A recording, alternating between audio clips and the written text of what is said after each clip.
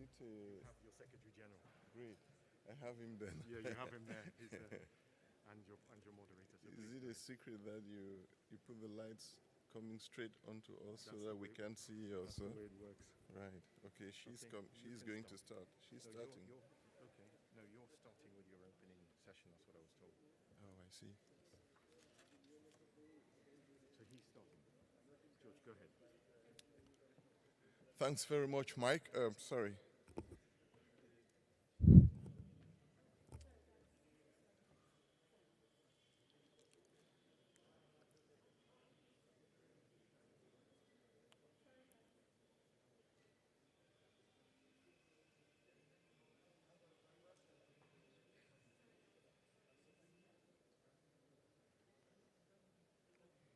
Thank you, Mark. Thanks for the excellent work we've done so far since yesterday. Little hitch-ups here, but all smoothing. Thank you, Loretta, for being able to make it this afternoon and to help His Excellency Wamkele, the SG, that's how we call him, the SG, of this very important instrument which the heads of states have put into our hands to ensure that we achieve what the peoples of the continent are looking up to.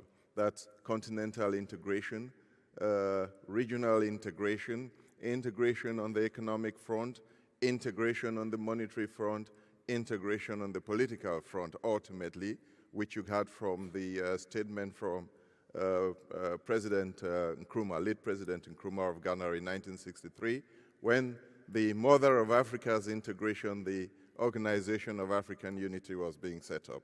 So thank you again, Mark, for being able to do this. But just as the other panel was leaving, there was quite some discussion about education.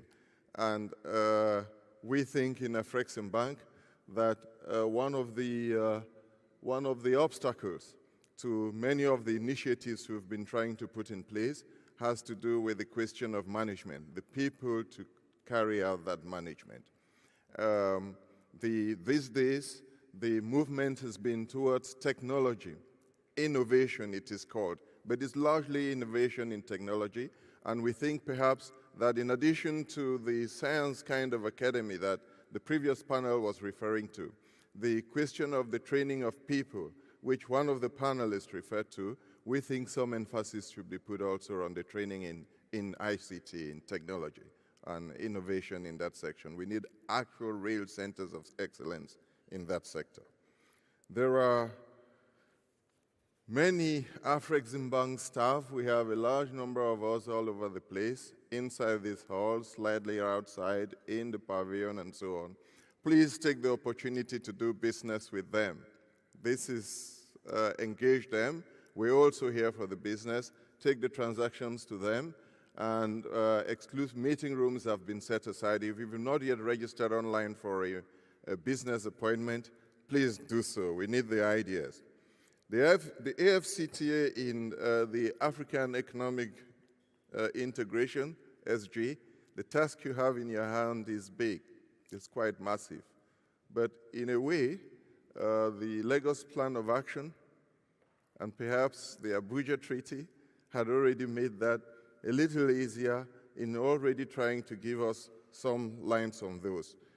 They seem to have been quite some thought put in the past by the African heads of states in trying to achieve regional integration. There was some discussion in the Lagos and the Abuja Treaty already of certain items which African countries needed to do, and the leaders recognized that trade in Africa, in trying to get that regional integration put in place, there was some recognition that trade in the continent was skewed. It was skewed in many respects. First, it was commodity-based. Commodity-based means there was no light manufacturing to go with it. We were exporting without manufacturing what to trade. So you then have to get into light manufacturing, and you'll see what the Lagos and Abuja Treaty then say on light industrialization. There was also concentration, the corresponding concentration on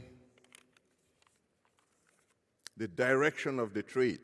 Because we were exporting just the commodities, then the direction of the trade was obvious, since we were not manufacturing. To OECD countries, to Western Europe, which provided the manufacturing base, all of that needed to change to some extent. There was also concentration even amongst the countries. Cocoa was done largely by Ghana, Cote d'Ivoire, Cameroon, Nigeria, and after that you had covered already something like 80% of the continent's commodity trading in cocoa. Petroleum, Nigeria, Angola, Algeria, maybe Congo, Brazzaville, a few countries, Libya, and you had covered the trading in that particular commodity, which was also concentrated. There was concentration even in rubber, maybe Nigeria, Cameroon, Cote d'Ivoire, and it was done. Minerals, it was the same. Maybe Mali, Guinea, Congo, Kinshasa, and many of the Southern African countries, and after that, it was done. Same for tea, Ethiopia, Uganda, maybe Kenya. So the concentration was also even in the items being traded, and all of that was directed towards Europe. We therefore needed to find a way to deal with that. That's some of the tasks that you'll have in your hands, SG, to find ways of using the free movement of goods and services that we've now been told the AFCTA is going to provide to ensure that that trade, the direction of that trade changes, the nature of that trade also changes. And even the infrastructure that was in place was directed at that trade, which was already directed outside the continent, the direction of the trade. So all of that is something that we're going to need to deal with. But in doing so, the Lagos Plan of Action and the Abuja Treaty also did set out certain initiatives that we needed to do in assisting. Common market, monetary union were already anticipated in that treaty. There were some aspirations in specific sectors. Today, recently, we've been talking about a single aviation market. They already anticipated that in the financial services. You'd be surprised, even what in Afreximbank was set in the Afreximbank Charter in the early 90s was already anticipated in those plans. The payment system, the PAPs that we spoke about so much, the African leaders already anticipated the use of African currencies in African trade and the creation of settlement systems, and in their terms, so that we could rely less on foreign external currencies. The vocabulary they used then was rely less on external currencies in doing our trade. They also thought that we could begin to create national, sub-regional, and perhaps continental stock exchanges. All of that was anticipated, but what all of this was done in the Lagos and Abuja Treaty was that they thought of them in terms of the sub-regional economic groupings. That is the RECs, as you call them in the AU's system, the regional economic communities. So, West African Regional Economic Community, COMESA, ECOWAS. What the AFCTA has done is to combine and consolidate all of that in a single instrument and giving that instrument a biting power. The lawyers say an instrument which is legally binding with specific rules to encourage the movement of goods, the movement of services, the movement of the people who would produce these goods and sell them, and ultimately, I think, the intention was to achieve political integration. So we know that that treaty itself also has challenges that we have to overcome. There is a question, it's hard to see how you're going to achieve that political economic integration without the single customs union, the rules on quality controls, the rules of origin, the definition of all of that. Perhaps those are the things that we would We hope you and Loretta would then spend a little time now and help to enlighten us, take us through, so that the information which in Afreximbank we thought was the first obstacle to African trade, the lack of information. We believe that the discussion you'll have today, if we can disseminate it, will begin to provide the information which those on the ground, the traders, the bankers, the custom officials, the civil servants, the policemen who stop the trucks on the way as they move, that engagement with them, you will begin to take the opportunity of this forum to get that engagement with that community moving. Thank you very much, and let's listen to you, please.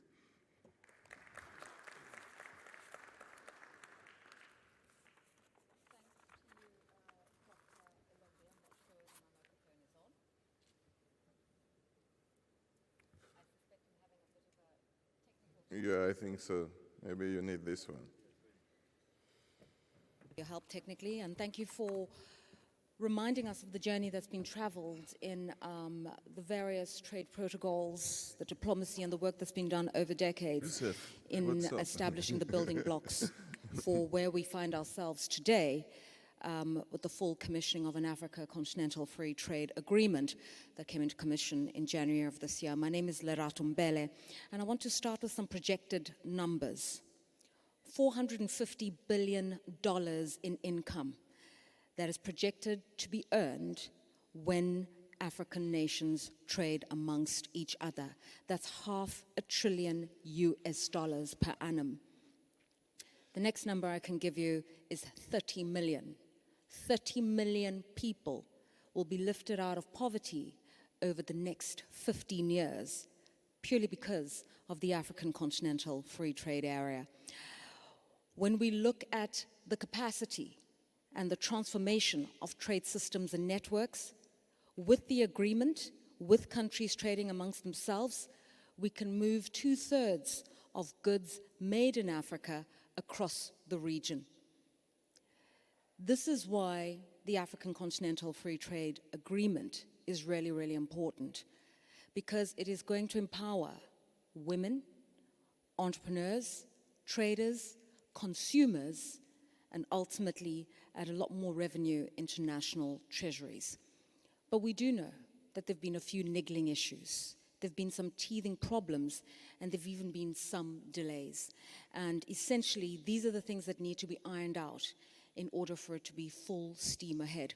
So in this session, as I introduce to you His Excellency Wamkele Mene, who is the Secretary General for the Africa Continental Free Trade Agreement, the Secretariat based in Ghana, we're hoping this will be, as George Ilombe suggested, a masterclass on trade, reminding us that trade matters, trade lifts up people, and ultimately trade could be the catalyst for the full transformation of the African continent.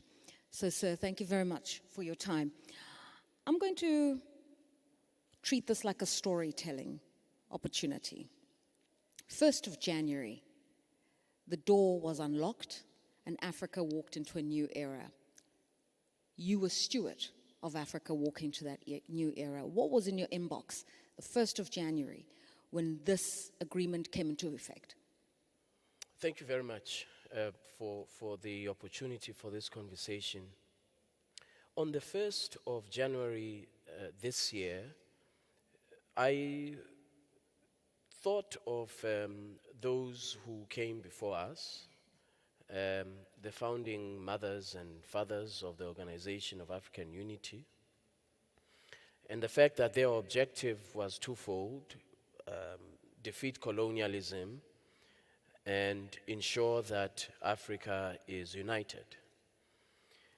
United also from our point of view in terms of market integration. So I thought that on the 1st of January 2021, we were standing on the shoulders of the mothers and fathers. They were able to succeed to a large extent with the defeat of apartheid in this country, in our country. They succeeded in terms of the political freedoms, the freedoms that we all desired across the continent. But there's one area that always evaded the entire continent, and that is market integration.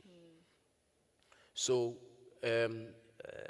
what the executive vice president was talking about, the continued entrapment of Africa in trade patterns that take us elsewhere. And second, the fact that we continue to be overly reliant on the export of primary commodities, and we trade more with the rest of the world than internally. So for me, the 1st of January really was a culmination of objectives of the Organization of African Unity, the Abuja Treaty, the Lagos Plan of Action, and all of the aspirations that we all had. It was really the first step to a very long journey. All right, so your heart was heavy, it was proud, and you recognized the responsibility ahead of you. What was the first order of business for you when you walked through those stores? Well, we had to, as you know, it was in the middle of COVID, so we had to have the launch of the official trading in a virtual platform. The heads of states were there, and they were participating in the ceremony to mark the official start of trading. So it really was, it's not, hyperbole to say it was a historic day. Yeah. It was very much similar to the 1st of January 1999 for the European Union when they launched the euro currency. So you say effectively walking into the first era of trading, and then of course you allude to COVID, a COVID era in which we still find ourselves. I would expect that would have created delays, perhaps even setbacks. Have you calibrated the costs, whether it's the financial costs caused by the COVID pandemic and its shutdowns, or just the cost in morale that has been caused by COVID? People thinking, are we ever going to get on with this project? Yeah. We have not calculated the monetary foregone because of COVID. We had intended to start trading last year on the 1st of July as directed by the heads of states, but COVID-19 disrupted that. So we didn't have the opportunity to make an estimate. What I would say is this: the lesson learned is that the over-reliance, or Africa's over-reliance on global supply chains, when those global supply chains are disrupted, we suffer the most. And this is also evident in the fact that countries that were overly reliant on the export of commodities, when the global commodities markets became disrupted and became subdued, many countries in Africa suffered. So it goes back to the point, to the fundamental objectives of the Lagos Plan of Action, and that is that we need a fundamental restructuring of Africa's economy to be less reliant on commodities. The second lesson, I believe, is that Africa's public health is linked to trade. There were export restrictions that many countries around the world imposed on germ-killing products, on diagnostics, on the ventilators, everything that, all the tools that were required to fight the pandemic. Some countries imposed export restrictions. In other words, don't take it to another country. We had, as Africa, that was a wake-up call, that we need to enhance our own productive capacity, our own manufacturing capacity. There is a country in our continent that last year had only 4 ventilators for the entire country, only 4. The productive capacity simply was not there. I think we'll deal with a lot of those macro issues and supply chain issues in a second, because I think they're fundamental to macro strategies. I just want to go back to where you're at now. We're still in a COVID era. We're still facing new variants and supply chain disruptions, but there are signs that there's light on the horizon. You know, the fact that people have converged on Durban, are able to travel, shows us that something is about to improve, hopefully. So, with an equilibrium being reestablished in the world, how do you get this project of an African continental free trade agreement back on track? Where do you begin? Where are the conversations that you need to start having urgently, and with whom? Well, we actually have been forging ahead. Even in the middle of COVID, we had been forging ahead. I have had over 200 COVID tests. I've been to many, many countries. I have been talking directly to heads of states, precisely for the point, to reinforce the point that you make, and that is that we have to look at this counterintuitively. There's a crisis, but the crisis requires that we accelerate implementation of the AfCFTA so that goods can transit across borders, so that Africans can have access to the best pharmaceutical products, and so that health professionals can be able to move around the continent. So we have been engaging directly with heads of states. Right. Early next year, we will have a special summit on the AfCFTA, where I will report to heads of states what we have been doing. So we have been keeping the momentum from a political point of view, but also from the point of view of technical negotiations that have been proceeding. Okay, so momentum hasn't been lost. Okay, most important issue. For many, it's clarifying the rules of origin. How important an issue is that for you? And where are you at in terms of resolving some of those niggling ones? Rules of origin are very, very technical and complicated. Local content requirements, basically. There are over 7,500 products that are categorized in the World Customs Organization. Different countries have different rules of origin. On our continent, we obviously have different rules of origin because of the market fragmentation that we've had for over 60 years. We have achieved convergence on 87.6% rules of origin. So thousands and thousands of products going forward will now be subject to the same local content requirements for trade across the continent. And that's critical for industrial development, to foster industrial development. It's critical for investment. If you are, for example, if you are a global manufacturer of vehicles, you want to establish an assembly plant in Kenya, and you want to also have some value chains, components that are produced in Ghana, East Africa, West Africa. If you have different rules of origin, you are discouraging investment.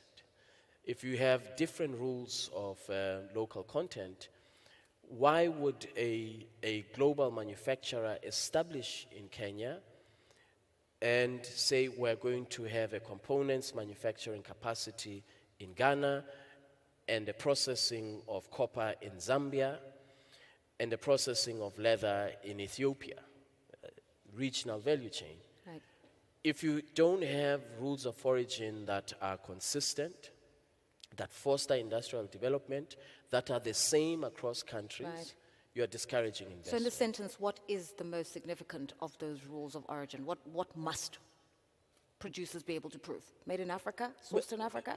Yes, made in Africa, value addition in Africa.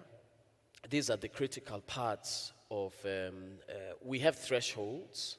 So if you meet a particular threshold for value addition, you meet the local content. By local content, I mean Africa, AfCFTA. So we are now at a stage where we are remaining with agreeing on rules of origin for textiles and clothing, the automobile sector, and sugar. And these are very politically sensitive areas, but we will conclude, I'm sure, in the next 2 to 3 months. Even though Africa trades extensively with the world, the one thing that local producers lament all the time are the non-tariff barriers. People will put obstacles around everything just to make it really difficult. And the unfortunate thing is, these have also existed in moving goods across regions on the African continent. So the removal of non-tariff barriers is very, very important. And where are you at in that conversation? We have established what we call a non-tariff barriers online mechanism for resolution of these non-tariff barriers. So if you as an exporter identify, and this is where we will have to rely exclusively on the private sector, if you as a trader or an exporter identify a particular non-tariff measure that is inconsistent with the country's obligations under the agreement, that is something that we are required to work with the country that is alleged to have this NTB in place, to work with that country to remove that non-tariff barrier. The test really is very simple. If the measure that is in place is a disguised barrier to open trade, it must be removed. Yeah. Or if the measure that is in place is actually is not for the purpose of meeting public health objectives, for example, it must be removed. Right. And the objective in terms of numbers, some are talking about a 90% tariff removal. Can you achieve that, and when? I think it's possible. What we have agreed is that by the year 2035, 97% of products traded on our continent should be traded at zero duty. I think it should be 100%, but I'm not a member state. I get told what to do by member states. I think it should be 100%, not 93%. Sorry, not 97%. The timeline that we have given ourselves is, some say it is ambitious, that we can achieve this in less than 15 years, where we are at zero duty. I think it's possible provided that we work with customs authorities to have the right systems in place, to have the infrastructure in place, and for our customs authorities to know that goods have to transit in accordance with certain rules, and not national rules, but now continental rules. So it is entirely achievable. And it's not something that, it would not be special if we achieved that, because other regions have done it before. So it's entirely within reach. I love how you throw in a caveat every now and again. I work and answer to the heads of state. So I'm accountable, but have a conversation with your leaders. And so let's talk about those leaders, because you're sitting here to implement an agreement that they have made as African heads of state on behalf of the nations and the will of the people that they serve.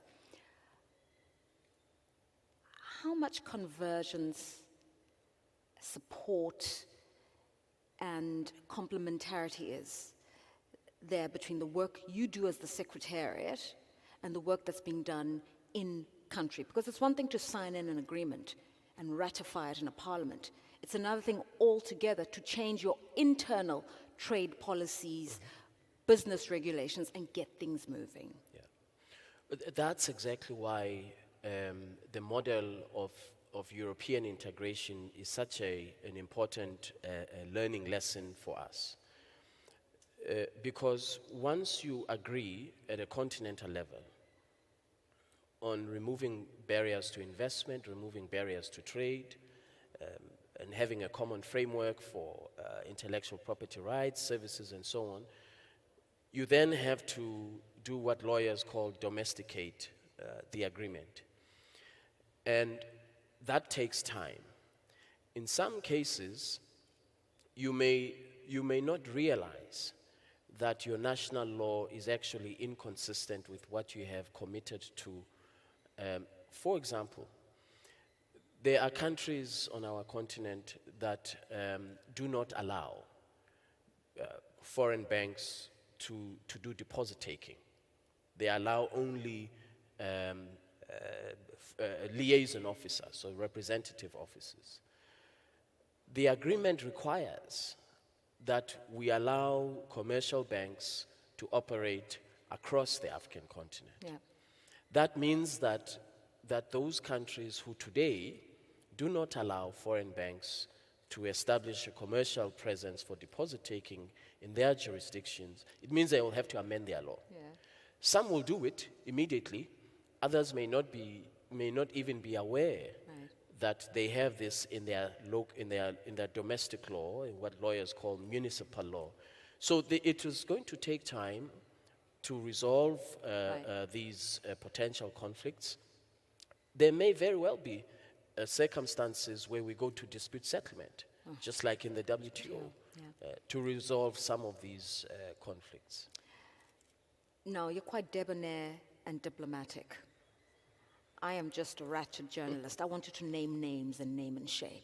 Which are the countries that have taken this African Continental Free Trade Agreement on board and are working really hard, double time, to make sure that there's a streamlining of their local rules, policies, laws, and programs? Which are the best performers and which are the not so great performers? Well, all the countries have done extremely well. We now have 39 countries that have ratified the agreement establishing the AFCFTA. We have only one country that has not signed the AFCFTA. Even the countries that have not ratified the agreement, and I have visited some of them and I've spoken directly to the heads of states, it's not because they are not committed, and it's not because they don't think it's in their national interests.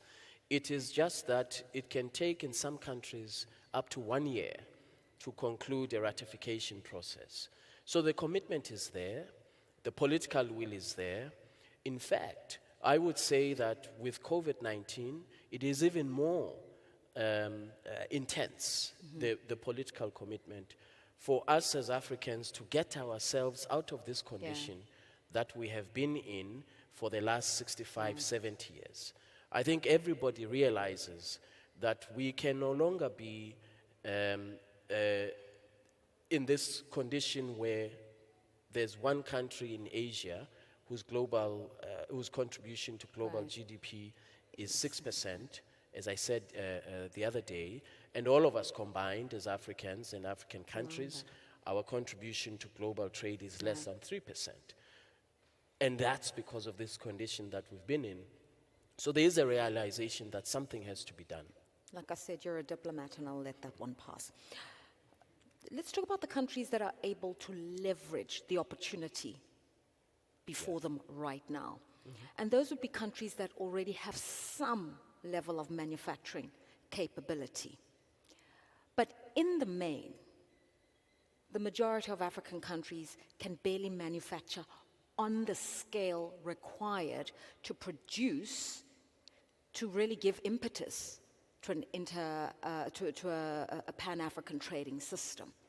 You know, they can barely produce for the local market, let alone for more than 1 billion people. And so there's often a concern that as we stand right now, there will be winners and losers. There will be countries that can just run with it. South Africa, Kenya, perhaps Ghana, but it's not many African nations, and that actually this is where the conversation needs to begin, supporting the least developed countries, but just generally dealing with the industrialization of the African continent. Oh, absolutely. But let me answer this question this way. Recall that in the early 60s, Singapore was a fishing village with a per capita GDP of around 500 United States dollars. Taiwan in a similar situation. But through disciplined implementation of industrial development action plans, they were able over time to quickly industrialize. The example that all of us know of is that in less than 1 generation, China was able to lift 700 million people out of extreme poverty and moderate poverty, less than 1 generation. Largely because of industrial development and export-led growth on the back of that industrial development. You are absolutely correct. there will be countries that will be immediate beneficiaries because of their relative industrial capacity and the depth of industrialization in those countries. Where we have to focus on is what do we put in place, what do we do to make sure that countries that today don't have manufacturing capacity or industrial capacity, that they too, in 20 to 30 years' time, see the benefits. If you take, for example, what I mentioned earlier about the processing of copper, Taiwan specialized in microchips for a very long time, for almost 2 to 3 decades, and then they transitioned. Yeah. What we require are regional value chains that will create centers of excellence, manufacturing excellence across the African continent. And you don't have to have a very, very sophisticated, to start with, processing capacity. What you require is the ability to do value addition, and then you build on that over time. But if I may just, because you raised a very, very important point, if we don't have inclusive benefits and development under the AFCFTA, it's not going to succeed. Absolutely. But not just that. It's the fact that what we're actually seeing on the ground right now, even in the countries that have manufacturing capability, this very country here, South Africa, is a reverse process, is a deindustrialization.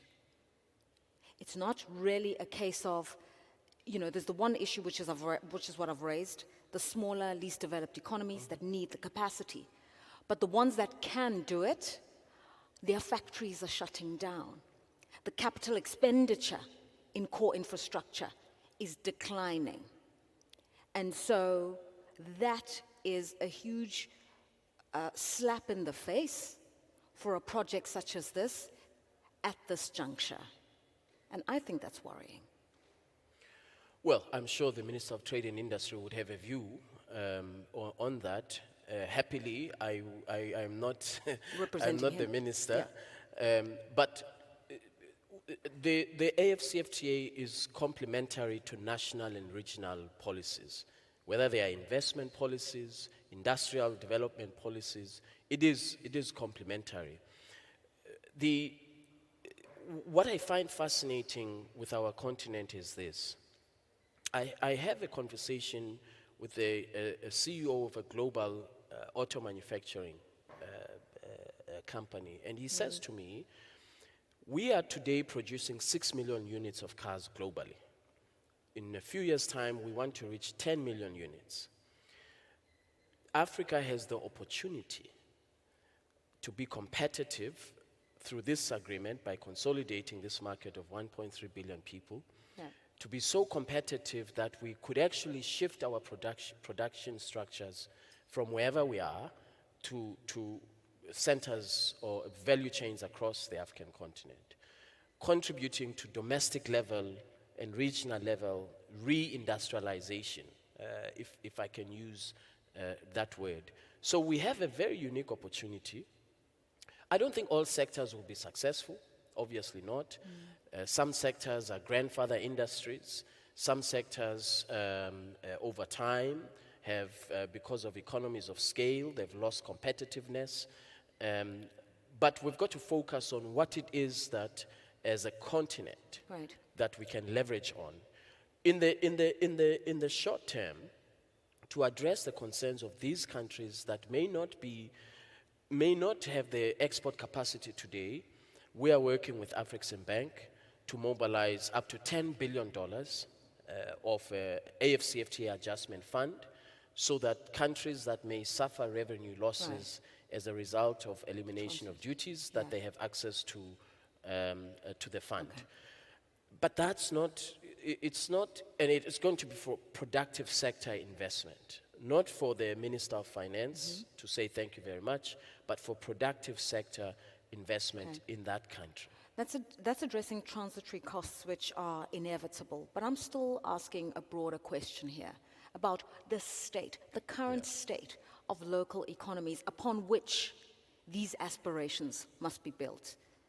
The ones that technically should be able to accede and run with it are in a process of deindustrialization.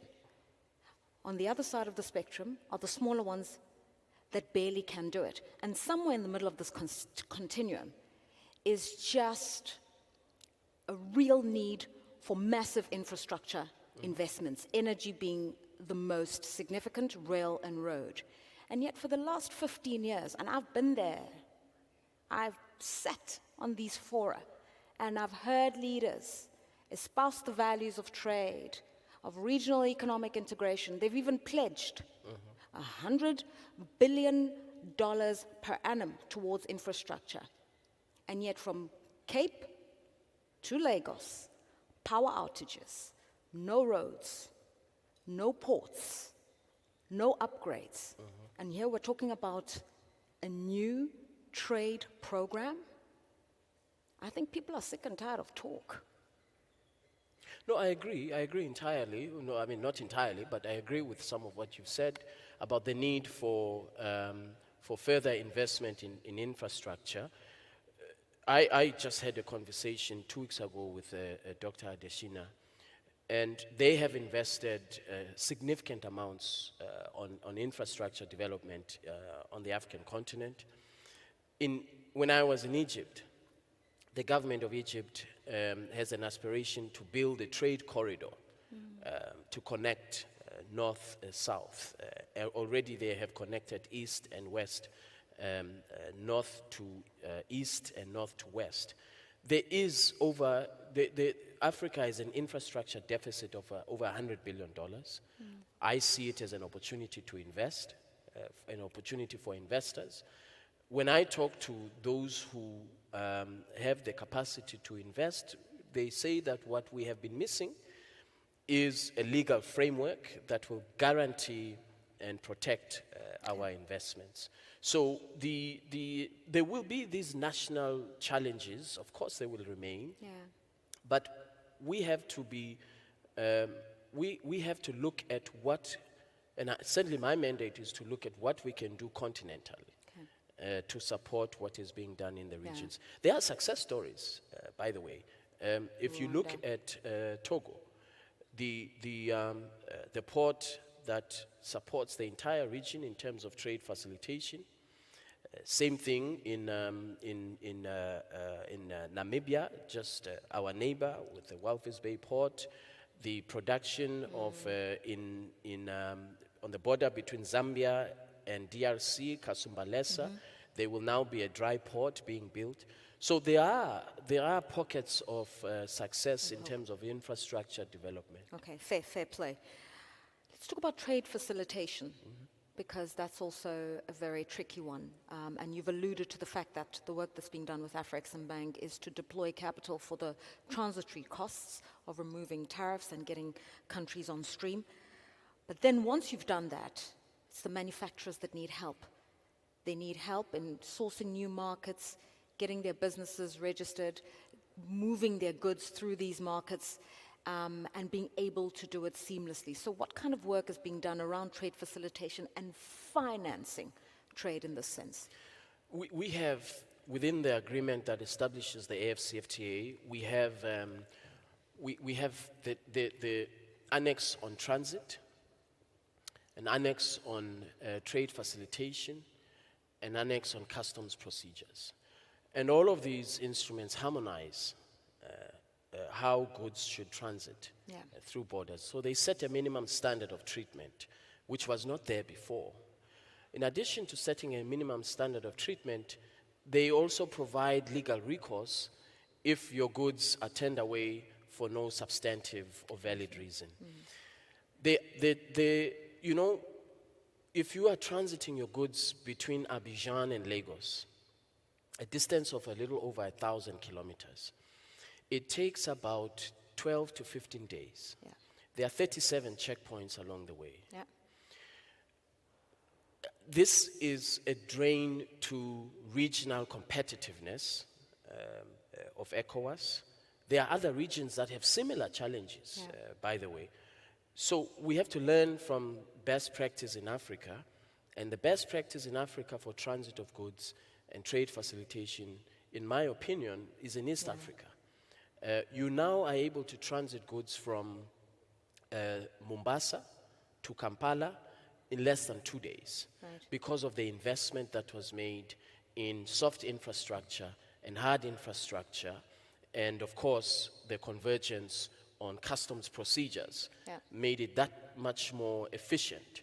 So we have to, and regarding Abidjan-Lagos corridor, we have already convened the ministers of trade as well as the customs authorities of that region. We met in Lomé in September to see what interventions we can make for that that corridor to be more competitive. We are going to move on to other corridors. Right. It's going to take time, of course. It took the EAC about 5 years to reach the level of efficiency in trade facilitation that they have today. I'm going to use another anecdotal example, but I think it's just to support the point you're making. So obviously I've been filming my business show across the continent, and one of the companies it's a big industrial manufacturing giant in Senegal. It's called Patisen, and they manufacture spices and fast-moving goods and the like. And the owner of Patisen said, when my goods move from Dakar into any ECOWAS region, 0 tariff, smooth sailing, the trucks get there, and the roads are not that bad, he says. Then my goods leave ECOWAS and enter CMAC, Central Africa. And immediately they are charged a 60% tax, 60. And then they've got to get through there with this 60% tax.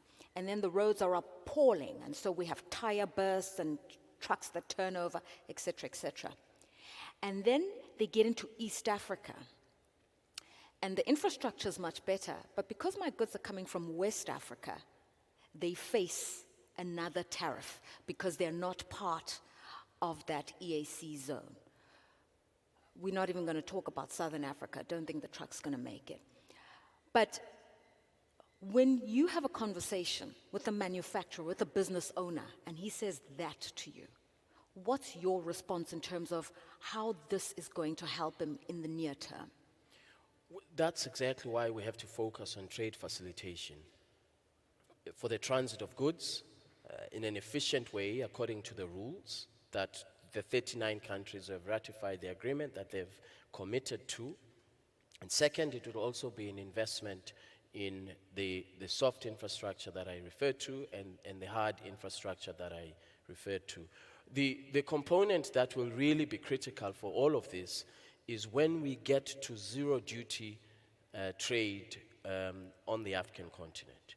That is what ultimately will help to boost intra-Africa trade. We have regions in our continent, trade corridors on our continent that are actually designed to facilitate trade with Europe more than intra-Africa trade.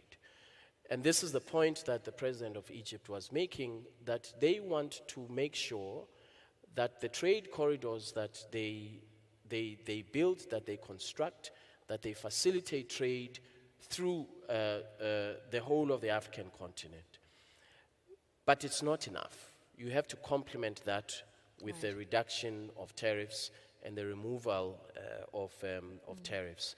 It's not sustainable that you have in less than 1,000 kilometers that there are 37 checkpoints and that your goods take 12 days to get there, or 13 days to get there, or that there are border closures that are arbitrary. So we have a lot of work to do. I don't want to leave anybody with the impression that this is going to be easy. But look at where Europe is today. 72 years later, it seems as if it's easy. We take it for granted that you don't have to show your passport when you are moving from Holland to Belgium because of the depth of integration that was achieved over decades and decades.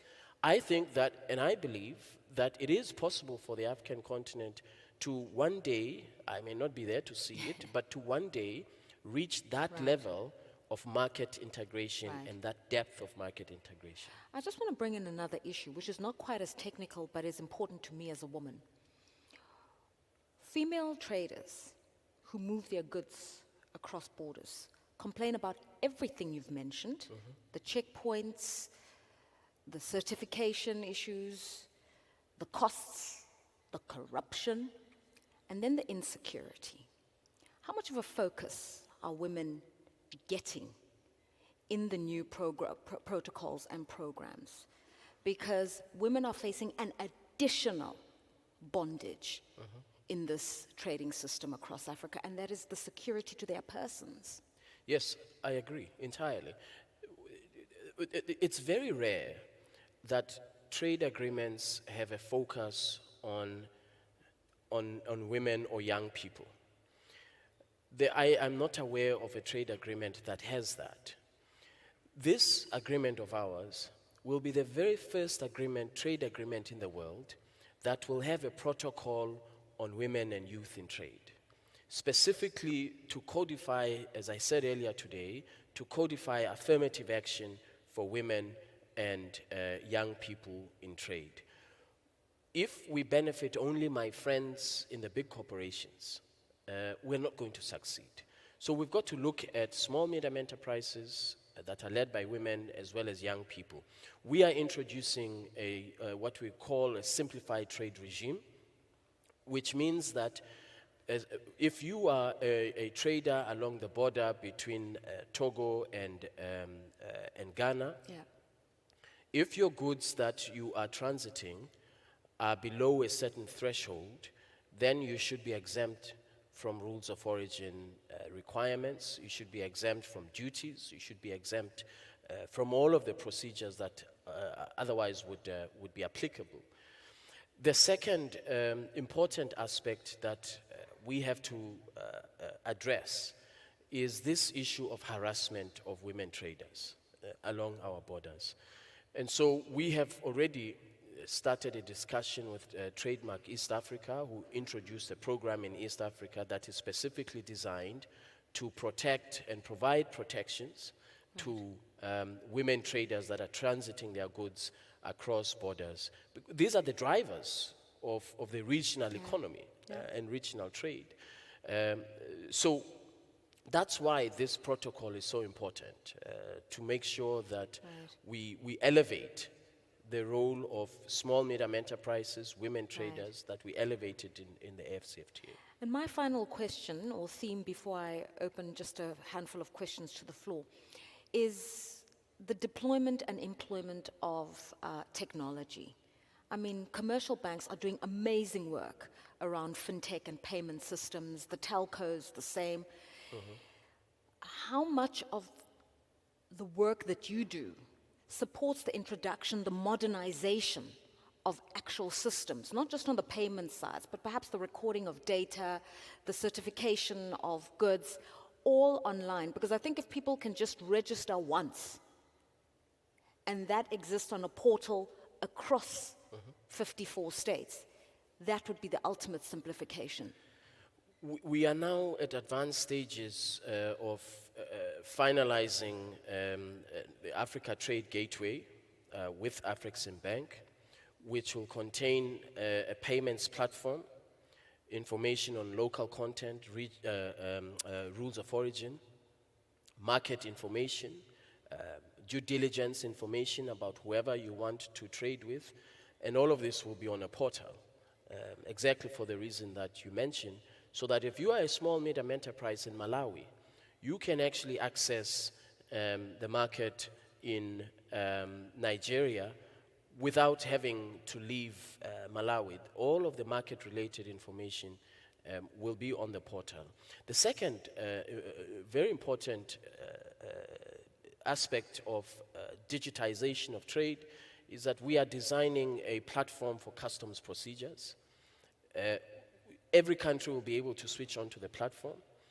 Today, in some countries, to issue a certificate of origin for goods, it takes about 15 days because it's done manually. Yeah. But if we deploy blockchain technology to secure the verification process of certificates of origin, it can be done digitally without you having to go through that process. And that means efficiency, that means competitiveness of trade in Africa. So these two are very important modernizations of how we have the potential to make sure that trade in Africa happens competitively at affordable levels and is easily accessible to everybody. I think we've got an opportunity for 3 questions, if they're short questions, by a show of hands. I'm going to treat it like an auction. There's somebody there. I'm going to say on the going. right. There's somebody on the right. Going, gone. Those 2, 1 and 2 and 3, and that's it. Please, if you could all stand up. Yes, ma'am, I see you. Yes and yes, and that's it. Thank you. Yeah. Mark's suggestion is if we can take all the questions at once, and then His Excellency can answer them in one fell swoop. So if the microphones are before you, please ask your question.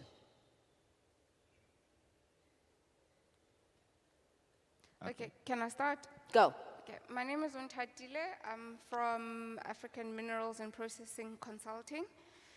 One of the questions that I've got is that, you know, with the trading relationships that we've got with other countries, we've seen an increasing number of investment from more of the Asian countries. And my worry is, with with the free trade agreements that we've got, do you think we will actually have certain goods to trade amongst ourselves as Africans without impeding on other relationships that we've got with, for example, the Chinese? Can you do me a favor? I know it's not COVID savvy. Thank you. Countries like China are owning more and more of our resources as certain African countries. Okay. Fair enough. Next question, please. Very well. Is this working? Yes. Very well, thank you. So thank you so much for the session. Thank you, Your Excellency.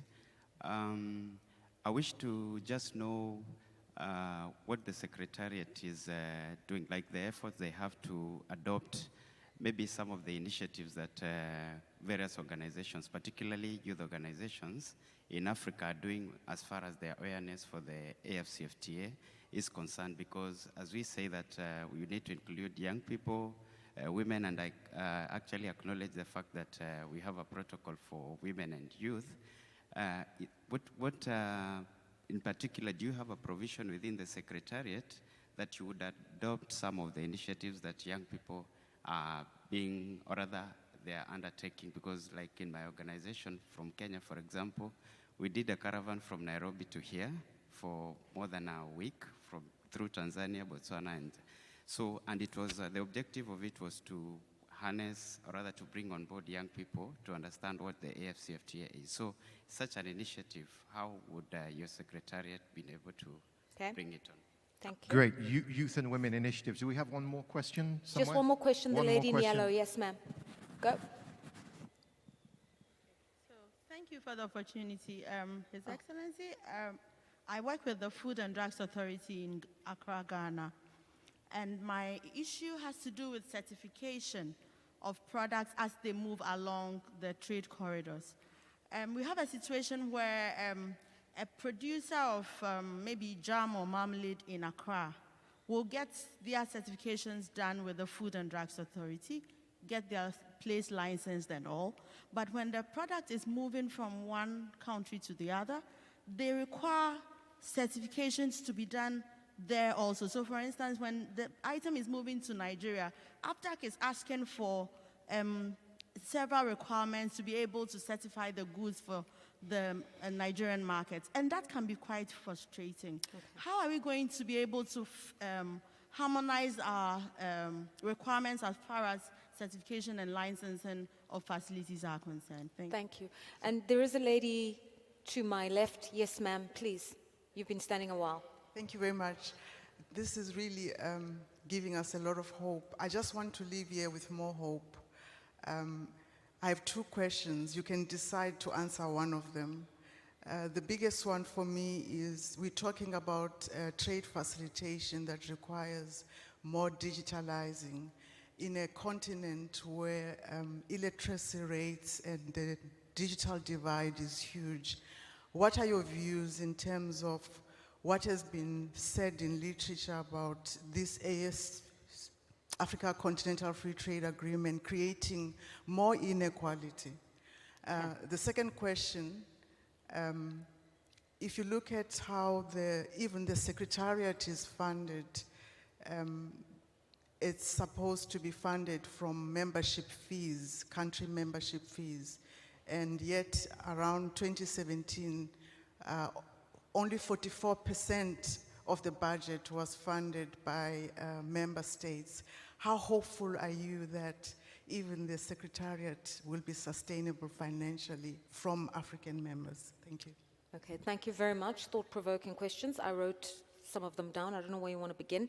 Do you not think the African Continental Free Trade Agreement will actually lead to greater inequality than integration and social cohesion and opportunities?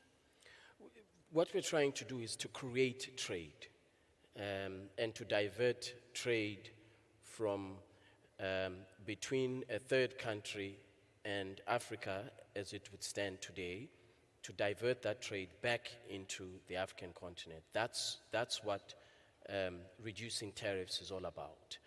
So we are doing a classic trade agreement, trade creation, trade diversion. We're deploying that strategy, and that happens across the world. We are not going to disconnect from the global economy, and I don't think we should. It would be foolish to do so. But we have to take account of the capacity for intra-Africa trade, Right. which is very low at the moment. So there will always be third countries trading with us, and we are not going to disallow goods coming in from other parts of the world. The difference is that they will be coming in at a higher cost than AFCFTA goods. And you're not worried about Chinese, made in China goods, made in Vietnam goods flushing out the market? That's why we have rules of origin. And that's why we have trade remedies. That's why we have anti-dumping provisions to avoid exactly what the questioner was pointing to. What I must stress is this. It doesn't mean, a trade agreement does not mean that you no longer allow goods from third countries. They will still be imported, but they will be more expensive and less competitive to enter the AFCFTA market. Okay, of the two questions, we don't want more social inequality, and if more countries don't pay their fees, this project's going to go up in smoke. We don't want to, and the question is absolutely correct. We have an over-reliance on support from third countries, donors. As a Secretariat now, we derive our budget from member states of the African Union. We have a grant from Afrexim Bank and a grant from the African Development Bank, and a long-standing support facility from the EU long before we were established. We are a trade secretariat, so the underlying point being made is correct. We have to be self-sufficient, and we can. For example, most of our companies, and we have about 400 companies that have a turnover of over $1 billion. Most of Africa's companies have registered their patents with WIPO. There's nothing wrong with that, but they pay huge amounts. So we can actually have a patent registration capacity and generate revenue in that way. Right. We can generate revenue from some of the digital platforms that I've mentioned to make sure that we are self-sufficient, and that's a very easy thing to do. Okay. The lady talking about certification of products, but once you move across borders, they want another set of certificates. I think it's the nub of the conversation we have, just assurances of how some of those processes can be harmonized so that once you've got your documents in Ghana, that's it. Yes, as I mentioned earlier, we have an annex that requires harmonization of standards. Sometimes these things are related to standards. If you are transiting your goods from Ghana to Cote d'Ivoire, perhaps Cote d'Ivoire would require that the labeling be in French. So these are some of the technical requirements, and there's nothing that we can do about that. They require that their public must be able to read the technical standards of the product that is in front of them. The issue is there a discriminatory attempt to prevent the goods from transiting? That's where our rules come in. And the final question was, obviously you've considered women and youth in your policy focus, but what are you doing to raise greater awareness?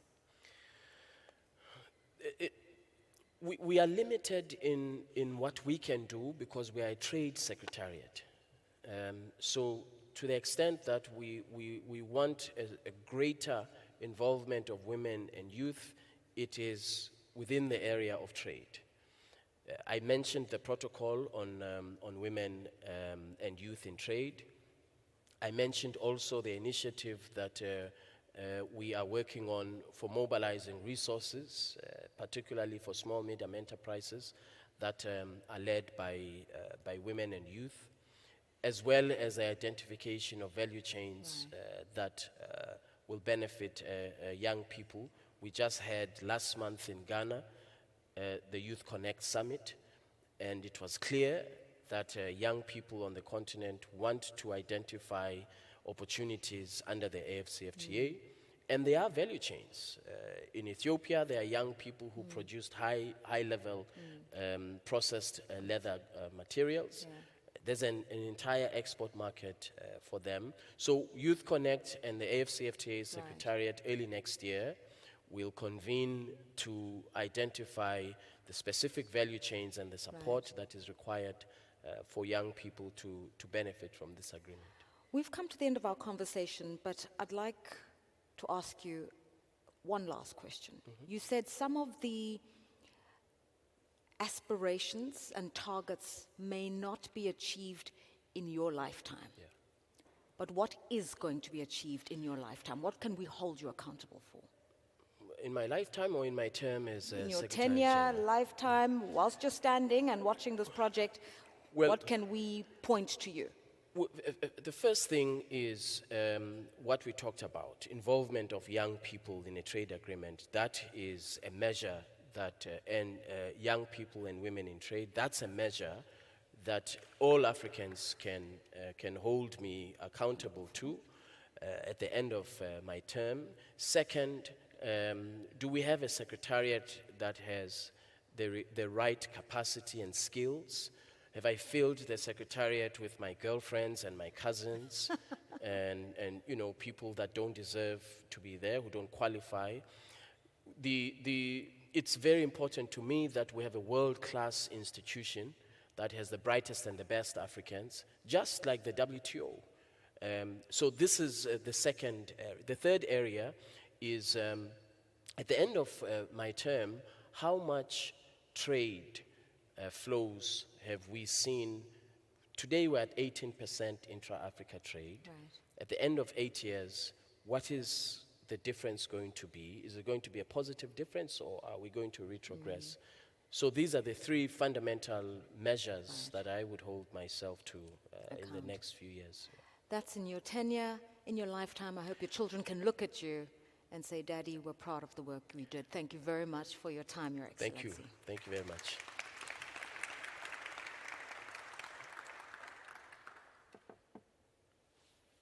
Are we dismissed, Mark? Okay. Thank you.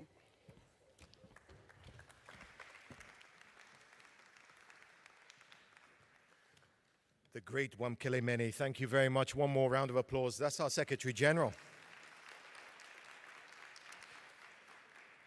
The front man himself. Now, before we go on to the next segment, today's day, every day is a country day. Today's country day is Egypt. So we're going to be having Egypt's country day as the penultimate session for today in a moment.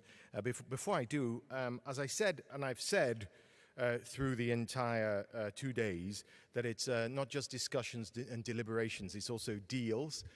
We're not going to have the signings of the deals, but I'm going to tell you about 3 deals that have been or will be signed. And the first one is an MOU with Comesa Clearing House. So that's between Afreximbank and Comesa Clearing House are having an MOU.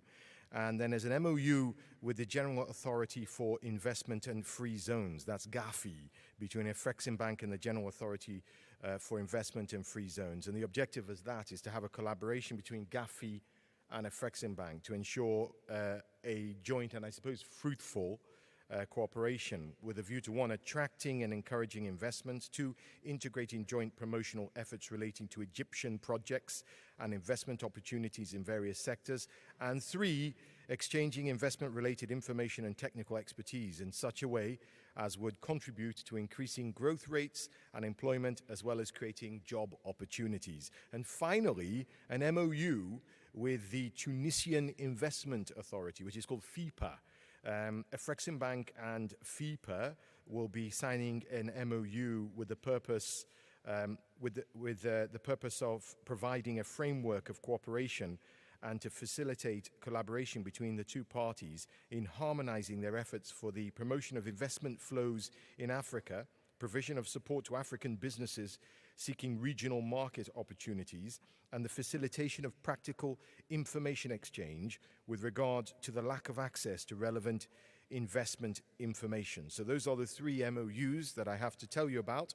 We'll continue with the regular program now. We only have 2 elements of the program to go before we end the day. And then now this session is an Afreximbank session, and it's Afreximbank initiatives supporting the implementation of the AFCFTA. And we're going to be giving you several presentations, and there are several presenters. So perhaps maybe I can call up those presenters, and perhaps they want to just come and sit on the stage. Maybe that's the way we should do it. If I could call up the presenters, Gainmore Zanamwe, Zanamwe. These are all Afreximbank executives who are going to be doing these presentations. I'm going to call them up to sit on the seats comfortably on these white seats, and then I'm going to call them up one by one to do their presentations, maybe at the podium or maybe even from a seated position. Are you mic'd? I don't know if they've mic'd you up. Have they mic'd you up? Yes, you are. You're mic'd. Well, maybe that's great. Okay. I'm also going to call Mr. Emeka Uzoigwe. Emeka Uzoigwe. Are you here, Emeka? Is Emeka here with us? Yes? Is he coming from a different direction? If you could come and join me. I don't know where you are. He is there. They tell me he's here. They say he's around. Okay, I think he's going to make his way very soon. Yes. Zito Alfaya. Zito, where's Zito? Zito Alfaya, and I think there are 5 of you. Or 4 of you, should I say. And then the last one is Christian Ndikumagenge. Ndikumagenge, Christian, Afreximbank makes up the quartet, I think. I don't think I'm missing anyone out. Let me see, make sure I've got everybody. Zito, Emeka, Gainmore, and Christian. I think that's it. Emmanuel? Emmanuel Feda? Okay, I don't think I have Emmanuel on my list, but that's fine. He can join us. Okay. Oh yes, I see. I saw. Yes, after that, that's a presentation. I was going to call that later, but that's fine. Emmanuel Asaik is going to do a presentation later. So shall we begin, gentlemen? Where are the women? Okay, another panel. Okay, all right, that's okay. That's fine. So the initiatives. The presentations. I don't know if you want to do them seated comfortably. I mean, we're all amongst friends, or whether you want to come to the podium. If you come to the podium, you have to disinfect it every single time. So maybe you could just do it from a seated position. It's comfortable. Okay, first and foremost, I don't have any details on this, so you're going to have to explain what it is. The AFCFTA Adjustment Facility, Gainmore.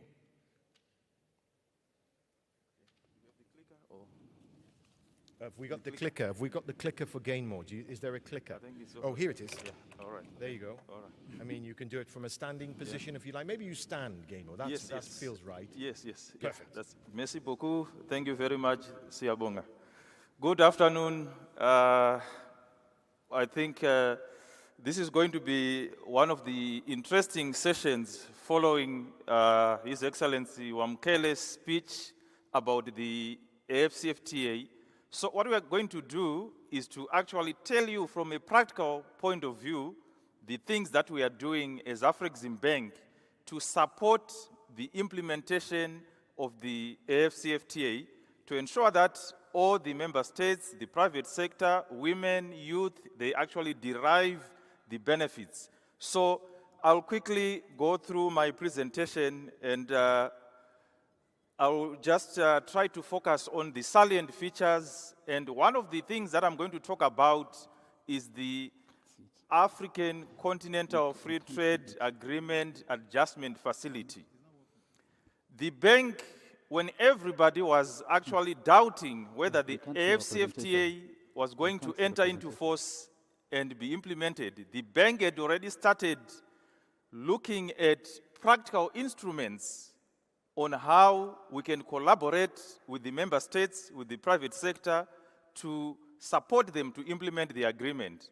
So before 2018, we had already started putting in place the AFCFTA adjustment facility. And in 2019, our board approved $1 billion to support member states and the private sector on adjustment costs that they were going to incur. And recognizing the efforts that the bank had already taken, the heads of states, they were here yesterday. These are the same heads of states who basically asked Afrexim Bank to work with the AFCFTA Secretariat to actually put in place a continental adjustment facility. We had started it as an Afrexim Bank initiative, but there was now a request from the heads of states to make it a truly continental adjustment facility. And we started doing work on that to ensure that it's implemented. So the most important thing is that when we sat down, we were now looking at what are the key principles that should govern this adjustment facility. The first thing that we looked at is we are probably tired, I'm sure you'll agree with me, of going outside, basically begging for support. I believe that Africa has got financial resources. We have natural resources. So we really need to take this very seriously and put our money where our mouth is. So we need to ensure that the AFCFTA Adjustment Fund is owned by Africans. That principle is very important because it will ensure that there will be no ulterior motives from outside that will influence or affect the implementation of the AFCFTA. We are also looking at mobilizing all types of resources. We are looking at concessional funding. We are looking at grants. We are looking at commercial funding, especially for the private sector. We also recognize, building on what the SG was talking about, we've recognized that women, youth, SMEs are very important. So when designing this adjustment facility, we are going to ensure that it also benefits SMEs, women, and youth. We are also looking at ensuring that the funds are going to be disbursed and processed very quickly without any major bureaucratic challenges.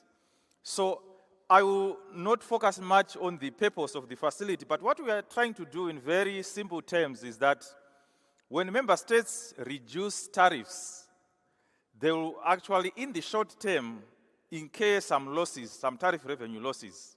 So how do we compensate them for those short-term losses? This is where the adjustment fund and the compensation mechanism kicks in to give the countries, and there are a number of them that will be affected, an incentive to continue liberalizing their tariffs, and we'll be supporting them through the adjustment fund. But the story does not end there. We're not focusing only on member states. We need to ensure that the private sector, the business people, some of you are in this room, when we have a big market opportunity created by the AFCFTA, what are you thinking in terms of retooling, developing skills, tapping into regional value chains? So this facility will provide resources that will enable you to actually access funding to be able to develop the capacity, competitiveness that is required for you to produce goods and services that you can actually export under the AFCFTA. So there's the private sector angle to the adjustment fund. Then this, don't worry much about it, it's just the conceptual design of the facility. We are looking at mobilizing resources from member states, from various development partners, especially, let me emphasize that, especially those that are aligned with our objectives. So there will be a vetting mechanisms to actually see who are our true friends, and there will be those checks that we'll be putting in place. We are also looking at working with development finance institutions, other commercial banks, some of them are already here, to mobilize resources that are required. So these are some of the things that we are looking at, and we are putting in place a statutory mechanism or instrument that will anchor this adjustment fund, because it's not just for the short term, but it will actually be a long-term instrument that will continue supporting the countries to increase trade. SG was talking about 18%. So we actually want to use the adjustment facility to ensure that we support the private sector to increase intra-African trade to the levels comparable to Europe, almost 70%. Once we do that, we will be able to transform our economies. We will be able to create the jobs that the young people that we have in the continent need. So that's basically, in a nutshell, what we are trying to do with the adjustment fund. It has got 3 funds, so there are funds within the funds. I hope that means more money. So if I start with the base fund, we are looking at member states' contribution, and then also grants that can be used to support tariff revenue loss, the compensation mechanism. The second one is the general fund. We are looking at concessionary funding.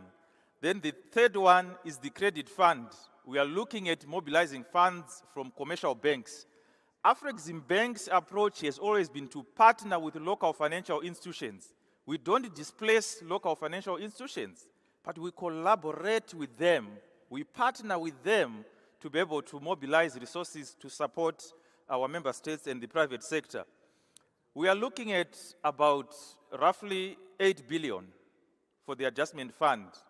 And we are looking at collaborating with various players that I've mentioned to mobilize this 8 billion.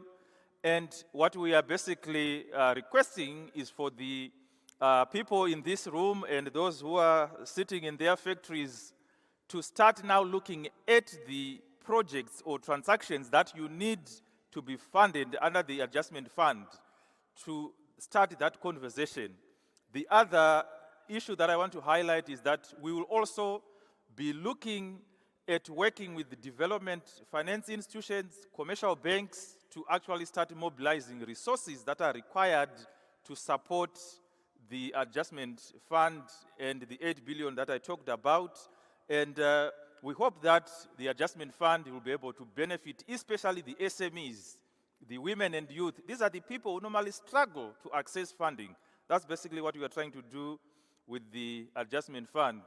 Siyabonga kakhulu, and I will then just take you to the next presentation, which is focusing on transit. So the one on the transit guarantee is the next presentation, which is basically to now look at the practical tools that have been put in place to facilitate the movement of goods in the continent. So I'm trying to get it up, but it looks like I don't know what Mark has done, but okay. Yes, I've got two. Okay. So if it is not probably coming, I can, okay. Okay, great. It's always there somewhere. All right. For this one, what I want to do is to talk about another practical tool or instrument that we are using to support the movement of goods within the continent.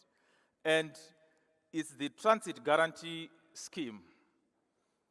In the continent, we have got 16 countries. Some call them landlocked countries, but I prefer to call them land-linked countries. And if you listen to what the Zambian president was talking about, he was actually saying we need to facilitate movement of goods and also ensure that there is safety when those trucks are moving, carrying goods.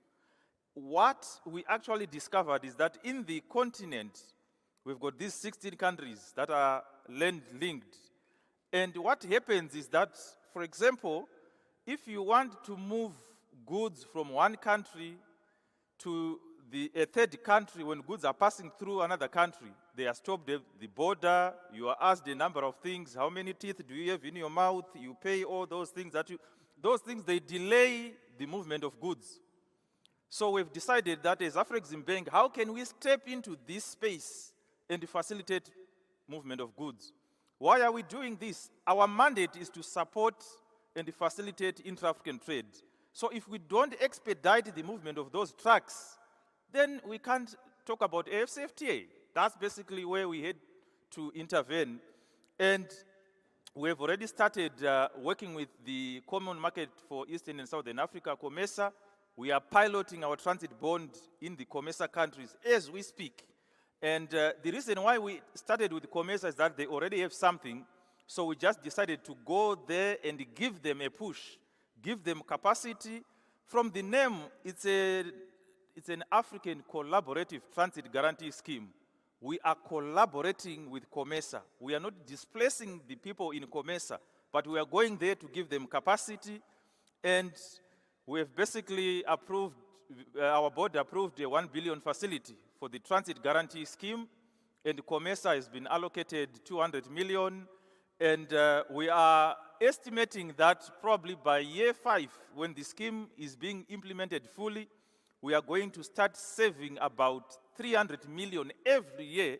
This is the amount of money that is actually being lost during the transit. On a day, when you look at a truck, it normally spends a couple of days at the border. And every day the truck is at the border, not moving. I'm sure you saw what was happening at Bait Bridge. It was almost about 450 to 500 US dollars that was being lost per day. So if you now look at this situation, we cannot continue doing intra-African trade. The good news is that the Bait Bridge issues are being fixed, and the transit is even going to make it more efficient. And we also have our Pan-African payment and settlement system that my colleague will talk about. That system will also facilitate the payment of insurance premiums in local currencies. I think Mark will agree with me that we probably don't need the billion dollars when doing intra-African trade, right? So we will also be using our new entity called Afreximbank to facilitate the issuance of bonds and distributing the risk to the other risk carriers. But we will be looking at African risk carriers and offload to the international market if required. So this is a simple schematic of what is actually going on. We start from here in Durban. A truck leaves Durban via Zimbabwe, Bait Bridge, Zambia, all the way to DRC. And at each and every border, the situation we have is that at Zimbabwe, it will be stopped. They ask for a transit bond. Zambia, another transit bond. So we are saying no to that. You just need one bond, either from Zimbabwe, Zambia, or South Africa, to allow a truck to go all the way to DRC. Maybe, let's see how it will work under the AfCFTA. This is a regional scenario, but I think you've heard about the Cape to Cairo. We want to make that dream that Kwame Nkrumah was talking about a reality. So what we are doing is, with one single transit bond, a truck should be able to leave Cape Town, not Durban, Cape Town all the way to Cairo, Egypt, with a single transit bond. That's basically what we are trying to do, and this is what I'm talking about. So all the way from Cape to Cairo, look at how many borders we have. If a truck were to stop at each and every border, the truck will never get to Cairo. So that's the problem we are trying to solve We've got a number of interventions. I will not go into detail, but what I want to highlight is that we will issue the transit bond directly because as Afrexim Bank, we are an investment grade bank. We have the capacity to do that. So for big clients that need large amounts, it could be El Swidi, Dangote, the key, we can do that directly. But for smaller players, we collaborate with local financial institutions. We actually ask them to come and do risk sharing with us. We basically do it on a 50-50 basis so that they get something, but we also cover them and assure the customs authorities that the insurance companies have the backing of Afrexim Bank. At no point should they be worried about losing their revenue. I'll basically skip it. This is the direct and indirect. This is basically how it works. A truck leaves South Africa and a bond is issued. For example, in South Africa, that truck passes through Zimbabwe, and when the truck goes all the way to Zambia, the bond is discharged. And that's basically the process. It's a smooth process, and there are a lot of benefits. A lot of money will be saved. The turnaround for trucks will improve. We will be able to facilitate intra-African trade, and also the delays that we've been seeing at a number of borders will be a thing of the past. And these are some of the requirements that we have. We also are trying to use technology to automate the issuance of bonds, and we will be supporting those countries and the regions that need this support. We are also now looking at expanding to cover all the 55 countries. We are working with the AFCFTA Secretariat to ensure that this pilot that we are implementing in COMESA is now extended to all the 55 countries to ensure that we facilitate trade under the AFCFTA. We believe that this instrument is going to be critical in terms of facilitating the development of regional value chains. When you talk about just-in-time delivery, when you talk about some of the things that we have seen even under COVID, we want South Africa to produce the pharmaceutical products or any vaccines. Those things need to move quickly. This transit guarantee will facilitate that those things happen in real time. So these are some of the two initiatives that I just needed to share with you, and we look forward to working with all the players to ensure that this is fully implemented. Thank you very much, Siyabonga kakhulu. Mark, over to you.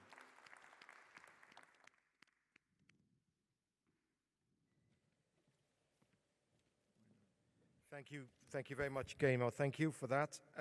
Really interesting presentation. Is there any way that we can access all that stuff online, or that people? I'm sure there's a lot of stuff that people want to see. So maybe Afrexim Bank can make it available so that people can download those your presentation, because I'm sure that they will want to share that Yes. widely. Yes. Now, moving on, we're going to talk about the African Trade Gateway. You mentioned a little bit of this in your presentation. I'm talking about PAPS, MANSA, TIP, TRIP, PPF. I'm going to stop with the acronyms right now because I'm going to call on Mr. Emeka Zoigwe to actually explain exactly what those are. Emeka. All right. Hope it works.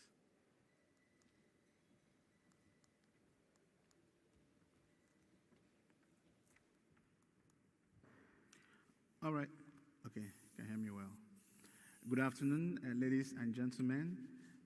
Let me start by explaining that what we are presenting is a vision that we call Africa Trade Gateway.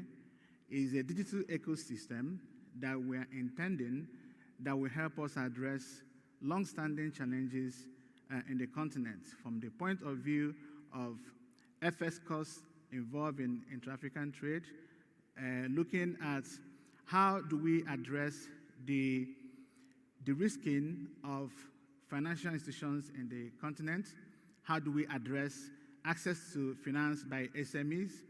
Then we are looking at the trade asymmetry in the continent, at the same way saying, okay, how do we stimulate people who want to trade beyond their borders, beyond their countries, to be able to do so without investing so much upfront cost. Now, everybody is not a Dangote or a Swidi. You need to be able to say, by the way, 90% of businesses in Africa are actually SME. And therefore, the cost of expansion of business operation beyond their countries needs to be done at a much lower cost. Those are part of the visions that the executive at Afrexim Bank looked at and decided, okay, this is a path we need to follow. More fundamentally, the idea is also to underpin the AFCTA. You will discover that what my colleague Dr. Gemmo was talking about, all again towards the AFCTA.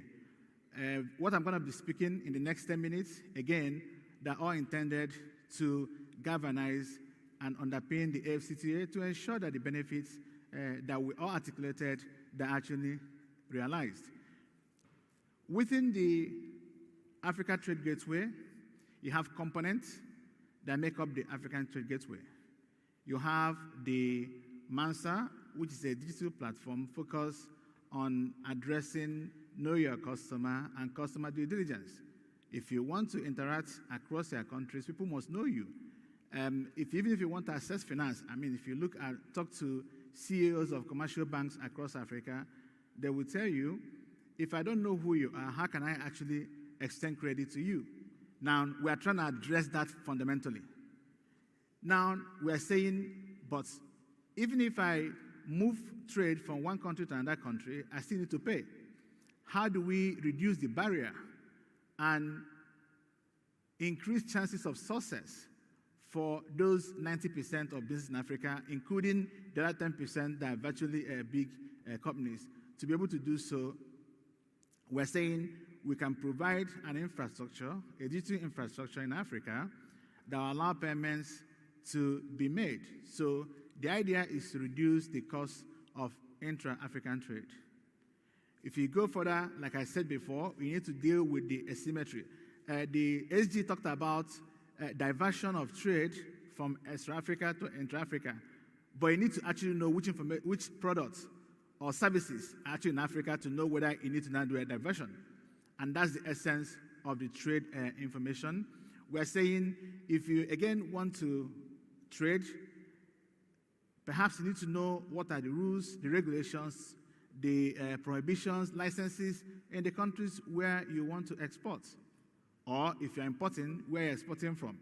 So collectively, this is actually the initial set of challenges that the institution is solving in collaboration, like my colleague mentioned, with the AFCTA, the African Union Commission. Again, what you have on here is actually what I've tried to explain in a way that we can relate to it.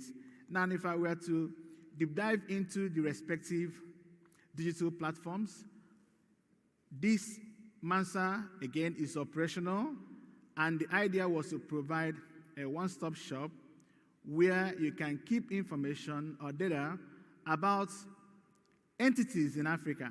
And that entity can be a financial institution, it can be a corporate, or an SME, such that anybody who wants to conduct a customer due diligence can use the primary data to do so.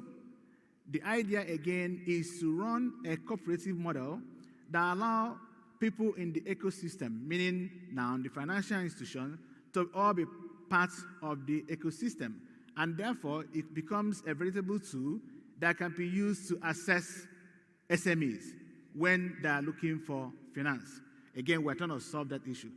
But remember that many of the financial institutions in Africa did have issues maintaining corresponding banking arrangements with the big banks in New York and London.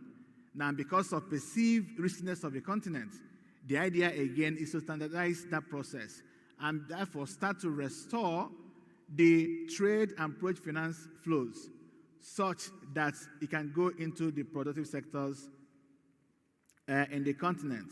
Now, the key things for MANSA to take, like I mentioned, is to understand that amongst all these benefits, the system is operational.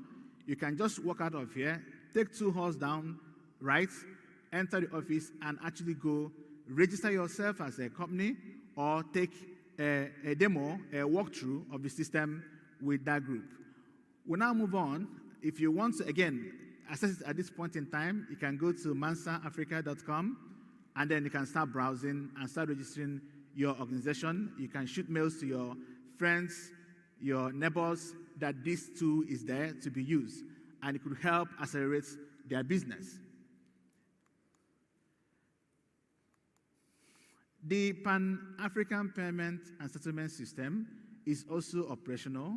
It's a financial market infrastructure that the whole idea is to support payment arrangements across the continent. Now, if you're able to provide that infrastructure, that means you're able to link all the 55 countries in the continent. What you have done is that financially integrate Africa, economically integrate Africa, because now if you want to make payments, remittances, you can do so, and in a matter of 60 seconds, that money is in the hands of the party you are sending it to.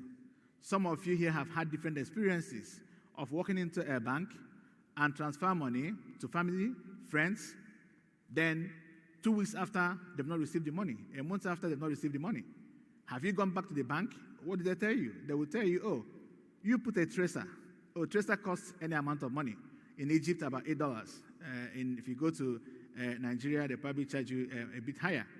Now, the tracer all trying to find out, where is your money locked? Somewhere in the global financial system. But we're in Africa.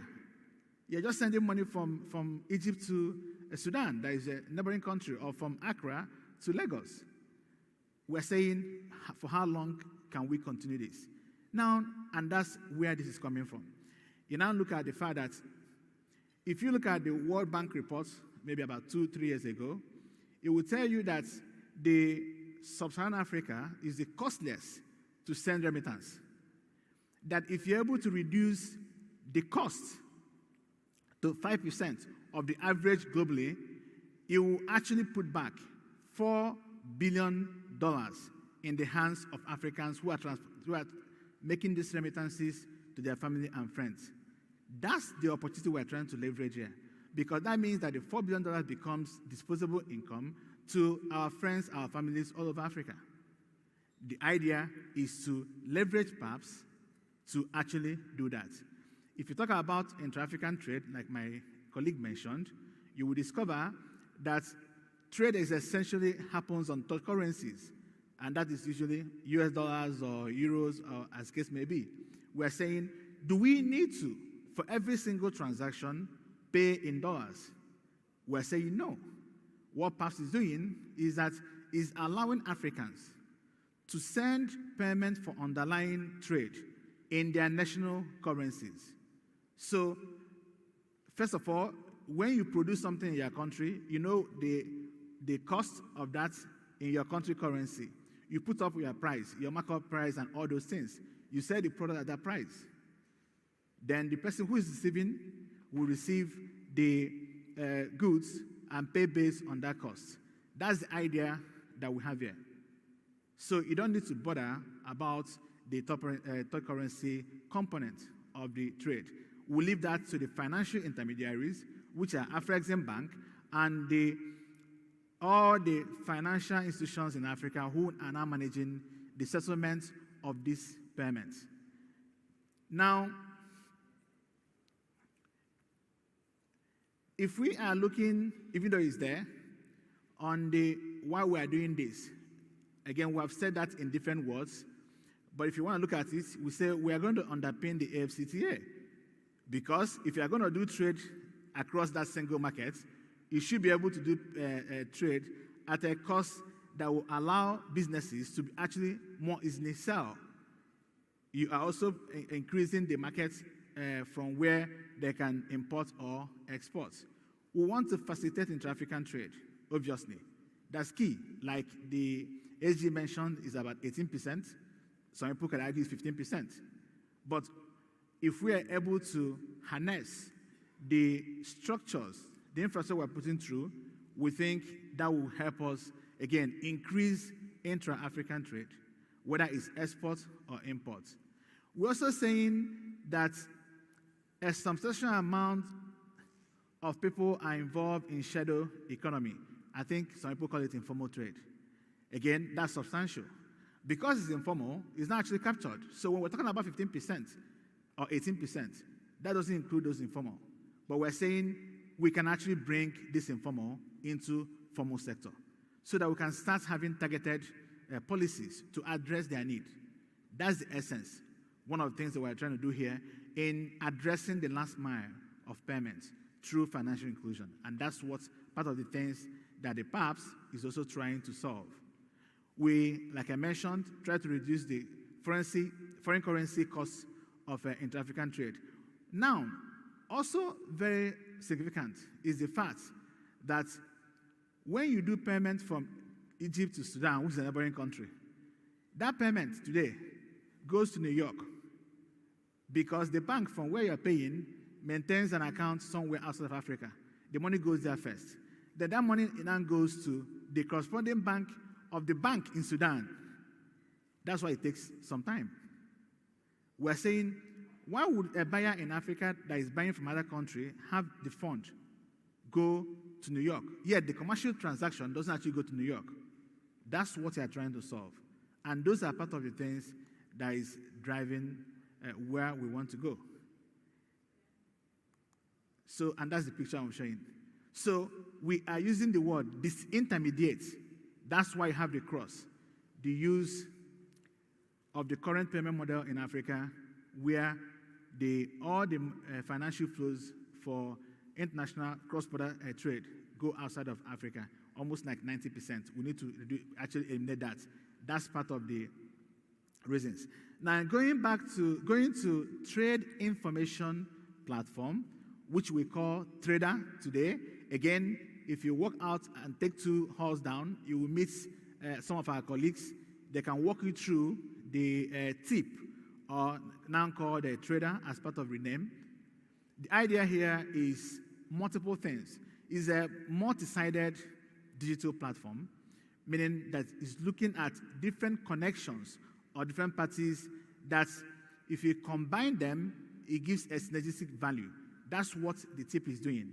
Now, you can, for example, look for information about a product and say, what are the destination markets or import markets for this product? In that same platform, you want to say, I want to start export or import. Perhaps I'm doing clothing. Do I know the population of female in Zambia? So you don't need to go to different places. In that same system, you can say, okay, demographics, because, oh, what I'm doing has to do with children or is women. Now, that tells you, for example, if you want to target Zambia, these are, in terms of population, this is the size. That helps you in trying to plot your expansion into that market. The same thing with some economic indicators or variables you may want to get.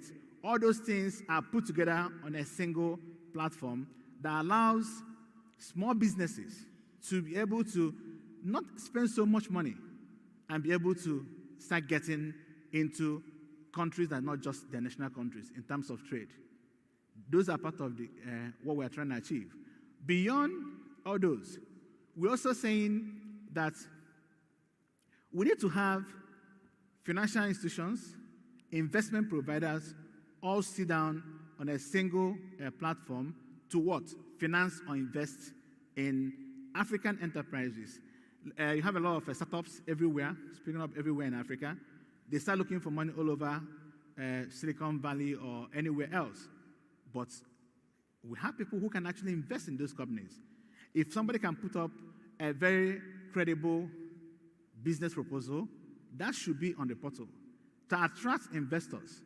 So part of this system here is to acquire those investors into a single portal that allows the populace in the continent to now leverage that to get financing. The same way for a businessman who not necessarily wants to finance a startup, it could be because you want to be able to finance your exports.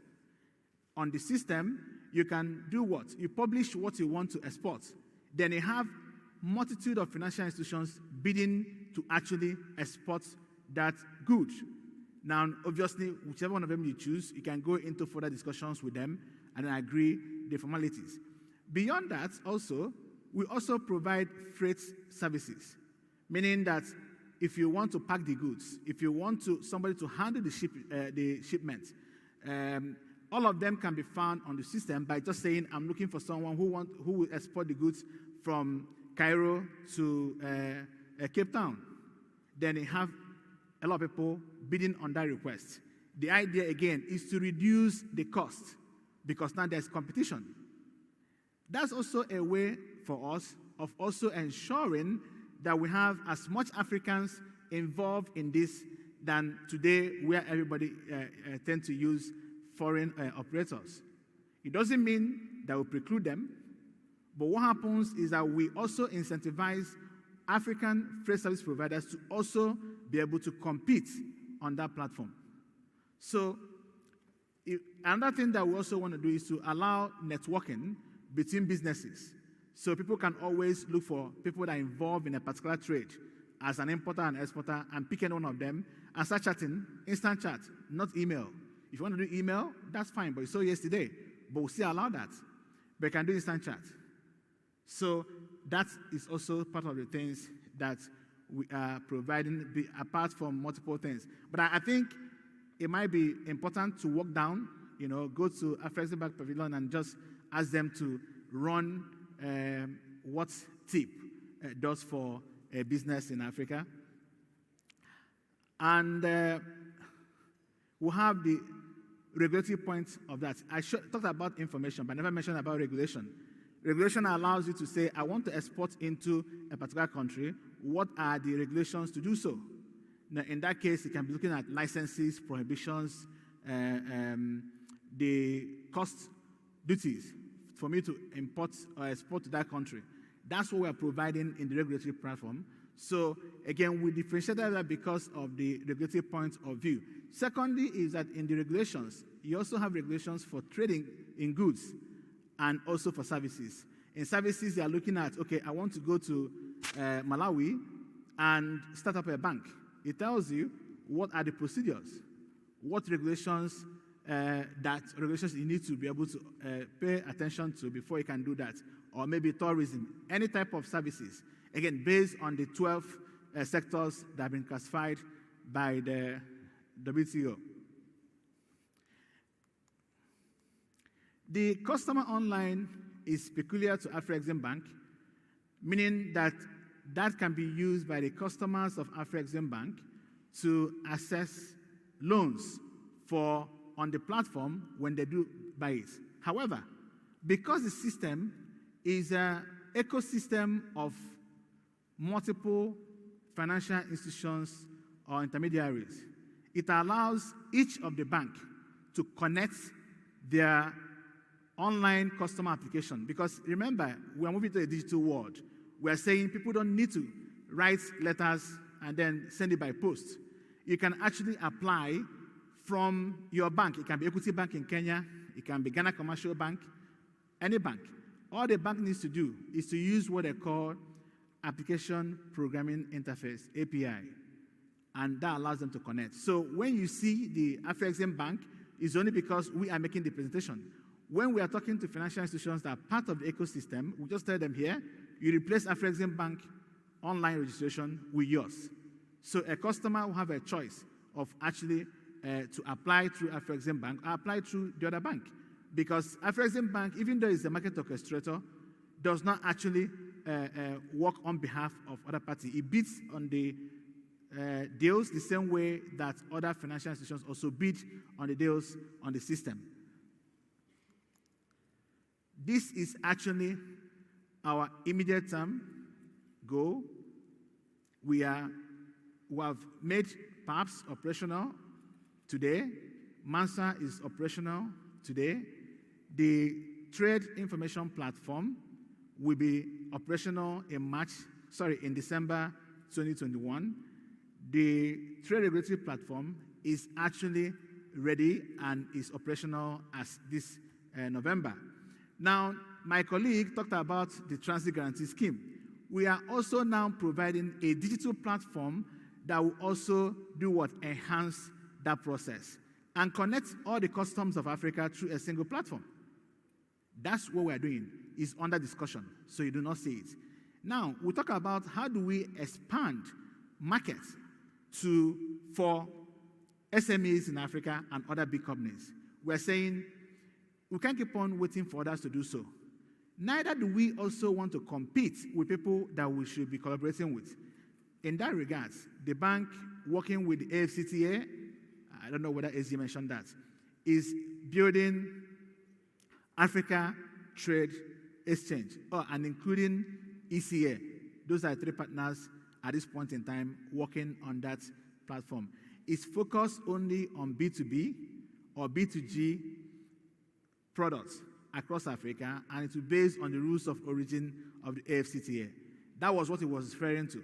So here, the only people that will sell goods must be African companies. We will not have foreign, non-African companies actually be sellers on the platform, but anybody can buy.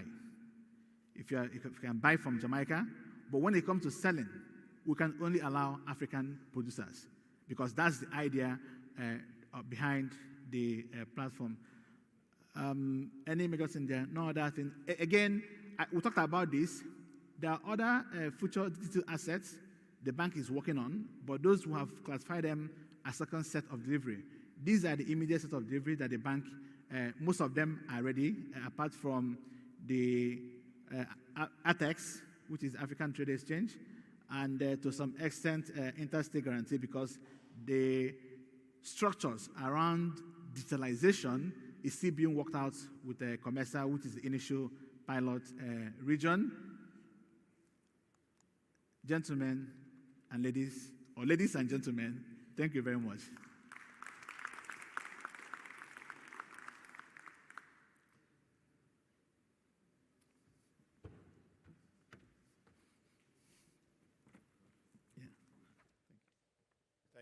Thank you, Emeka.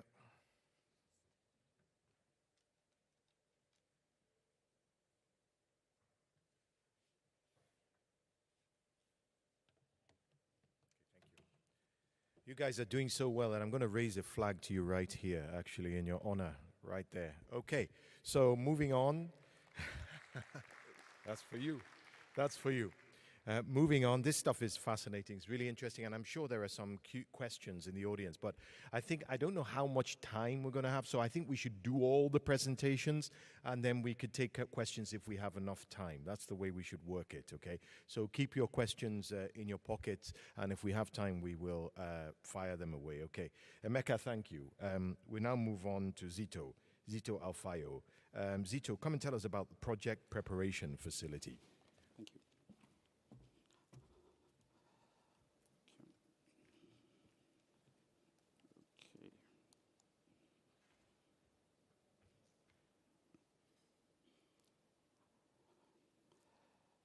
Good afternoon, everyone. First and foremost, thank you for making the time for this particular session. I'll start by giving you a snapshot of the African scenario as things are currently, or as the SG mentioned on the 1st of January 2021, what the state of affairs was. First and foremost, as you're aware, Africa has an abundant source of natural resources. These natural resources are not just mineral resources, where Africa actually possesses 30% of the global minerals. Secondly, Africa has 60% of the arable land across the world.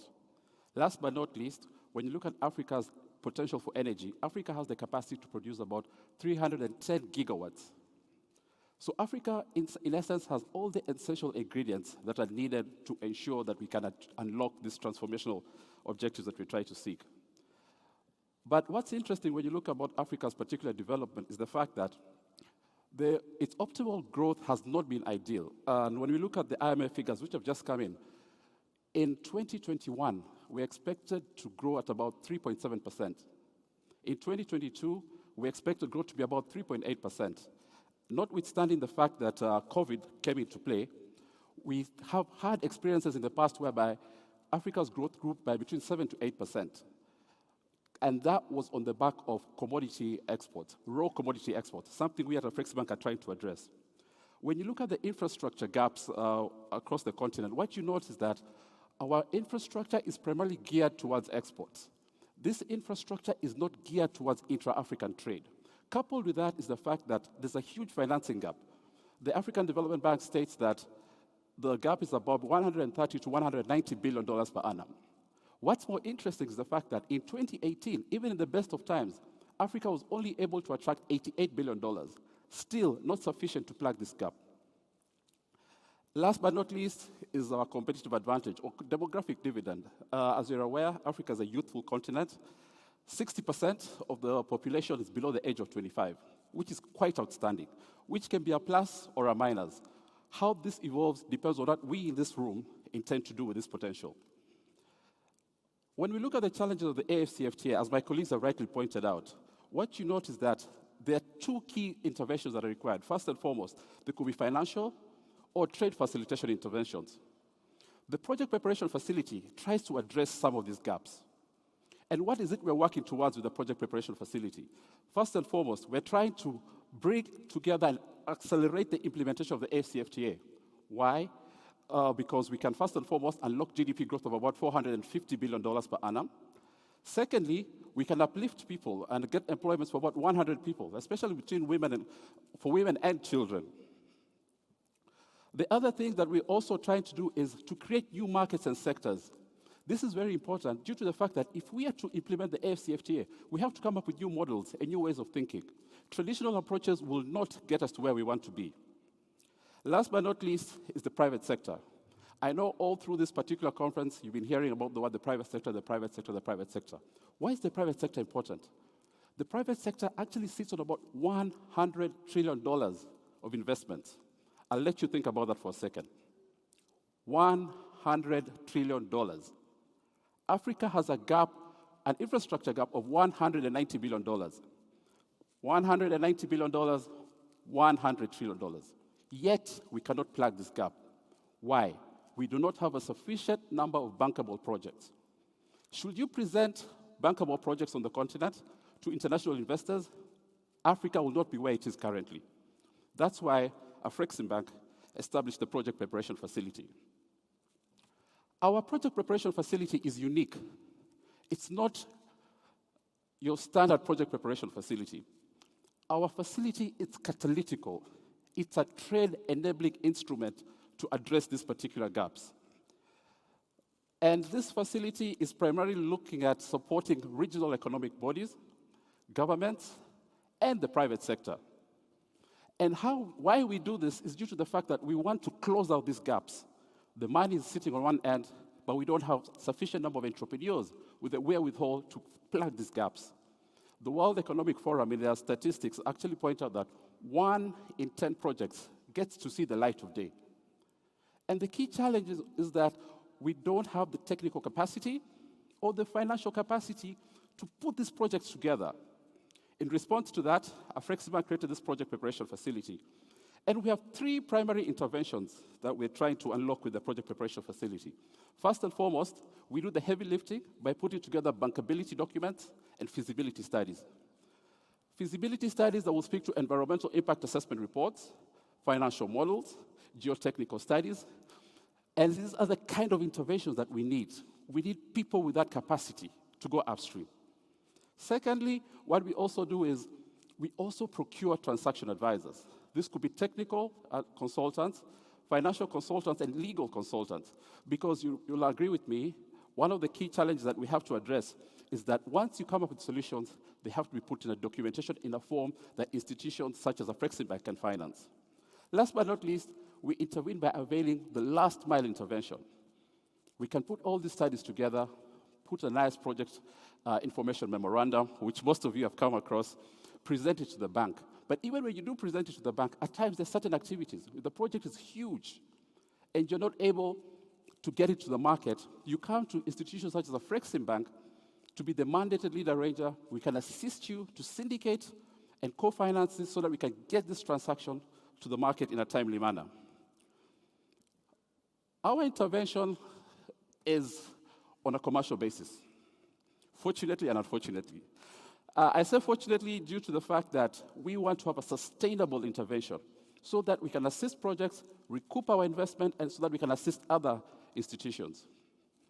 We also want to ensure that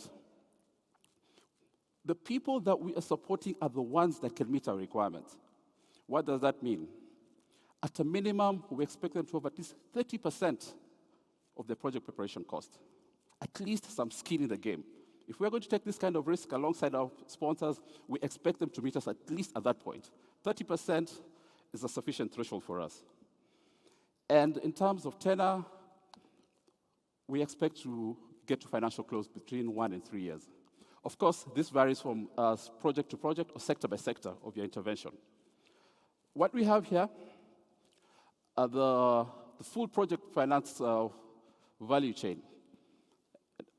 First and foremost, an enabling environment, project definition, feasibility, structuring, transaction support, and financing. Our sweet spot is from feasibility studies all the way to financing.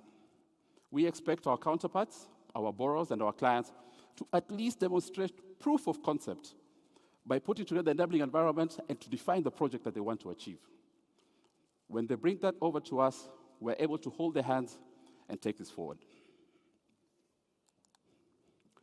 Eligibility. So how do you tap into this particular product, which in my view is one of the most potent instruments in the development world? First and foremost, we target government, PPPs, and the private sector. Essentially, anyone can tap into this product as long as you're a corporate. We target greenfield and brownfield projects. If you're coming up with a new idea or a concept, look no further. We're here to help you. If you've got an existing project that wants to expand and come up with new ideas or diversify your portfolio into different sectors and markets, we're here to assist you. Last but not least, within the AFCFTA context, we can also look at cross-border projects. And when it comes to the sectors that we intervene in, it gets even more interesting and more exciting for me, because most project preparation facilities only support trade-enabling infrastructure. And that's the infrastructure that is energy, transport and logistics, and ICT. But the key question is, what about the companies that are going to use that infrastructure? So Afreximbank has gone a step ahead, and we are also supporting what we call the manufacturing and service exports. These are companies that are going to be established to ride on this infrastructure. So what we get is a double win for us, which is very exciting. Very few project preparation facilities on the continent are doing that, and that sets us apart. And when you look at the sectors that are supported, they're the sectors that speak to the need.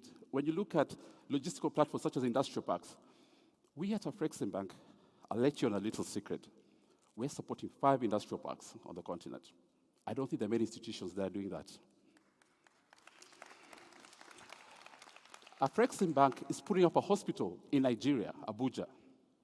And not just any hospital, a specialized hospital, working with King's College of London. I think that deserves an applause. And to make it even more interesting, through our CANEX program, Afreximbank is coming up with a creative economy, supporting artists. Not many institutions in the world are doing that. A big up to Afreximbank. When you look at our focus areas, it gets even more interesting. Deliberately, all the studies we do with the project preparation facility support intra-African trade. What does that mean? If you come to Afreximbank and you present a project, we will look at the market element. Yes, you want to promote a transaction in South Africa. For example, let's say a titanium processing plant. We will deliberately explore and guide our consultants in their terms of reference to explore the possibility of looking for regional trade within the sub-region or beyond. Even if it's 10 or 15%, we believe that's a good start. It's the kind of approach, the kind of innovation that's going to set us apart. It's the kind of innovation that's going to ensure that this can be replicated with significant demonstration effects. Connectivity and competitiveness. I'll take these two together in the interest of time. When you look at the project preparation facility, you realize that if the AFCFTA is to go far, we have to be competitive. What does that mean? Our energy sources. Renewable energy, gas, yes, gas. Those are some of the tools we have to use. Energy that's between 4 to 5 cents per kilowatt hour. That's what's going to set us apart. The other thing that we have to do is the connectiveness. We might produce all these goods, but where do we take them? We are looking at the intra-African trade. So we need railways. And to that end, Afreximbank has entered into a partnership with TeloDB, one of the world's greatest railway companies and oldest. What that does is we're providing end-to-end solutions from concept, whereby a country thinks of how best to put up a railway solution, all the way to the market, from pit to port and within a member country. Again, another unique intervention. What we're also doing, and even before COVID, is resilience. It's a word we've been talking about in the bank for quite a while. We are intervening right across the value chain, coming up with storage facilities, looking at ways to onshore these supply chains so that if there's ever another pandemic, these supply chains will not be disrupted and will not affect the continent. With regards to priorities, first and foremost, development impact, that's key. That's why we're here. Additionality, giving money to projects that deserve it and need that liquidity from the bank. Demonstration effects. We are cognizant of the fact that we do not have all the resources, which is sad, to meet all the requirements. But we want to set a standard, a benchmark that can be used by other institutions to come alongside us so that we can replicate and do this at scale. Of course, the alignment has to be with the AFCFTA and the regional bodies. And we also want to tap into this private capital, this 100 trillion, 100 trillion. I'll keep emphasizing that. We need 100 trillion. Out of that, if we can even get 70 to 80 billion for a start, that would be a good beginning. The intervention needs to be scalable. It needs to be sustainable so that we can do it for the long time. And programmatic. One of the things we're also planning to do is that we want to stop these interventions whereby you do one project, then you stop, you do one project and stop. Now we want to scale this up. We want to do more COEs. We want to do more health facilities so that if we're doing health facilities, we're doing it in South Africa, in Nigeria, and Uganda. We're looking at how we can come up with agro-processing zones, not just in one country, but at scale, and integrate all this. And that's when we really can unlock the power of the AFCFTA. To conclude, so what's the value addition? Two key value additions to two key stakeholders. First and foremost, to our member countries and our regional economic bodies. We will support them. We know they're paying. With the pandemic, the fiscal deficit has increased. In as much as they would like to support some of these initiatives, they're constrained. We, as their partner of choice, will go upstream, hold their hands, do this heavy lifting so that we can take these projects to the private sector. And to the private sector, where all this money sits, we'll work with them to de-risk regions, markets, and sectors because they're hesitant to come in because of the risk perception of the continent. I said risk perception because when you look at the numbers, it really does not align. Africa has the second highest default rate globally. Again, so we have a misfit, but we'll do our bit to make sure that this is enlightened and disseminated globally. We will support new and bold initiatives. Initiatives that are geared towards ensuring that we can tap into this potential with the AFCFTA. And what are the expected incomes and outputs when we do this right? First, we will achieve what we set out to do. $450 billion GDP added, jobs in a timely manner will be unlocked. We will even, and I hesitate to add, we might even get some private sector investors to come alongside us and work with us so that we can close this gap. And last but not least, that information gap, that information asymmetry. We'll be able to work and ensure that private investors are not hesitant in investing in the continent vis-a-vis all these natural resources and potential that we have. Thank you.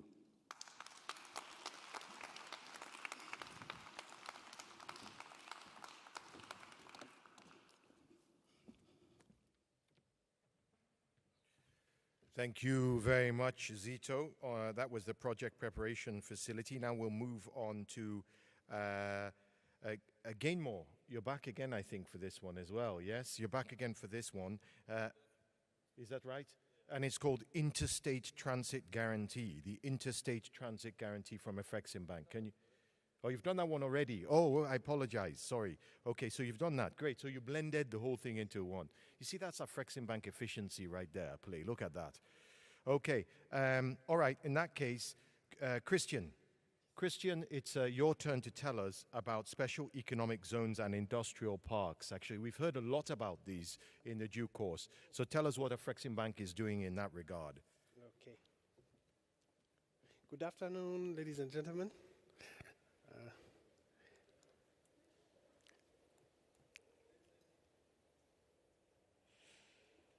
Okay.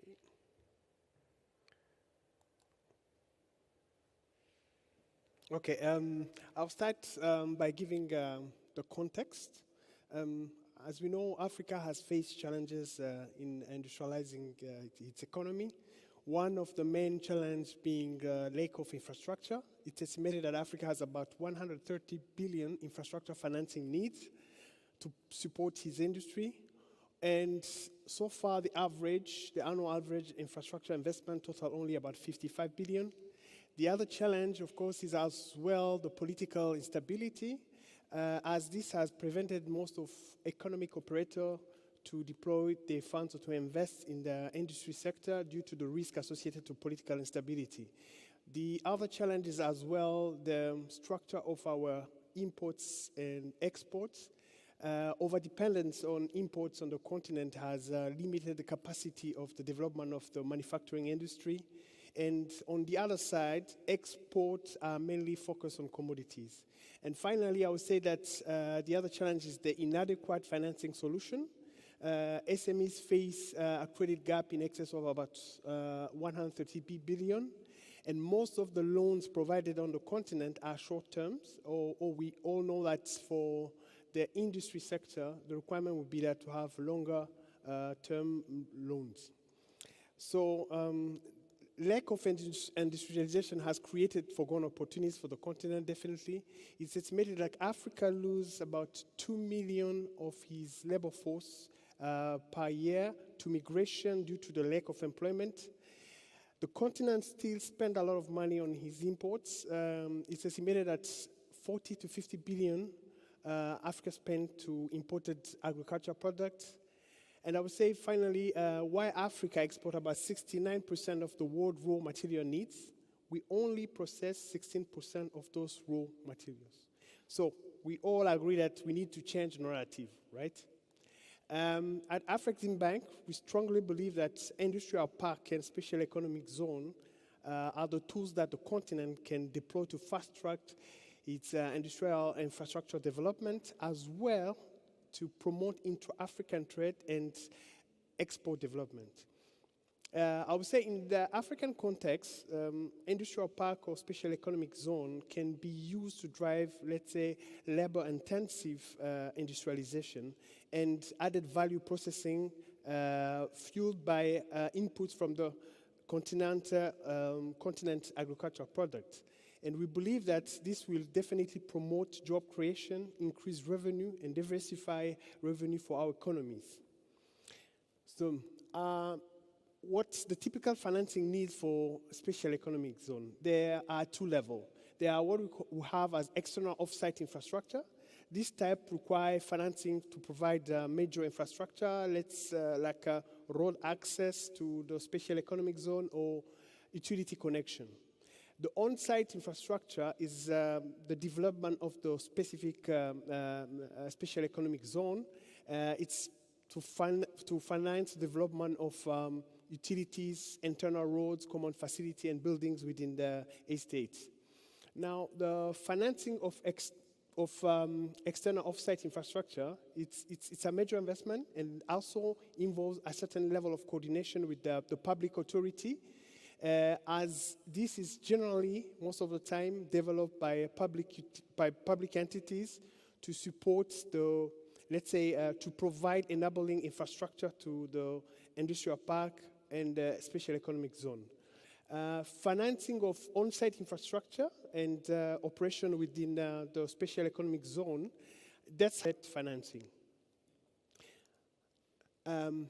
I'll also show that the matching special economic zone financing need with available option. As I just mentioned, external off-site infrastructure, those are major infrastructure to enable the, let's say, the industrial parks to be able to operate efficiently.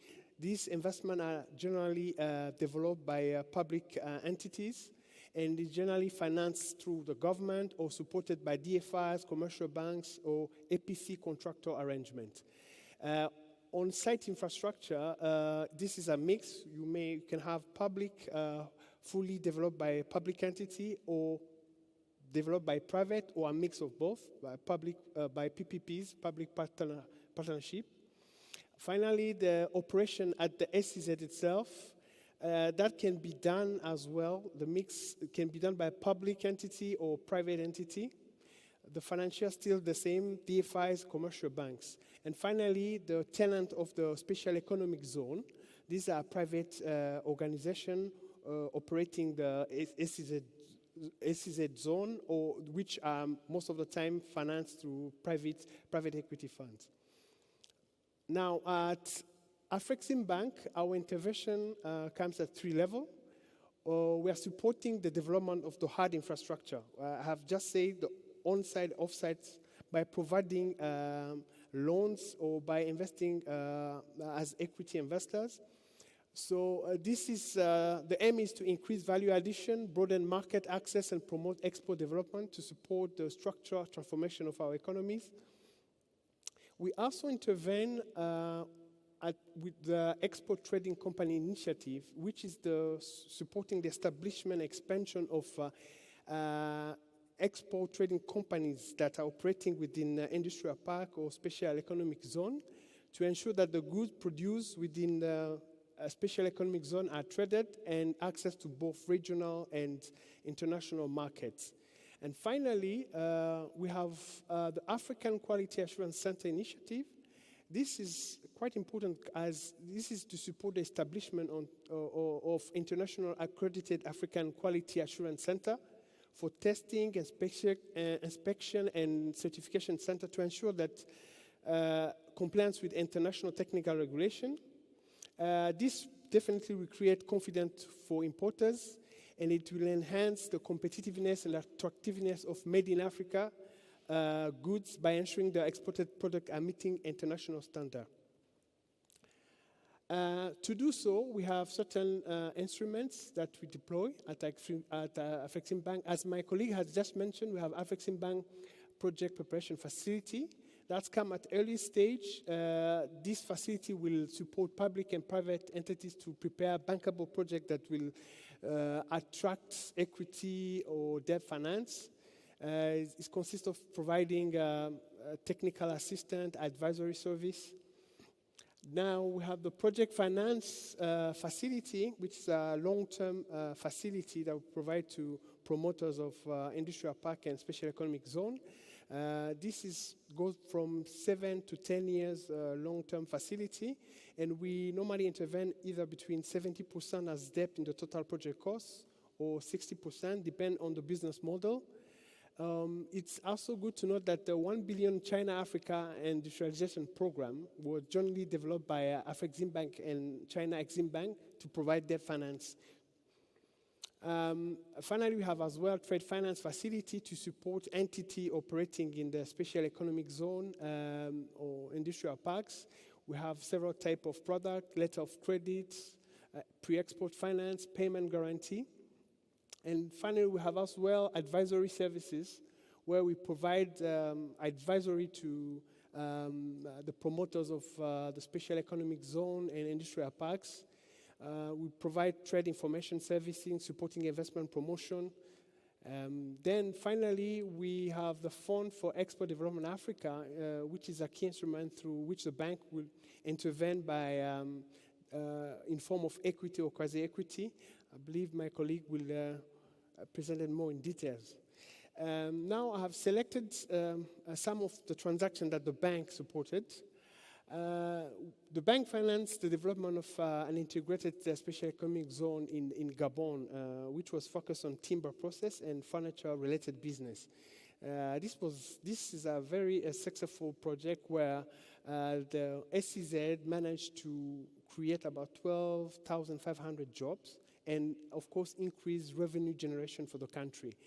The bank is also in this, working with the government of Côte d'Ivoire for the establishment of an industrial park in Abidjan, which will focus on agro-processing and light manufacturing.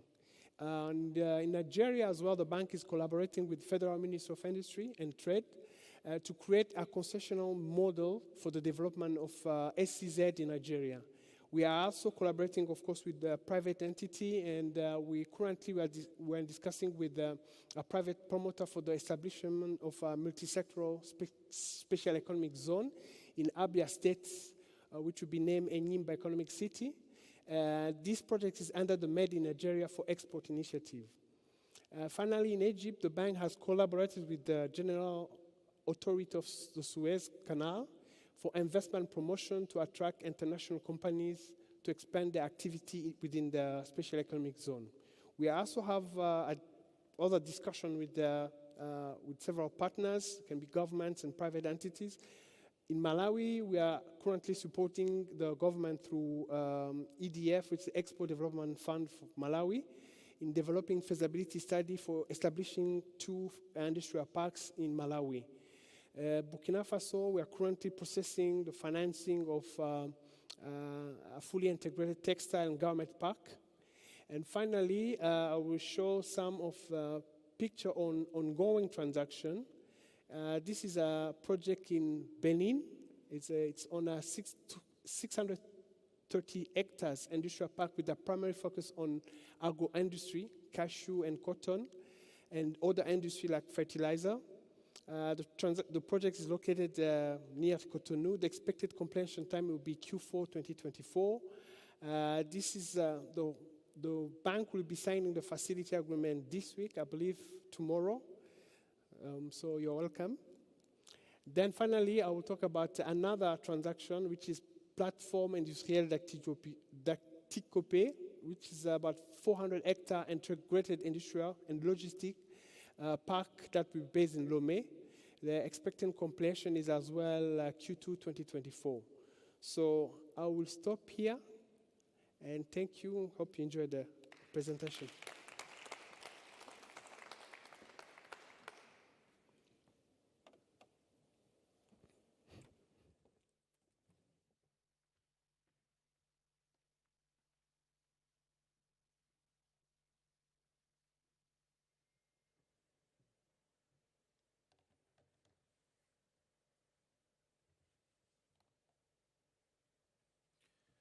That's the hardest working person actually at IETF, right there, the lady that's been cleaning the microphones. So you guys are just not sitting on your hands, you're doing stuff, right? You guys are quite busy.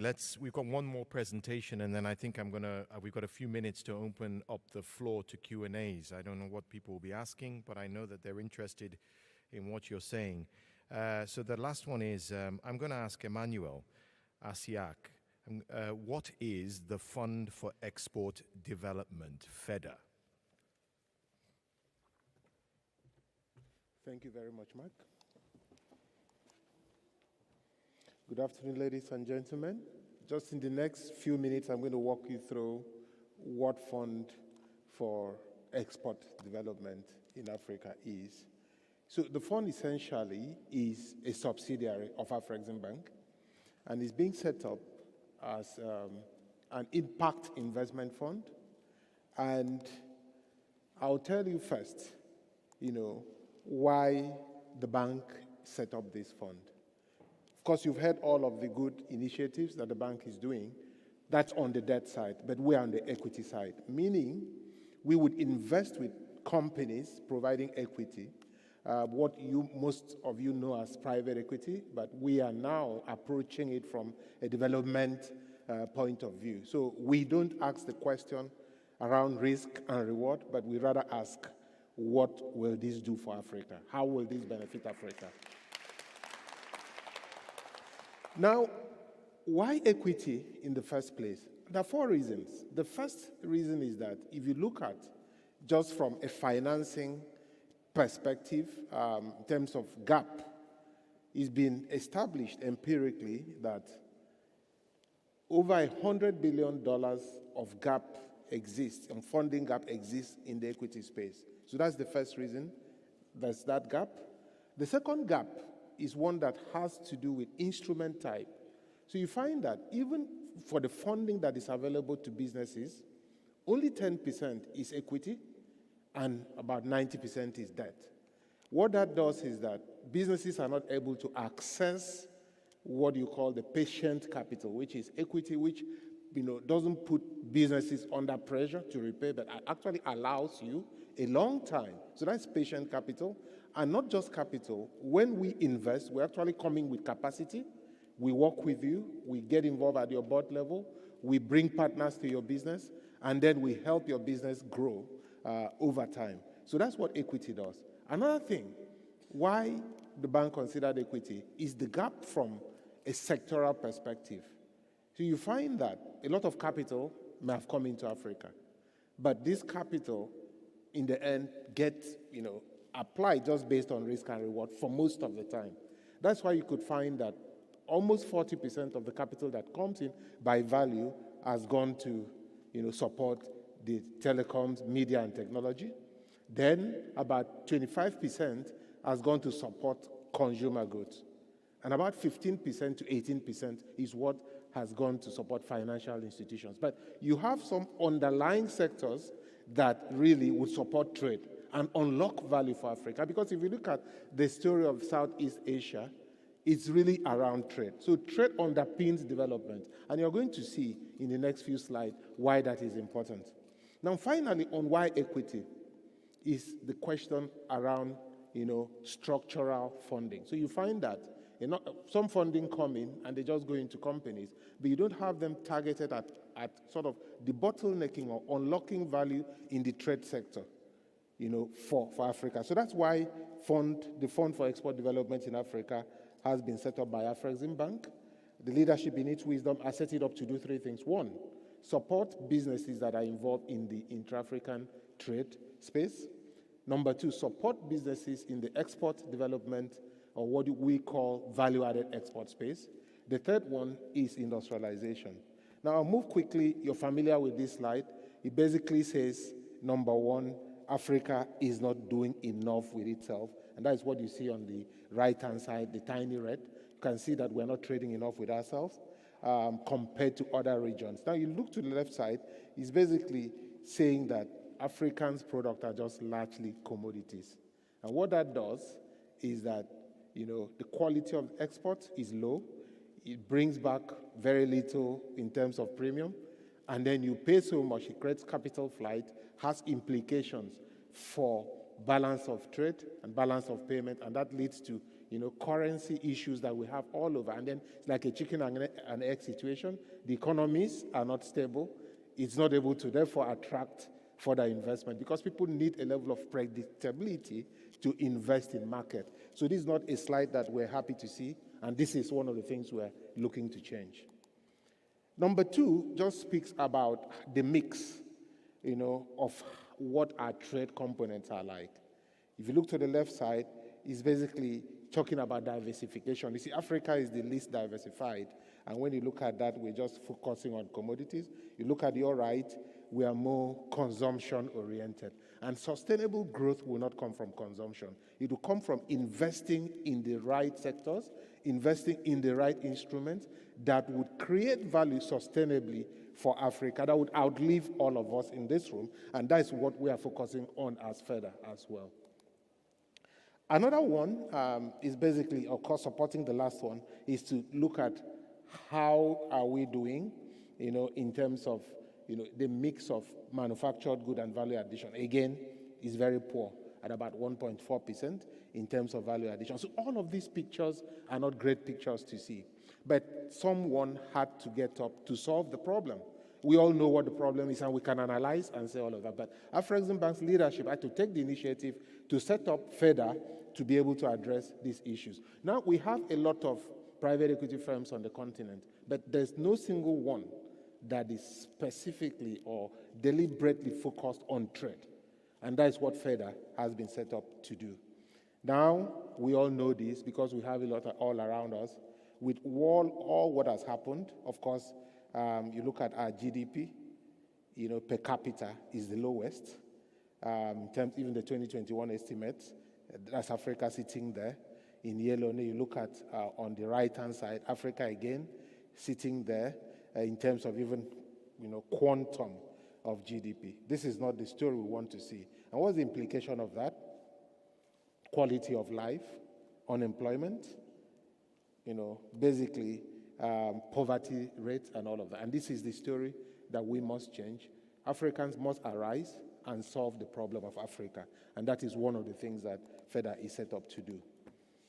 Now, very quickly, I did say that FEDA has been set up as an impact, or the impact fund for Africa's trade transformation. So we are saying, structurally, we want to move away from that dependence on what we are seeing as raw commodity trade.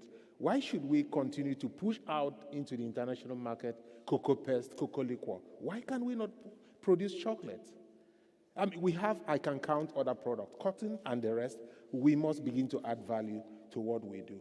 So the bank has set up FEDA, and in investing, we have growth. We have partnership mindsets. That's why we don't work alone.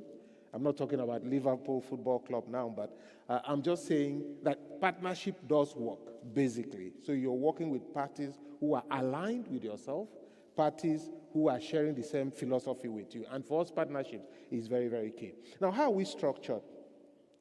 So we have been set up as an independent subsidiary. So we have our own structure, our governance arrangements as well, just like the bank has. So we're just a little baby by the side of the bank. But we're very blessed to have Afrexim Bank as a parent.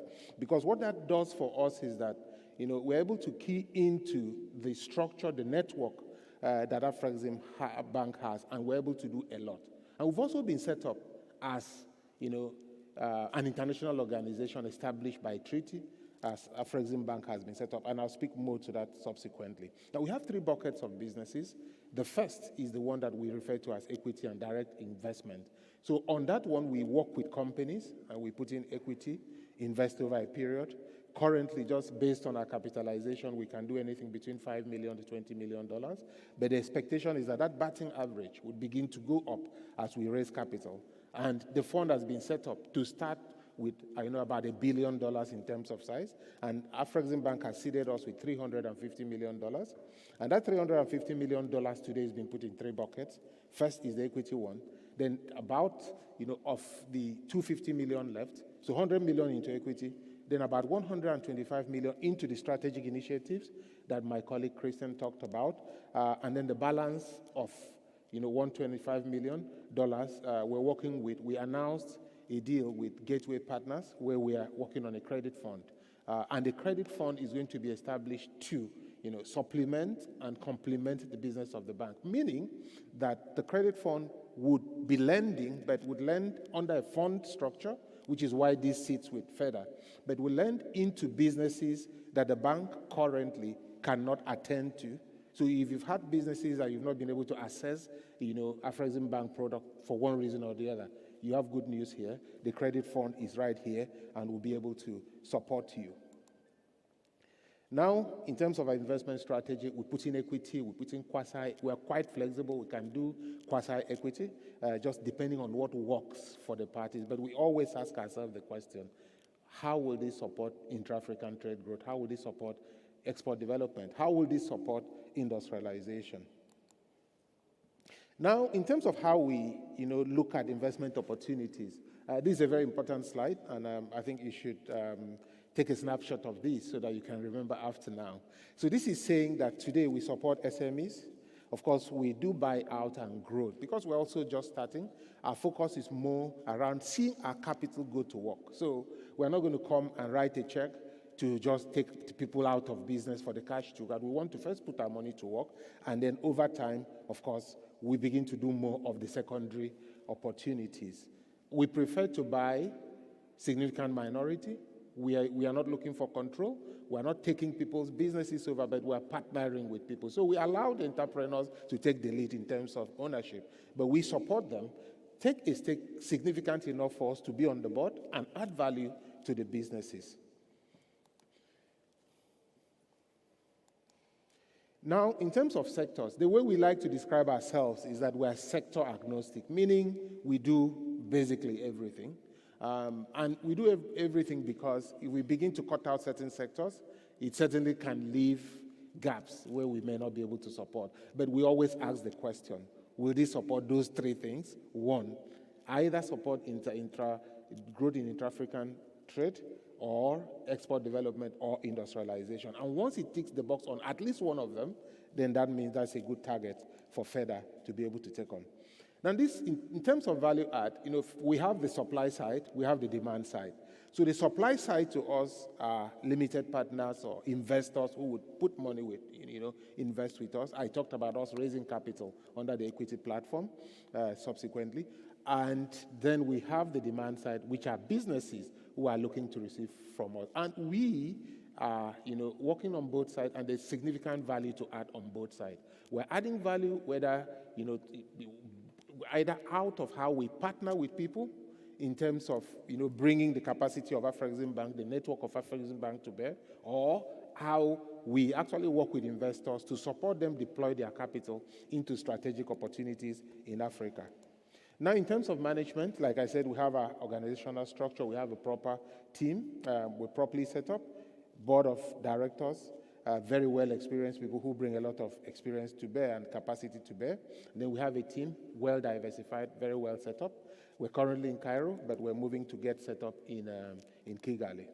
Now, the next slide just shows milestones, the things that we've achieved so far. Where we are today, we started operations basically within the pandemic. Now we have a team, like I said. We've been able to get about 5 member states, to join FEDA. And part of this presentation also presents an opportunity for countries to join FEDA. And we've done our first deal. And then we're looking at about 3 other deals that we've progressed through, gotten all the approvals and going through the legal documentation. And some of those announcements are quite imminent. Deal flow pipeline, we've built some healthy deal flow pipelines across multiple sectors, across also the continent, and we've been able to create a pipeline of about $500 million waiting to absorb capital from us. I talked about this earlier.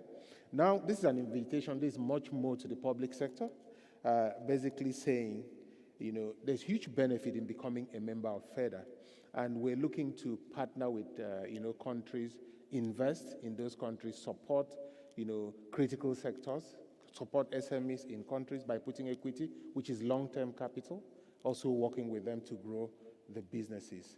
Now, this last slide is just, the process for becoming members of FEDA. Again, this is targeted more at our public sector friends, saying we need countries to come on board, put signature on paper. We have 5 countries that are there already. There's Rwanda, there's Guinea, there's Togo, there's South Sudan, and there's also Mauritania who have signed. And many other countries are advanced in the processes of getting, their signatures. We are legally established now because the requirement is that at least 2 countries must sign and ratify. 2 member states of Afreximbank must sign and ratify, and we have that already.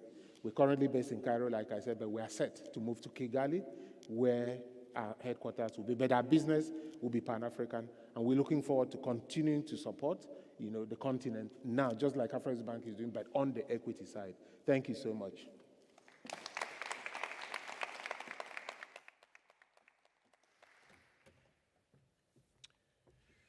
Thank you very much, Emmanuel. The Fund for Export Development, FEDA.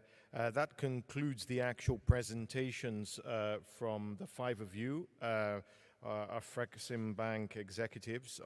There was a lot to digest there. Just to run you through what you talked about.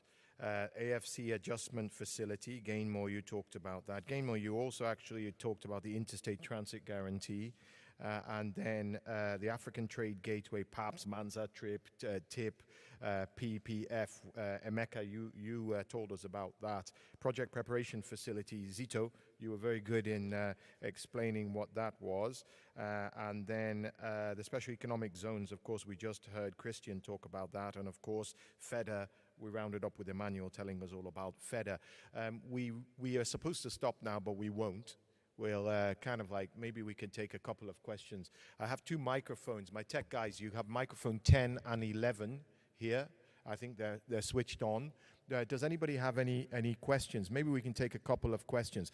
You guys are going to have to really pay attention because I've got no writing material. So maybe if we took these two questions at once, you can then answer them. Is it anybody raise their hand? This gentleman in the front's the first person. That gentleman over there, and we've got to gender balance this thing a little bit. This lady over there. So starting with this gentleman over here, a question. Can you guys remember? Can I take all three questions at once, and then you guys will remember, and you can collectively answer? You look like look like the Avengers, all of you. You're just like a Marvel superheroes. You can do anything. So this is the first question. Please make the question shorter than the answers. Go ahead. Thank you very much for your presentations. My question is looking at port projects across Africa.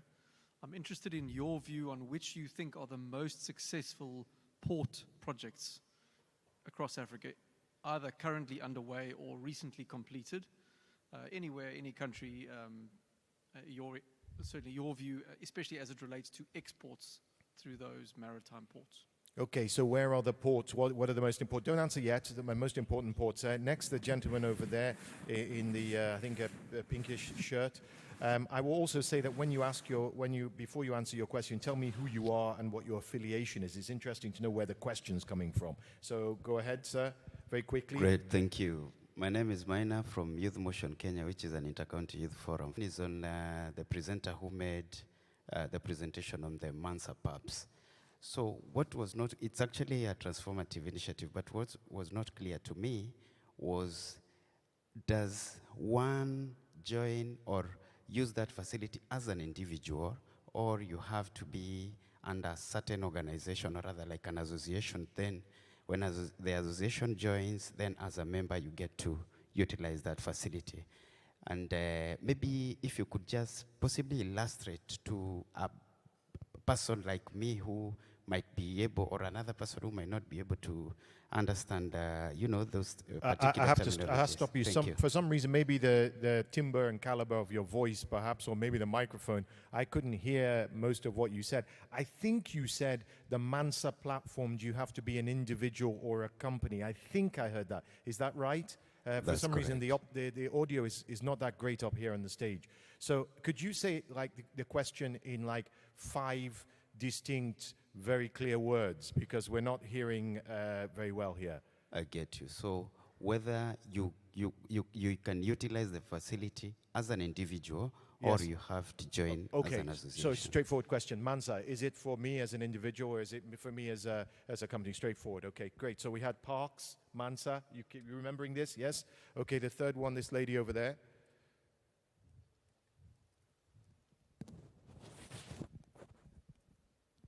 Good afternoon. Thank you very much for your presentation. It was very enlightening. The first question firstly, my name is Tando Mabuza. I'm from the township of Davidson, and I'm an incubator. I've got 500 SMMEs that I'm currently assisting in terms of compliance and in terms of raising funding, and also in terms of getting them to be exporters. So the first question that I have is that, do you provide assistance for emerging businesses, or are you looking for established businesses? Then secondly, I am carrying with me a lot of business plans from Davidson. There are a lot of SMMEs that want access to funding. I have farmers, I have construction companies, I have business from different industries with me that I am representing today. So I would like to find out, how do I apply for funding with your particular department? Okay, did you guys hear that? I think I heard most of it. I think, and correct me, madam, actually don't move away from her, because I'm sorry, the audio is so echoey here. What I heard was that I don't know if you were talking about something in particular. Is it mature businesses or startups and SMEs starting business? I think I heard you mention digital. I might be wrong there, and saying that something to do with farmers and digital companies, the next wave of companies. Yes. How is it accessible for them? Because you're doing something that relates to bringing onboarding farmers and smallholders through digital methods in what you do. Yes, sir. And how do you connect that with some of the things that you're hearing here? Was I right? Yes, sir. Okay, so those are your questions. Fire away. Who's going to grab them? Okay, so the first question here was about, the first question was where are the hot ports? Where are the good ports? Who's going to answer that? Come on, you've got to be quick now because we've only got a few minutes. Okay. Thank you very much for that question.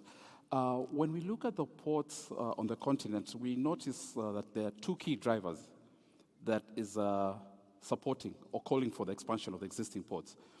First and foremost, it's mineral products, the beneficiation. We're seeing that any country that's inland that has a lot of reserves and is looking to export those products has to get a link to the port. So any ports that are associated with that value chain definitely stands to benefit. We're looking at the ports of Kribi, for example. You're looking at Point Noir. Again, that benefits from that natural reserves that are inland. Secondly, any port that's affiliated with agricultural produce, because for a port to thrive, you're looking at volumes and bulk processing of goods and services. Again, so any country that has those two comparative advantages is best placed to exploit. And it's something we can have. We've done lots of research on that, and we can have a one-on-one discussion on what our views are as a banker. Thank you. Thank you very much. This gentleman over there was asking whether you have to be an individual or you have to be an established. It's a little similar to the question that the lady had in terms of what the maturity and size that you have to be. Because I think that kind of, and probably a lot of people here are thinking, these are very fantastic platforms and very fantastic products that you're having, but what sort of people can apply? How do you engage these things? I think that's an overarching red thread that's running through a lot of the questions there.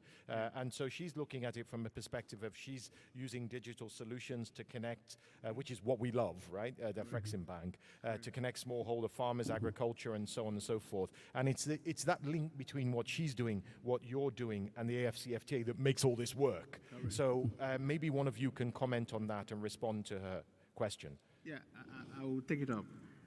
Let me start with the Mansa platform. The idea is that you are trying to focus on African entities to actually provide their information so counterparties can do business with them, or they can also more easily have access to finance. So in terms of the information that is being onboarded on the platform, it needs to be an entity, like an SME or a corporate financial institution. If you're looking at subscription, that means using the data, the information, it can be an individual or it can be a corporate organization, SME or FI. So on one side, you're looking at data contribution. There is information that people can view. That information must be of an entity. And I mentioned there are three types: FI, corporate, and SME. In terms of usage, who wants to look at information, it doesn't matter from that point whether you are high net worth, individual, or just individual, or a researcher, we don't really mind. So that person can utilize that information. So understand that's a slight difference in terms of contribution and consumption. Consumption can be individual or it can be corporate. In terms of provision, is actually the corporate that is the, when I say corporate, I mean corporate or non-corporate, FI, corporate, that is big national, or SMEs. That's how Mansa is currently done. At this point in time, there is no focus on going to go and collect information of individuals because we're talking about 1.2 billion people in Africa. So it's from consumption perspective that they can actually use it. Now, addressing the second point that was raised, the ATG, like I mentioned before, is a digital ecosystem that is serving broadly startups, scale-ups, SMEs, corporates, FI, governments, and trade-enabling institutions. That means if I extend it to perhaps the top process express, you would expect that small farmers or small producers can actually leverage the system. They can two ways. They can onboard themselves directly, or we use what they call, I'm sure you're aware, aggregators, who actually bring together small producers and bring them onto the platform to sell their goods on their behalf. One of the things that we also actually provide is the ability to connect them to actually the mainstream anchor companies who can actually continuously buy from either the aggregator or directly to the small producer. The system enables that. The reason why sometimes you use aggregators is because across Africa, the level of digital literacy for very small producers tends to be a bit low. Now, the system does not discriminate because you need to put yourself on the system, but you need to have some level, basic level of digital literacy. So that's why sometimes, beyond other reasons, you have an aggregator in an area that picks them and actually bring their produce into the digital system, because the system actually gives you a wider market. Instead of you to sell in a small market somewhere in Zambia, you're able to actually sell to 55 countries. So that's the essence. So obviously, we're focusing on using digital to enable access to wider markets. Beyond that, the system does not discriminate, but obviously, by nature, people may have to use aggregators to be able to use the service. We also, again, provide capacity building as part of that exercise. If we know there is what we call sufficient number of small producers, we can actually, on the supply side, facilitate an aggregator to get into that area and then bring them into the system. Thank you. Thank you. So we've been talking about the Afreximbank initiative supporting the implementation of the AFCFTA. We're out of time on this segment, but we're going almost immediately. We just need to rearrange and set some things up. So don't move to the final session, which is a country day, Egypt's country day, the role of Egypt in integrating Africa, the Africa we want. So that's going to take a few minutes for us to set up the stage for you. Before we do that, I want to ask my panel. I'm going to raise up my panel from their seats now. I'm going to raise up my panel. I'm going to ask you to raise up your hands and applaud them. I'm going to raise up this flag and say, well done, Afreximbank. Thank you. So sit tight. Egypt Day is next.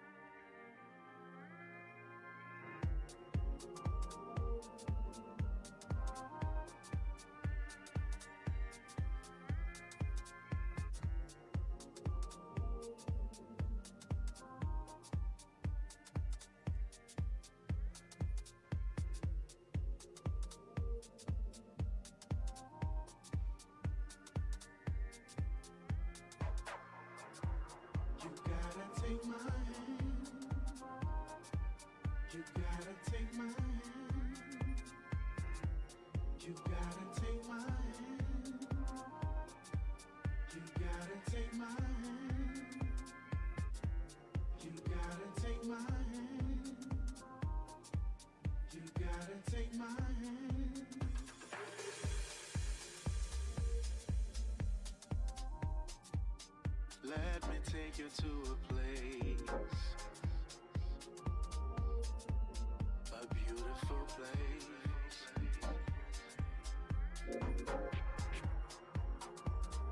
If you take my hand,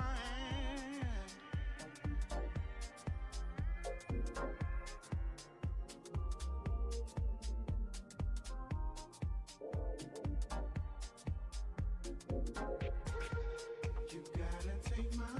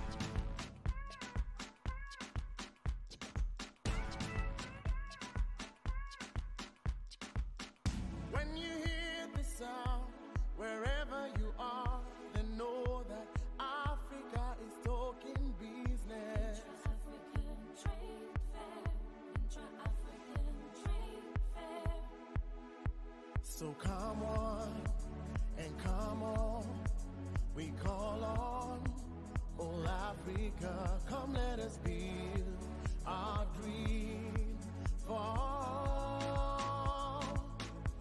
together we grow stronger and united. Paint out the sky with the proud colors of your flags and say goodbye to the darkness of the past. We stepping forward, we're rising up. Oh, Africa, our time is now. Break down the chains, clear the lines that separate, and shine the light on the things that make us great. We stepping forward, we're rising up. Oh, Africa, our time is now.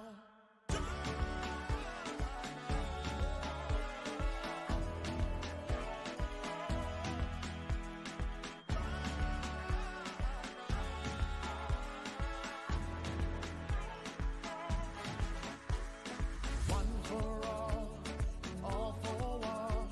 Let's celebrate. Oh, Africa, come let us build our dream for all. Together we grow stronger and united. Paint out the sky with the proud colors of your flag and say goodbye to the darkness of the past. We stepping forward, we're rising up. Oh, Africa, our time is now. Break down the chains, clear the lines that separate, and shine the light on the things that make us great. We stepping forward, we're rising up. Oh, Africa, our time is now. With the FCFTA as a tool, we will build a greater Africa. With the FCFTA as a seed, we will grow. With the FCFTA as a tool, we will build a greater Africa. With the FCFTA as a seed, we will grow. Paint out the sky with the proud colors of your flag and say goodbye to the darkness of the past. We're stepping forward, we're rising up. Oh, Africa, our time is now. Break down the chains, clear the lines that separate, and shine the light on the things that make us great. We're stepping forward, we're rising up. Oh, Africa, our time is now.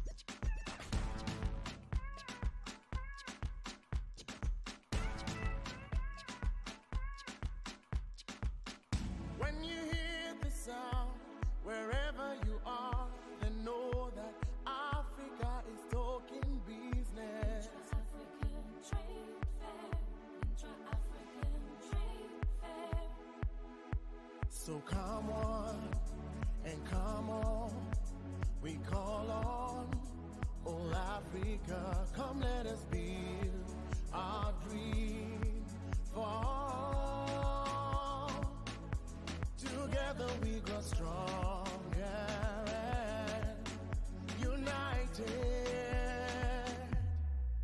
Paint out the sky with the proud colors of your flags and say goodbye to the darkness of the past. We stepping forward, we rising up. Oh, Africa, our time is now. Break down the chains, clear the lines that separate, and shine the light on the things that... Thank you very much. Excellent. We have one final session to go, but it's an important one. Today is Country Day. Of course, every day is Country Day. And today is the great nation of the pharaohs, Egypt. Egypt also happens to, of course, be the first venue, the first location for the first ever Intra-Africa Trade Fair in 2018. I know a lot of my brothers and sisters were there with me and with us to launch the Intra-Africa Trade Fair. And Egypt is a remarkable country, not just for the cultures and the culture and the people, but also for their industriousness, as I understand it. And I'm kind of like, I don't know the whole gamut of the products and manufactured products that Egypt does, but it's a powerhouse in Africa. Car spare parts, pharmaceuticals, medical devices, textiles, the list goes on and on.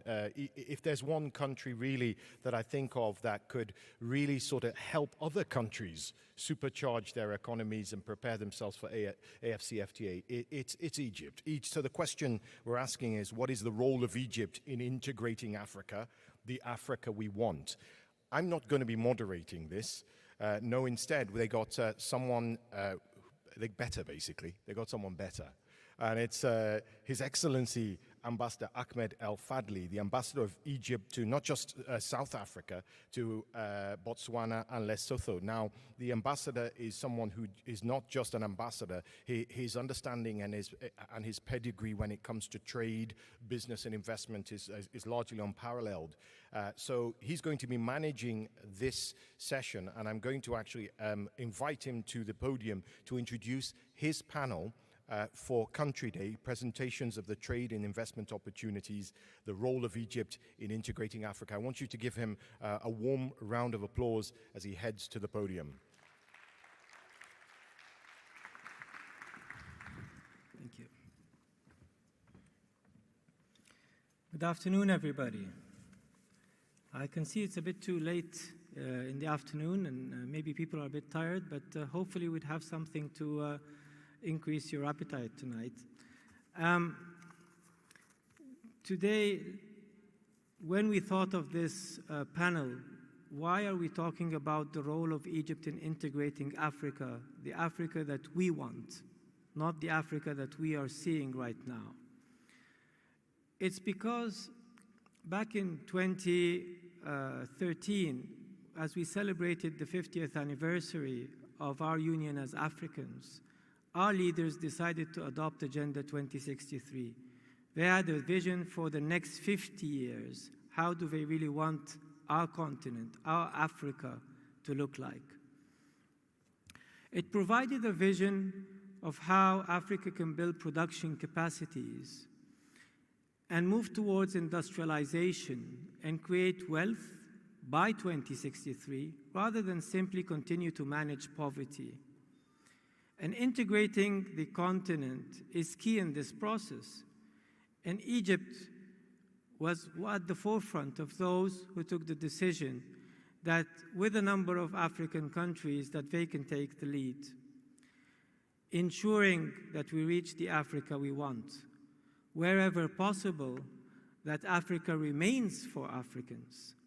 Now, this session that we will have can outline how Egypt can partner with its African brothers and sisters in achieving the aforementioned vision. We have, of course, Mr. Mohamed Al-Mazri. He is the Vice chairman of the Egyptian Federation of Chambers of Commerce. And he, before that, used to chair that federation, and in tandem, he used to chair also the African Federation of Chambers of Commerce. So he would enlighten us on how what is Egypt doing in integrating the continent from a trade perspective. Followed by that, we have engineer Ahmed El-Swidi, who is the CEO of El-Swidi Electric. You've been hearing his name and the name of El-Swidi time and again during our opening session in a number of presidential speeches and others, talking about what he is doing in terms of integrating the continent. Now, he does do a lot, but we need him to do more. He will be talking about what he's actually doing right now in the power sector and other sectors as well. And then followed by that, we have Dr. Maged George, who is the chair of the Egyptian Export Council for Pharmaceuticals and Medical Supplies. Now, Dr. Maged wants to imitate what engineer El-Swidi is doing, but in the pharmaceutical sector. So we would need to listen to what plans he has for us. But before I give the floor to them, I would like to just quickly outline in my capacity as ambassador here of Egypt to South Africa, Botswana, and Lesotho, that also, I mean, this is part of integrating Africa. I'm not only responsible for one country, but for a number of countries as well.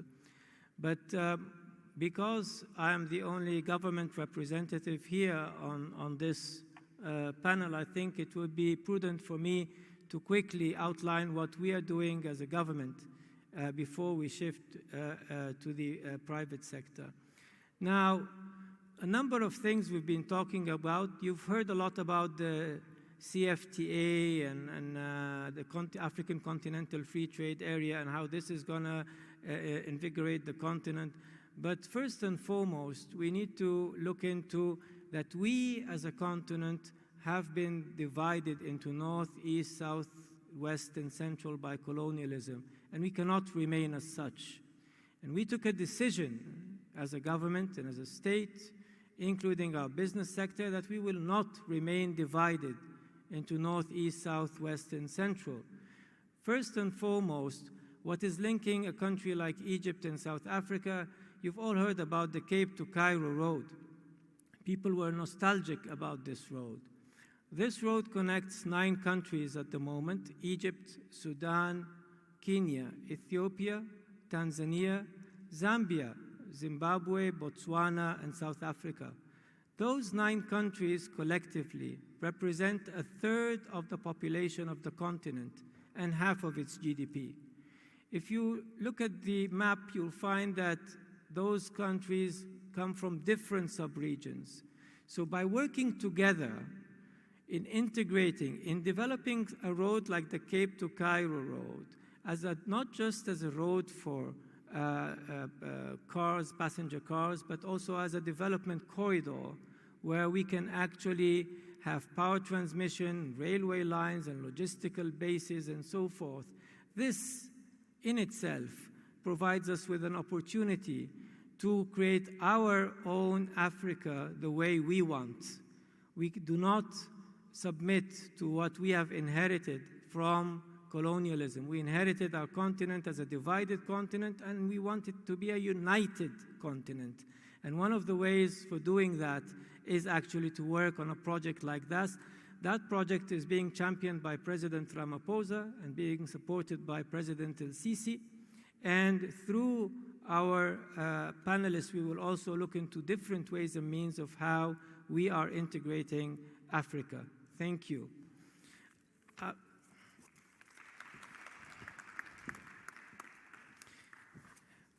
I think, Mr. El-Masri, now perhaps we would kick off the session by listening to what you would have to offer us in terms of integrating that continent from a trade and logistics perspective. Trade is a very important catalyst, of course, as we know, for enhancing the flow of goods, and also it's a catalyst for industry. Okay, thank you.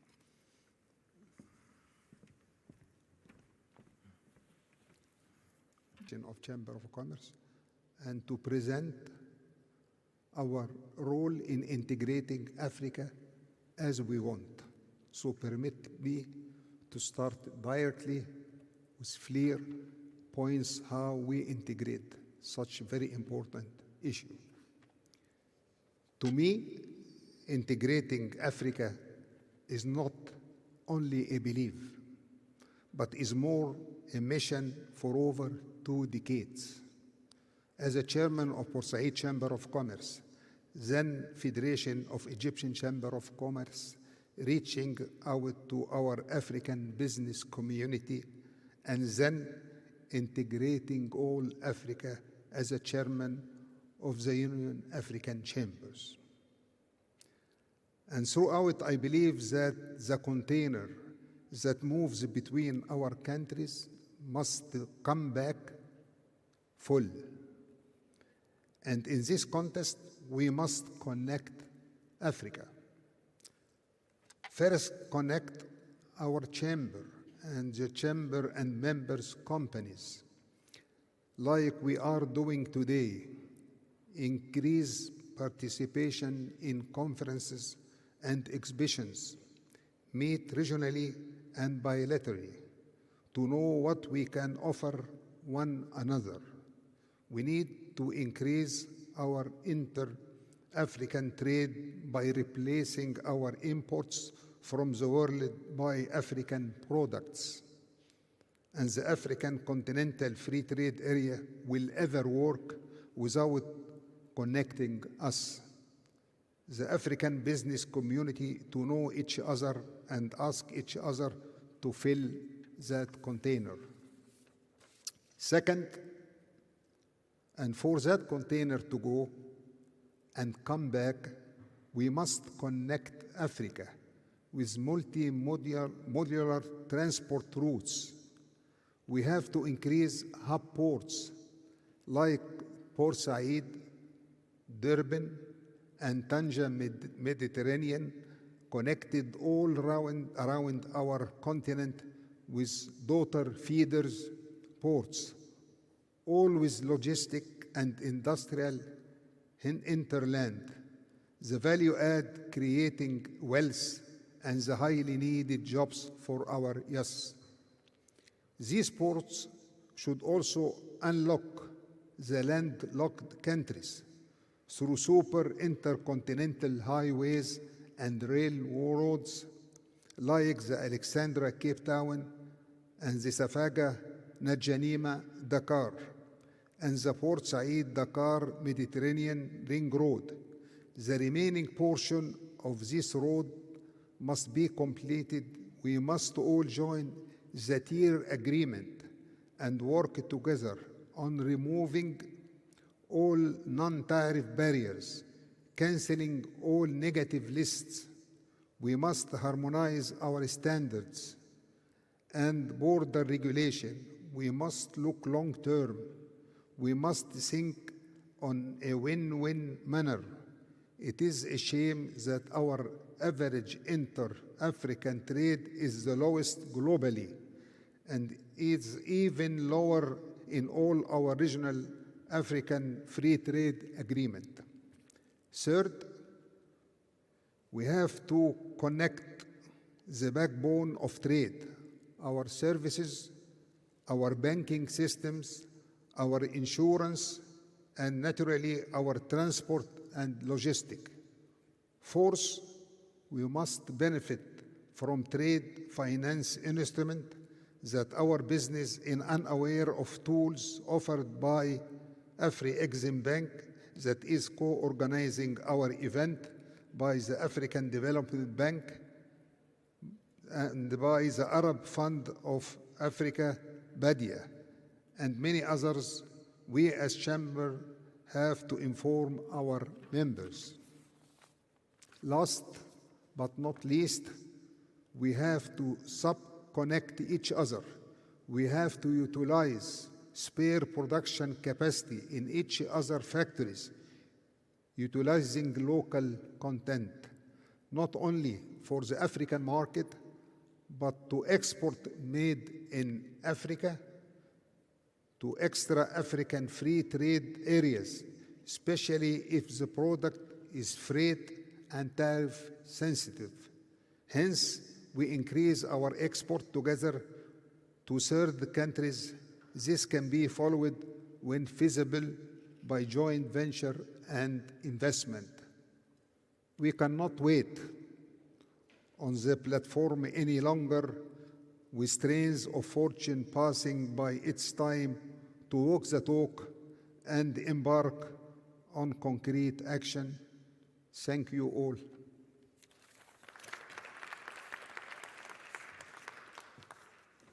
Well, I think we've got a quick idea now about where trade wants us to go. They want us to head towards import substitution, and through a number of tools that are required. First and foremost, of course, is connectivity, as well as, enhanced connectivity, as well as a number of other tools as well, whether they're financial and also reducing the red tape. But now, if we move now to the industry side, Engineer El-Swedi, you are practically on the ground everywhere, in Africa and beyond Africa. So you know what's happening there. And we would like to hear from you, what is it why are people saying that El-Swedi is a living example of integrating Africa? What is it that you're doing that could be emulated by others in our continent, for our continent? بسم الله الرحمن الرحيم. ما اعرف الصوت واضح ولا؟ Okay. First, thank you much, and thank you for giving this opportunity. I'm honored to be here today. I'm Ahmed Sui, CEO and President of Sui Electric.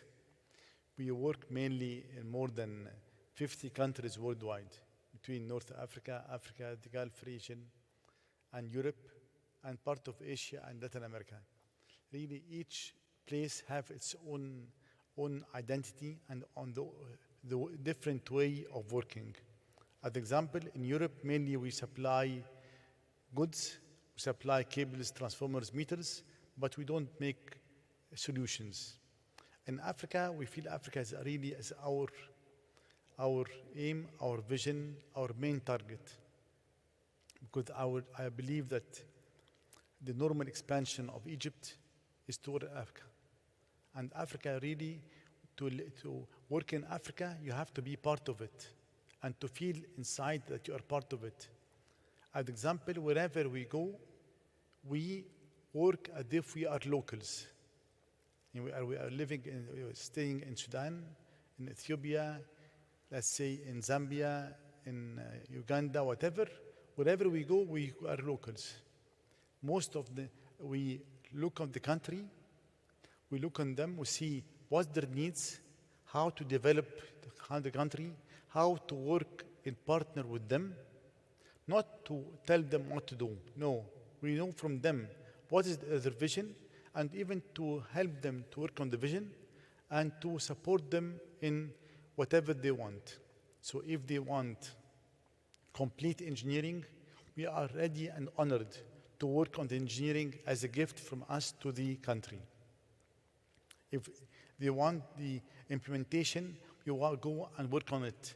If they want financing, of course, we have great support from Afri-Exim.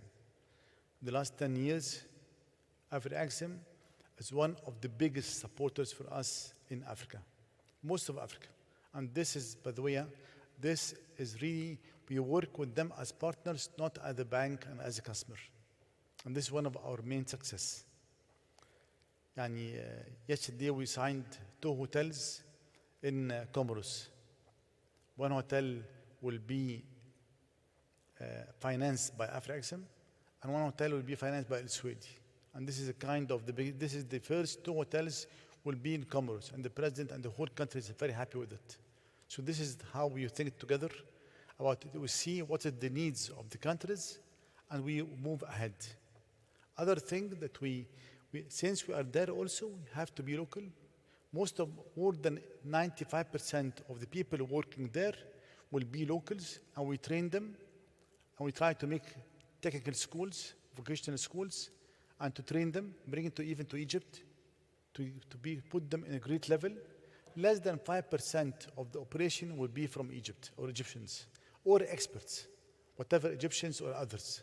But our main target is really that the locals benefit from our presence. And this really is very important, that whenever we go, there must be big impact on the society. How society is happy to work to us and how society benefit from our presence. So this is one of our main things. And really, I think we are expanding day after day. And I think next year, I think we will be better, inshallah. Thank you. Well, thank you, Engineer Swedi. I think if we understood correctly, apparently the African brothers and sisters have been receptive to this kind of partnership, because ultimately there's a genuine transfer of skills rather than the regular transactional relationship that would come from anybody coming around to say, okay, we want to develop this area or that.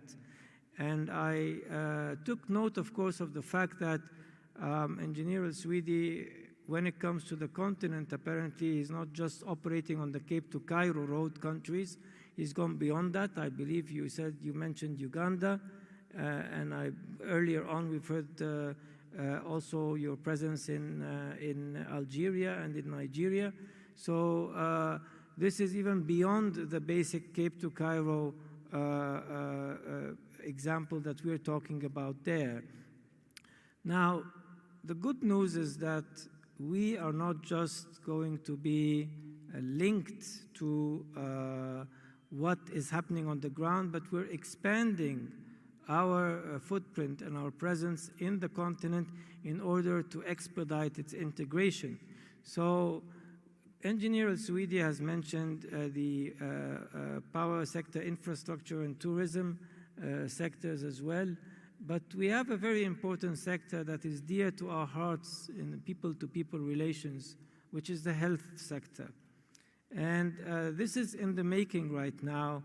With Dr. Magid George, I believe you have some plans, but let's not unveil all the plans right now, because we just give a brief intro. There will be a chance to talk about this after a few minutes. We'll have a quick video to show our audience here, but not now, just after a few introductory remarks from you.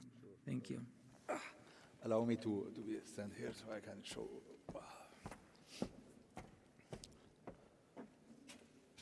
So until that they put to us my presentation, let me give you a quick idea. Yeah, can we have the slides, not the video, but just the slides first, please?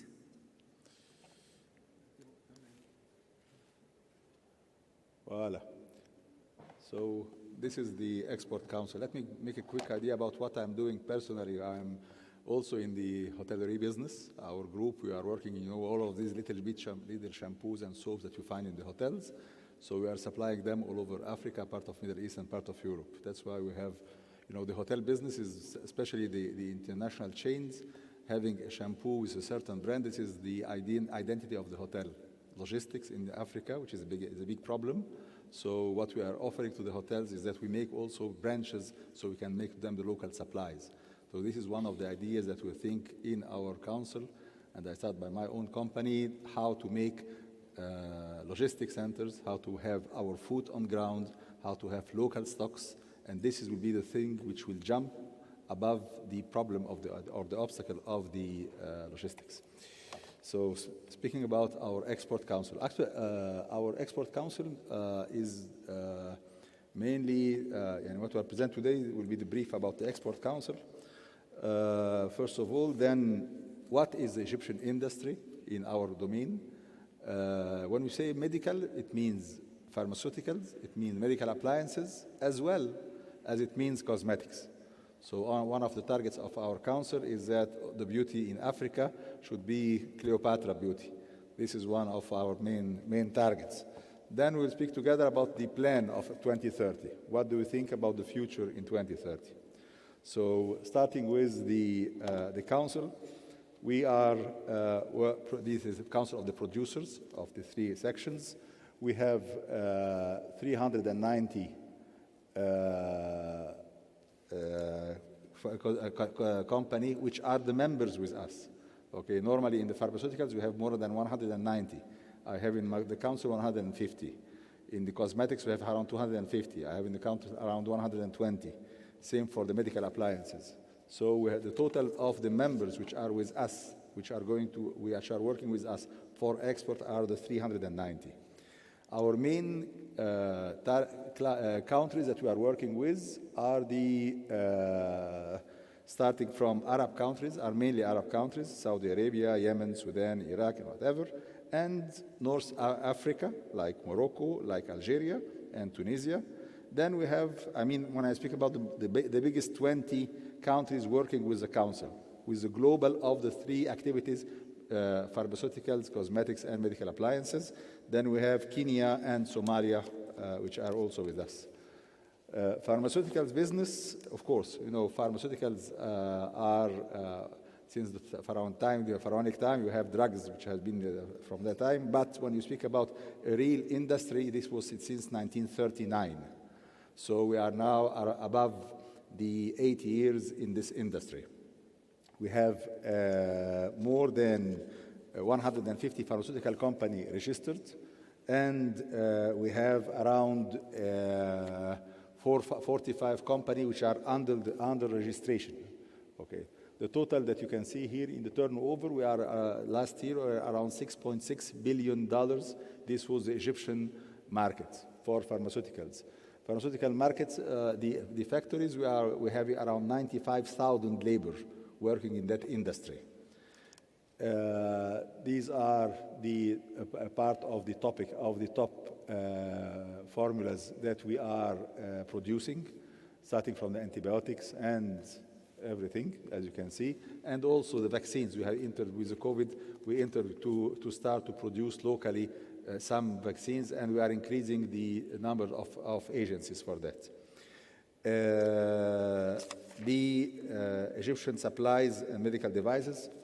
So we are, you know, these are all the, what you call the consumables, like the syringes, like the cannulas, the catheters. That business is one of the main important business, and especially, you know, during the COVID, that was what was called the PPE products. So the gowns, the masks, that everybody now have the masks, okay? And the supply, the problem, after the COVID, the supply chain in the world has been changed. Everybody was looking for China as the main supplier. Everybody started to think about where can I find another supplier near to me. England, by the way, has been adopting Egypt, one of the main suppliers for the PPE products. We got a special agreement with them, and we have been covering them during the COVID so strongly in that kind of products.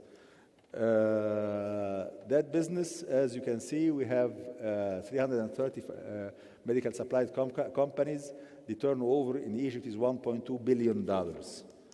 The medical supplies, they are increasing, and especially now after that, even the freight charges from the Far East to the area, I mean Africa, I mean Europe, has been increased tremendously, more than 600% increase in the freight charges. So supplying goods from Egypt has been now one of the main competitive points that we have, and we are using them. Types of the products that we are making, from the blood bags, non-woven products, as well as the furniture in the hospitals. So you have a lot of products which are produced in Egypt, and we are the level of it is according to the EU standards. This is a quick presentation about what are the levels of the exports. So you can see here that the consumables represent more than two-thirds of the quantities that we are exporting, 67%. The instruments and equipment is around 30%, and the medical furniture is 3%.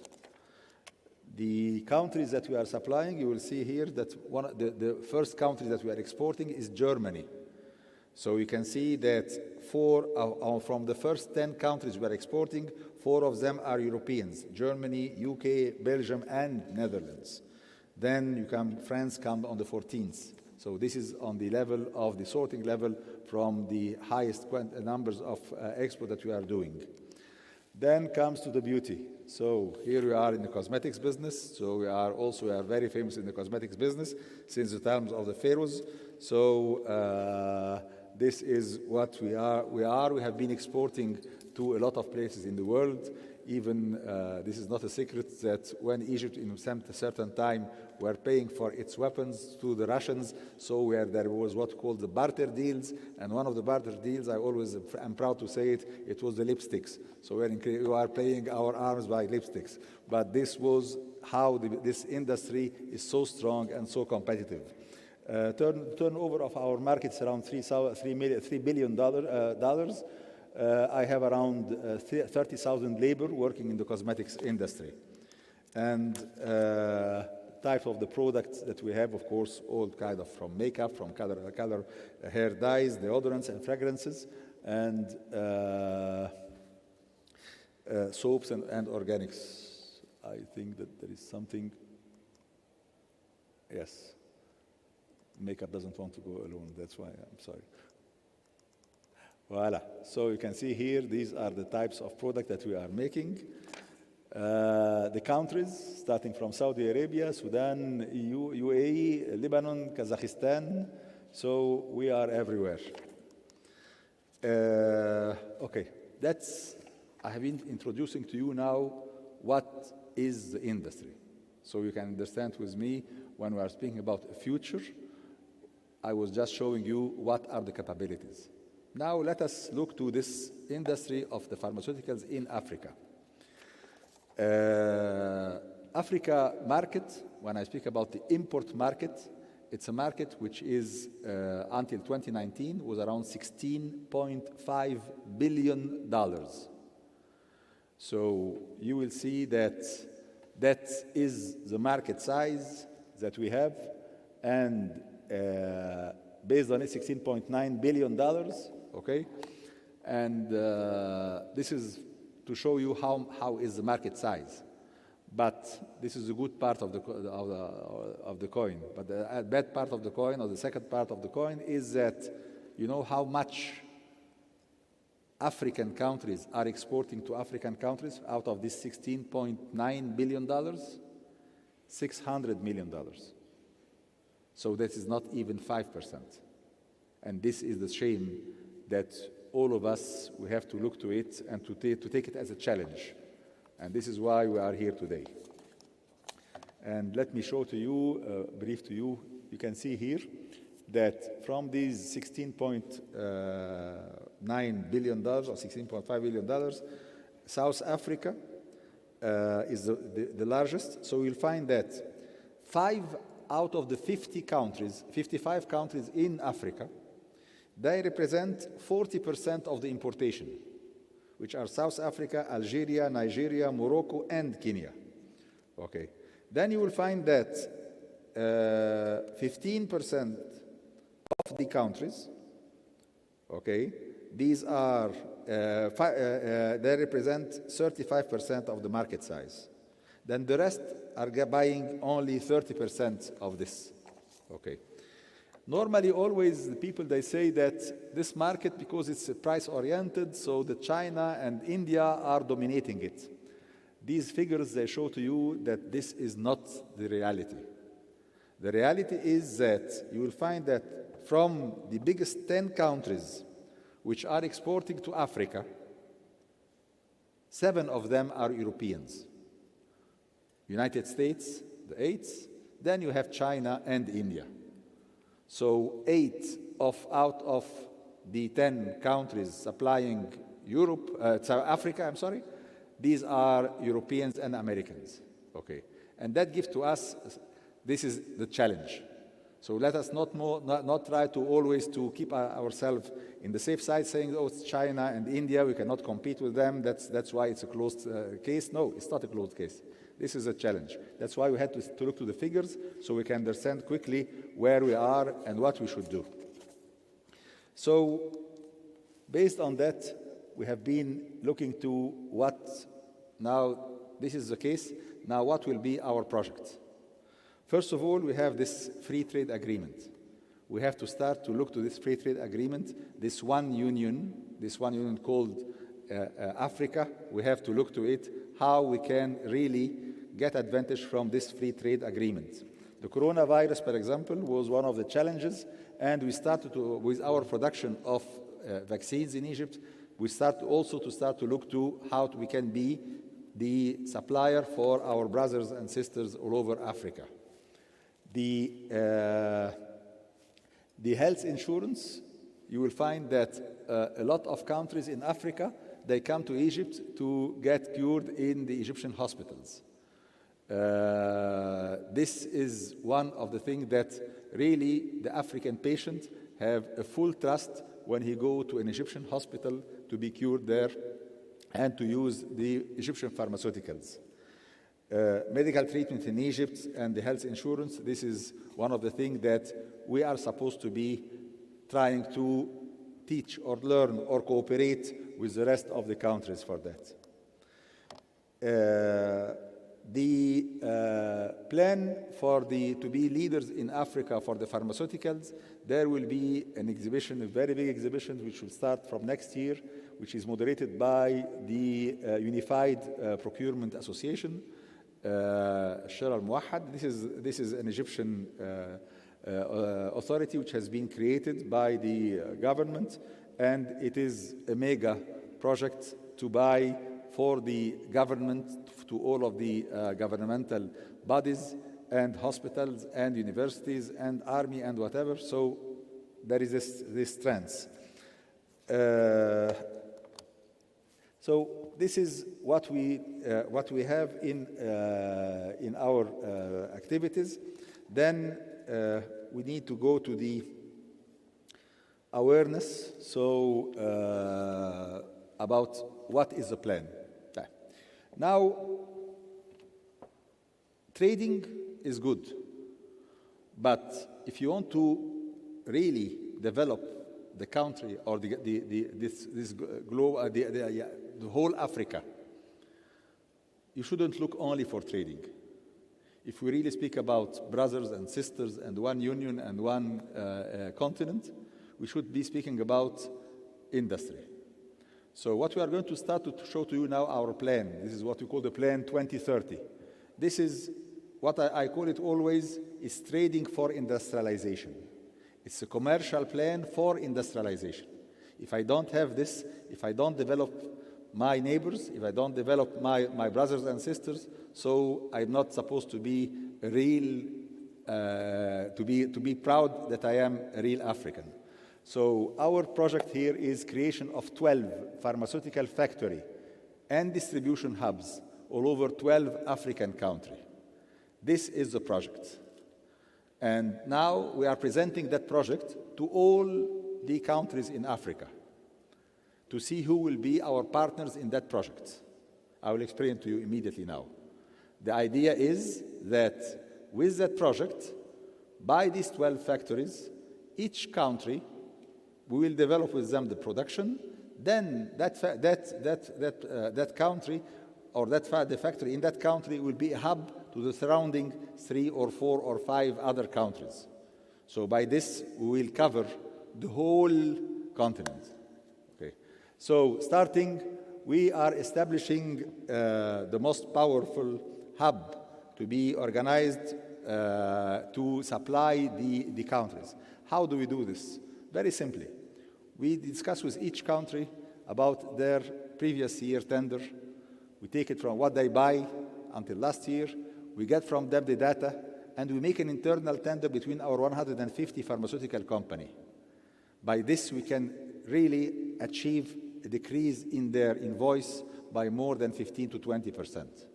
This is number one. We created with our council 3 companies which are working for the logistics, so the country doesn't need to open 30, 50 letters of credit. They open 1 letter of credit. All the business which will be done, we also grant a payment facility. We are discussing this always with one of our partners, and this is the AfrexIM, so that we can grant 300 days payment facilities for the country. Then, after having that business for a couple of years, here we start to create our factory. But the idea in the factory is what? This factory is going to be producing on behalf of the 150 pharmaceutical companies in Egypt. I always say like this to any minister of health in any country. If the best company in the world will open a factory in your country, and pharmaceuticals is a strategic product, if one day the headquarters, whether they're in New York or London or Paris or wherever, they take a decision to stop this factory, you will have a problem. In my case, we have an alignment. You have 150 companies who are producing in this factory, 150 R&D working on behalf of this factory. If 30 companies, they say we don't want to stop, still you have 120. This is the alignment. This is the strengths that we bring with that project. Okay. So we have we start by the standard. We have also the hubs which are going to have for the distribution and the supply, so we can make even a complete supply chain to the country, even with a high level of supply, even by air or by sea or whatever, or we can make even local stocks and local warehouses in the countries. Then we come to the third stage, which will be the factory that we are going to produce. Then the fourth stage will be that this factory will be working not for the country itself, but for the surrounding countries. One of the dreams that we have in this business, that we are looking also to go to make a chain of pharmacies to be all over Africa. Okay, I'm always making the joke that we have always Alibaba. I want to have one day Simba Mama. So this is what we should be putting for Africa. By the way, the dream, if we want to really think big, United States of America has been United States of America because they had their highways linking the whole continent together. This is one of the most important things. So this road, Cairo, Cape Town, is the start of this plan. And we have to really, if you want to think, we have to think about not USA, but as a target. So we are going to make together USA, but which will be United States of Africa. Thank you very much.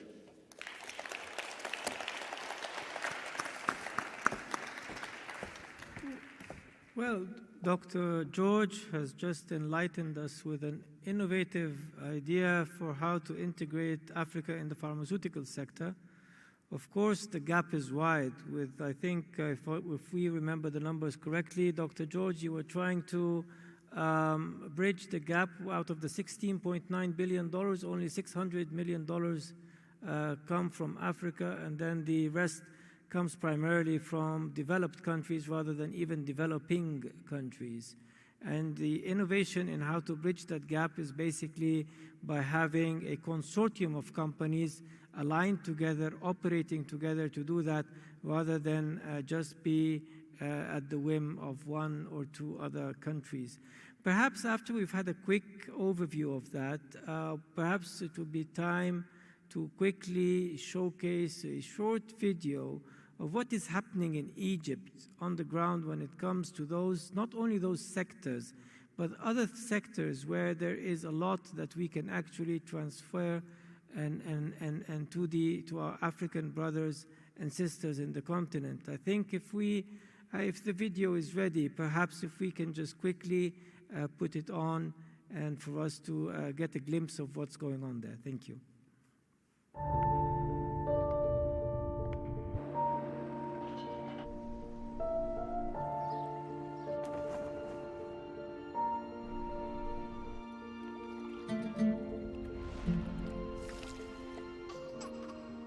Once your eyes behold it, you will see the greatest place with its history, location, art, culture, and people. And because it is the greatest place, the achievements made on its territory must also be worthy of its status, because this is a place like no other. This is Egypt. This is a place where people see the future. 100 million citizens eager to live with dignity in their home. We started implementing real development plans in all fields. We started a few years ago by building thousands of kilometers of roads, tunnels, bridges, and large corridors across the Nile. At the same time, we put integrated plans to renovate the different means of transportation: land, maritime, air.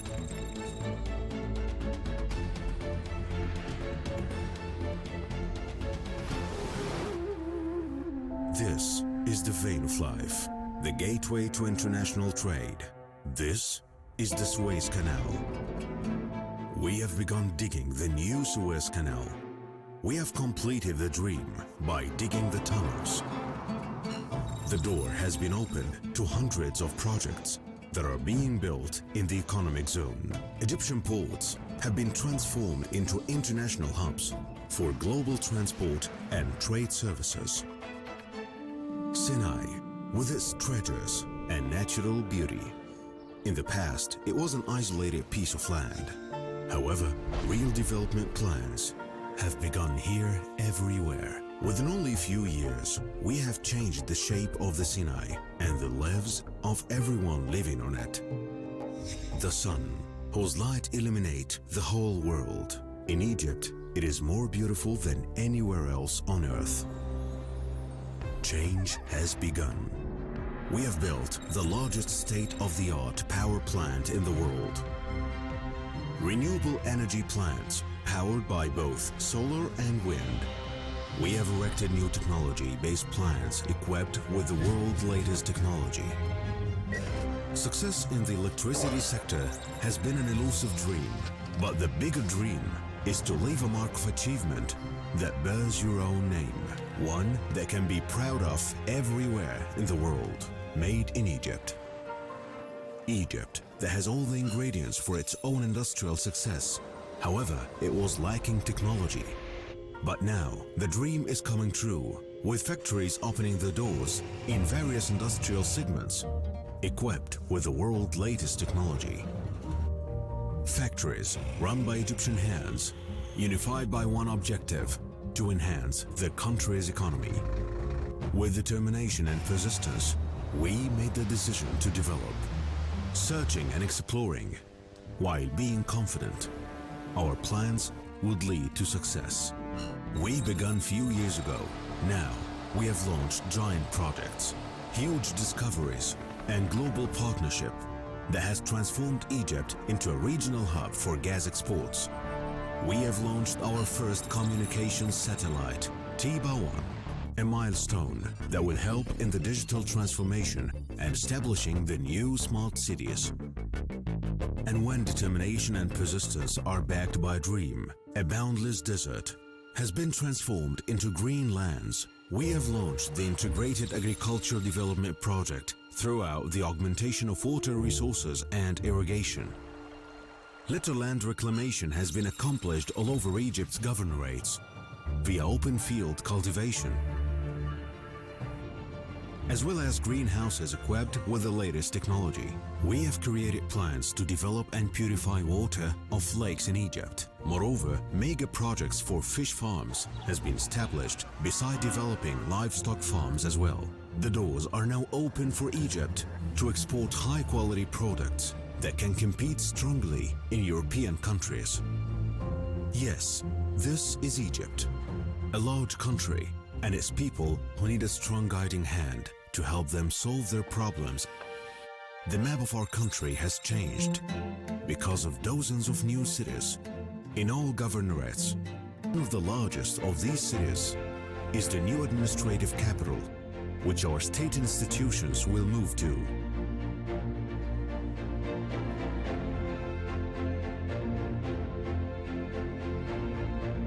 Beside coastal cities, overlooking the world's charming beaches.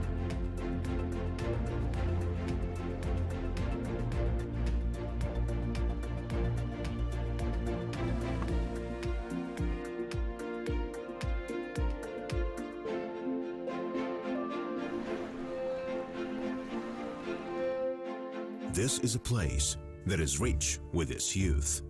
The focus of our ideology is to take good care of them and ensure their education. Comprehensive plans have been executed so as to develop education at all levels. Investing in the development of the future of our children is one of our most important objectives, because we believe that they will be the scientists and leaders of tomorrow. Financial statistics can be impressive. However, our actual success is when concrete results are reflected upon every citizen in our country. Since health is one of the most important human rights, we have started with large health campaigns to eliminate endemic diseases. In addition, we have introduced a national project for developing a comprehensive health insurance system. We have also succeeded in eliminating waiting lists for urgent surgeries and critical cases for patients who cannot afford the cost. Health and launch treatment campaigns for everyone who lives in our country.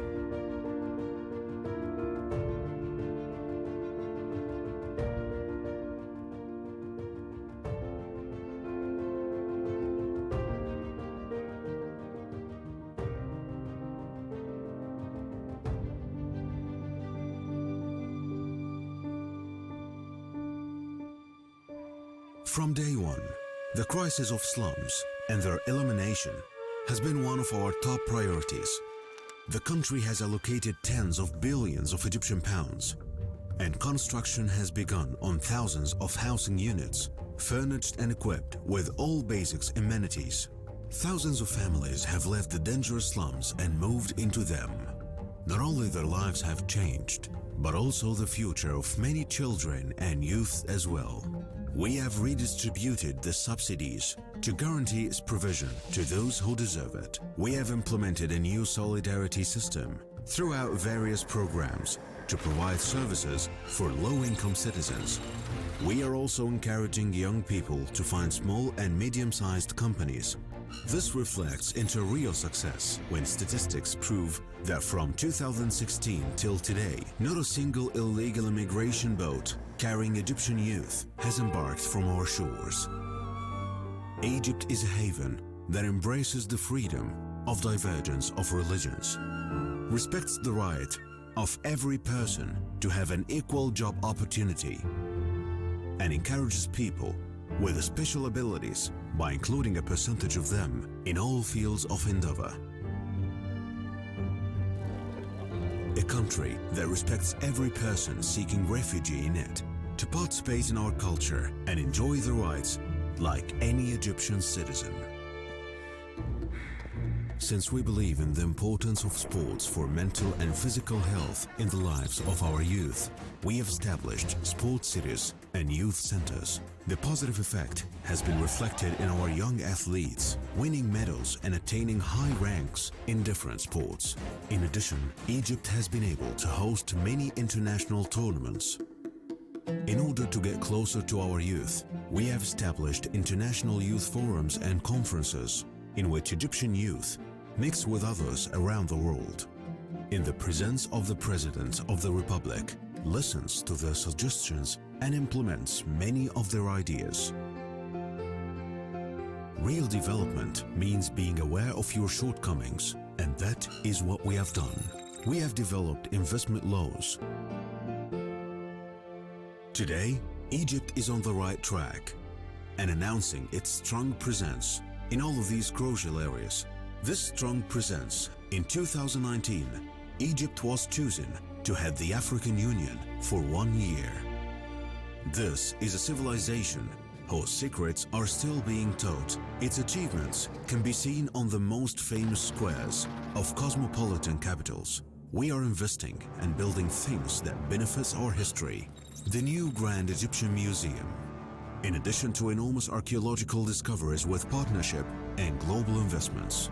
Yes, this is a place like no other. A place you can enjoy together with your loved ones. You will be welcomed by those who would love to meet you and enjoy beaches and hotels of the highest standard. And today, Egypt is opening its gates everywhere and in every field to real opportunities for success. Still, we will continue our journey to dream, to run, and to be ahead. True development throughout our entire country is our ultimate objective. This is Egypt, a place like no other. Thank you. This is the Africa we want. An Africa we want that is free from want.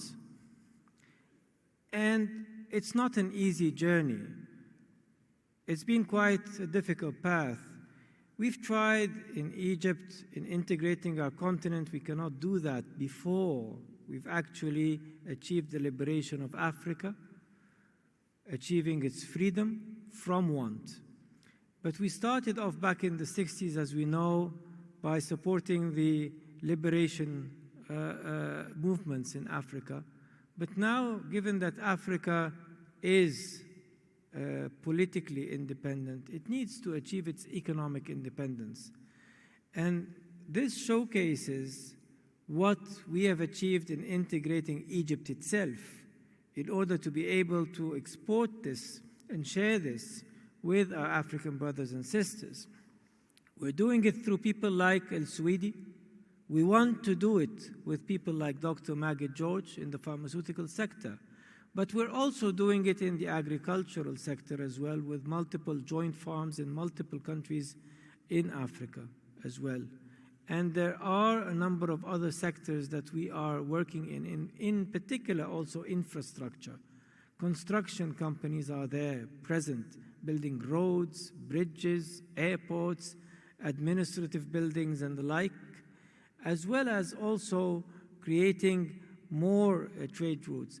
It's no longer about just an issue of transfer of knowledge and skills and that's it, but our people are moving throughout the continent to assist, to share their experience, to partner with the African brothers and sisters, and for good reason, because we want to achieve the Africa we want. With that, I think we can open the floor for a few questions and comments. If anybody in the floor would want to proceed, and I assume there's a roving mic, so if somebody can assist us with this. I can barely see now with the lights coming up straight in my eye. Yes.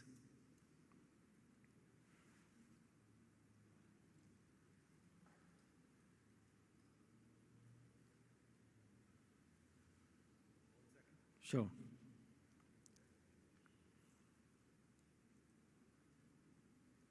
will find your mic.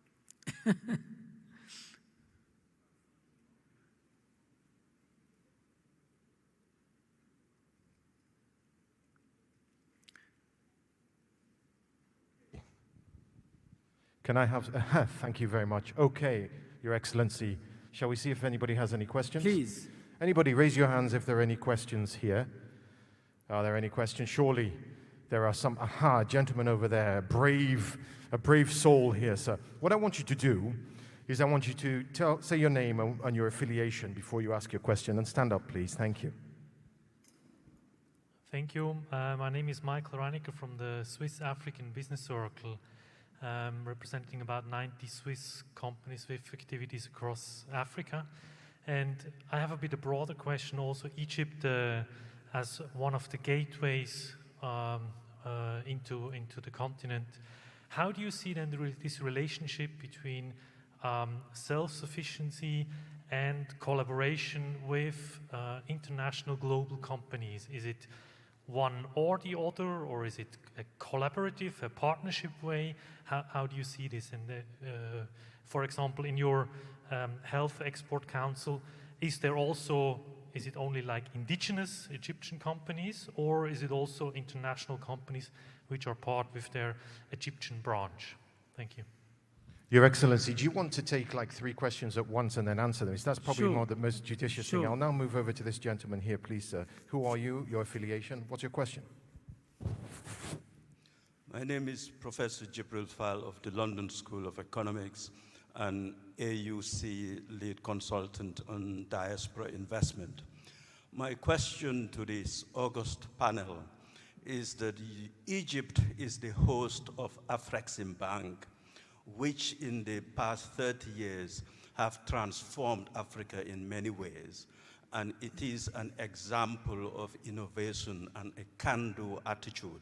What is the advice of Egypt to other African countries in creating stimuli like Afreximbank to enhance integration? Thank you. Two excellent questions. You're going to have to remember those because we'll take one more. Anybody else? Anybody else? Let me have a look and see anyone else here. No more hands. This gentleman here, please stand.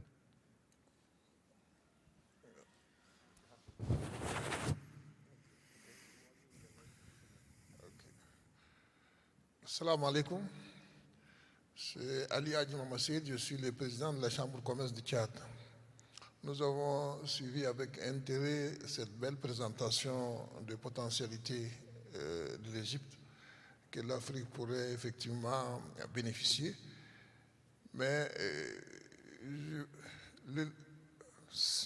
l'Égypte ne peut profiter de ces potentialités et du marché africain que s'il y a des infrastructures en Afrique.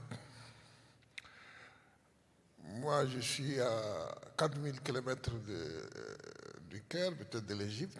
Nous avons peut-être un peu de frontières avec l'Égypte. Mais aujourd'hui, pour aller en Égypte, nous sommes obligés de passer soit par le Soudan, soit contourner par le port de Douala pour amener des marchandises.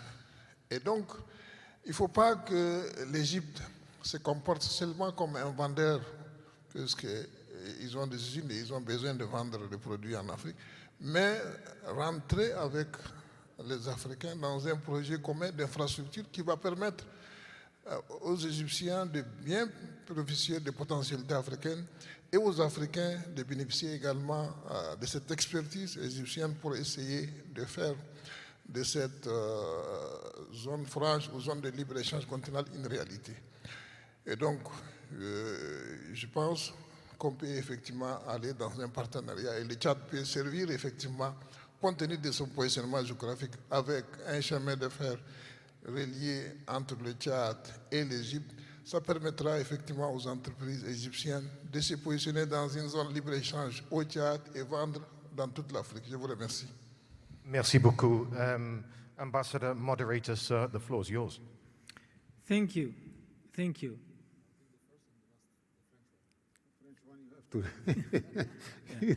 Well, perhaps we were not provided with translation here, but Dr. Margaret George, if you can just translate the question for the benefit of the audience, please, in English, and then we'll proceed with answering. Dr. George, you have the floor. Just to tell us what is the question exactly. No answers, but just the question. Thank you. Okay. He's the head of the gentleman is the head of the Chamber of Commerce of Chad. And his question was that we see how the power of Egypt, but the problem is that we don't want to see Egypt as the commercial man who wants just to sell products, not to cooperate and go further. And he sees that the distance between Egypt and Chad should be easily cut by having a railway between both of us to use Chad maybe in the future to build the hub of the center of Africa. Thank you. Well, the three questions. First, about the issue of the we'll take each question and see the take of the panel on that.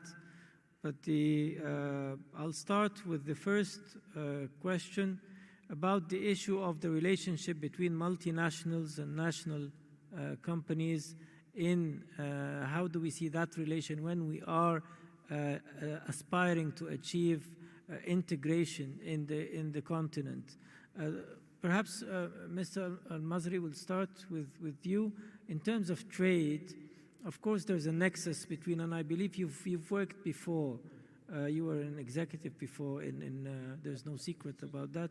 Let us brief, if there is Well, concerning multinational, they are working in Egypt, but they are working as an Egyptian company because it will have a commercial register in Egypt. But they are working, I was for 20 years the chairman and managing director of Henkel Egypt for detergent and cosmetics. So it is free. They are Procter & Gamble working in Egypt, they are Unilever. So multinational are already in several fields, they are working in Egypt. So they are most welcome, and the government is supporting the multinational because they are supplying from the Chamber of Chad. You are most welcome. We can have a meeting together and to enhance how we can progress the trade business first. And normally you start by trade and then you create a market and you guess the market and then you start the second step to industry. So you are most welcome. I mentioned in my speech about the road which will be from Alexandria or Cairo till South Africa. Okay, so this could be also passing through Chad and also for Sudan. So this is the way, the problem which you are facing in Africa, that if we want in Egypt to export to West Africa, we have to ship to France or to Spain and then to be reshipped to Africa. For the East, we have through Dubai, and this is at the end is discharge and then load and extra cost. So of course, having railways and multi-roles, this is very important, and we are ready to discuss the issue. You are most welcome and visit us in the Federation of Chamber of Commerce. Thank you, Mr. Al-Masri. Engineer El-Suidi, I think there are a couple of questions because you've got a global footprint. Your company has got a global footprint. You cooperate with multinationals. But is your efforts, when you are embarking on an effort to integrate the continent by having a physical presence and footprint in Africa, are you doing that alone or are you partnering with others as well in multinationals and so forth? And how does this relationship benefit, if there is one, how does it benefit your presence and enhances it in Africa? And I think the second question that was equally important is the relationship, of course, between El-Suidi and the Afri-Exim Bank has been given a lot of, there's a high profile there. And how could other countries probably emulate what is happening, this relationship between one major company and an bank like an Afri-Exim Bank that creates the stimulus for such projects? Thank you. Yes, of course, I would just try that, of course, as we focus on Africa, we partner a lot with the multinationals. Multinationals, either American companies, either European companies, either Japanese. And this can be seen in a lot. As example, one of the projects in Zambia, we partner with one of the best companies in Japan to partner with them. No, our main focus is how to partner with multinationals or with international players and to work together in Africa. This is the main target. Not only Egyptian companies, not only African countries. For the point of Chad, of course, we have visited Chad several times. We are honored to work in Chad. And here is one of our, Nadia is one of our head of Chad as a region. And really would love to expand. It's not trading, it's not exporting, it's investment and how to be there. And if any opportunity came to us, we will invest in Chad, of course. Thank you. Dr. George, pharmaceuticals, your plan did not include anything about multinationals, and I think that was perhaps a source of concern here. Perhaps the notion of an import substitution, as if we're going to do it in a one giant leap and that's it. But I sense perhaps you may have something to say here in terms of the gradual approach and how to cooperate with multinationals in that sector as well. And we take it on from there, please. Actually, any international company, when they have their food ground in Egypt and they have a factory in Egypt, they are considered an Egyptian company. So the project that we are offering to have factories producing on behalf of the 150 or 120 or whoever will come to join us in that factory, okay, that includes everybody. So I have a lot of meetings we have in our council with my team, with the multinational companies. Sometimes the formulas to enter in new countries is not the same like between multinationals and locals. Locals, maybe they want some exhibitions, some B2B and whatever. The multinational doesn't need that kind of service. But in the end, with these factors that we are going to produce, with the obstacle of registration, which is one of the main challenges that we face always when we are entering in any new country. Of course, the multinationals who are local, I consider them, for me, they are local Egyptian companies. So, of course, they are with us. This is a very strong part of the game. Speaking about Chad, let me, if you allow me, I will speak in French. So, monsieur, quand je parlais de notre projet d'avoir 12 usines en Afrique, l'idée, quand j'ai commencé, c'était en 3 étapes. La première étape, c'est la commercialisation. Okay. Mais quand je parle de commercialisation, je parle de commercialisation pour industrialisation. Okay. Eh bien, ça, c'est une étape. Vous entrez dans un pays, vous commencez avec vendre votre produit afin que vous trouviez comment est le marché, comment ce marché vous accepte bien, et puis vous sautez immédiatement après cela pour l'industrialisation. Eh bien, je ne veux pas être, quand je dis je veux dire l'Égypte, nous ne sommes pas le marchand qui vient avec sa valise pour vendre quelques marchandises, puis il va courir. Non, non, monsieur. Nous sommes là, nous sommes des pharaons. Eh bien, on fait des projets pour 5000 années. Merci. Gentlemen, we are graced with the presence of truly a Pan-African leader of unparalleled renown, one of my living heroes, really.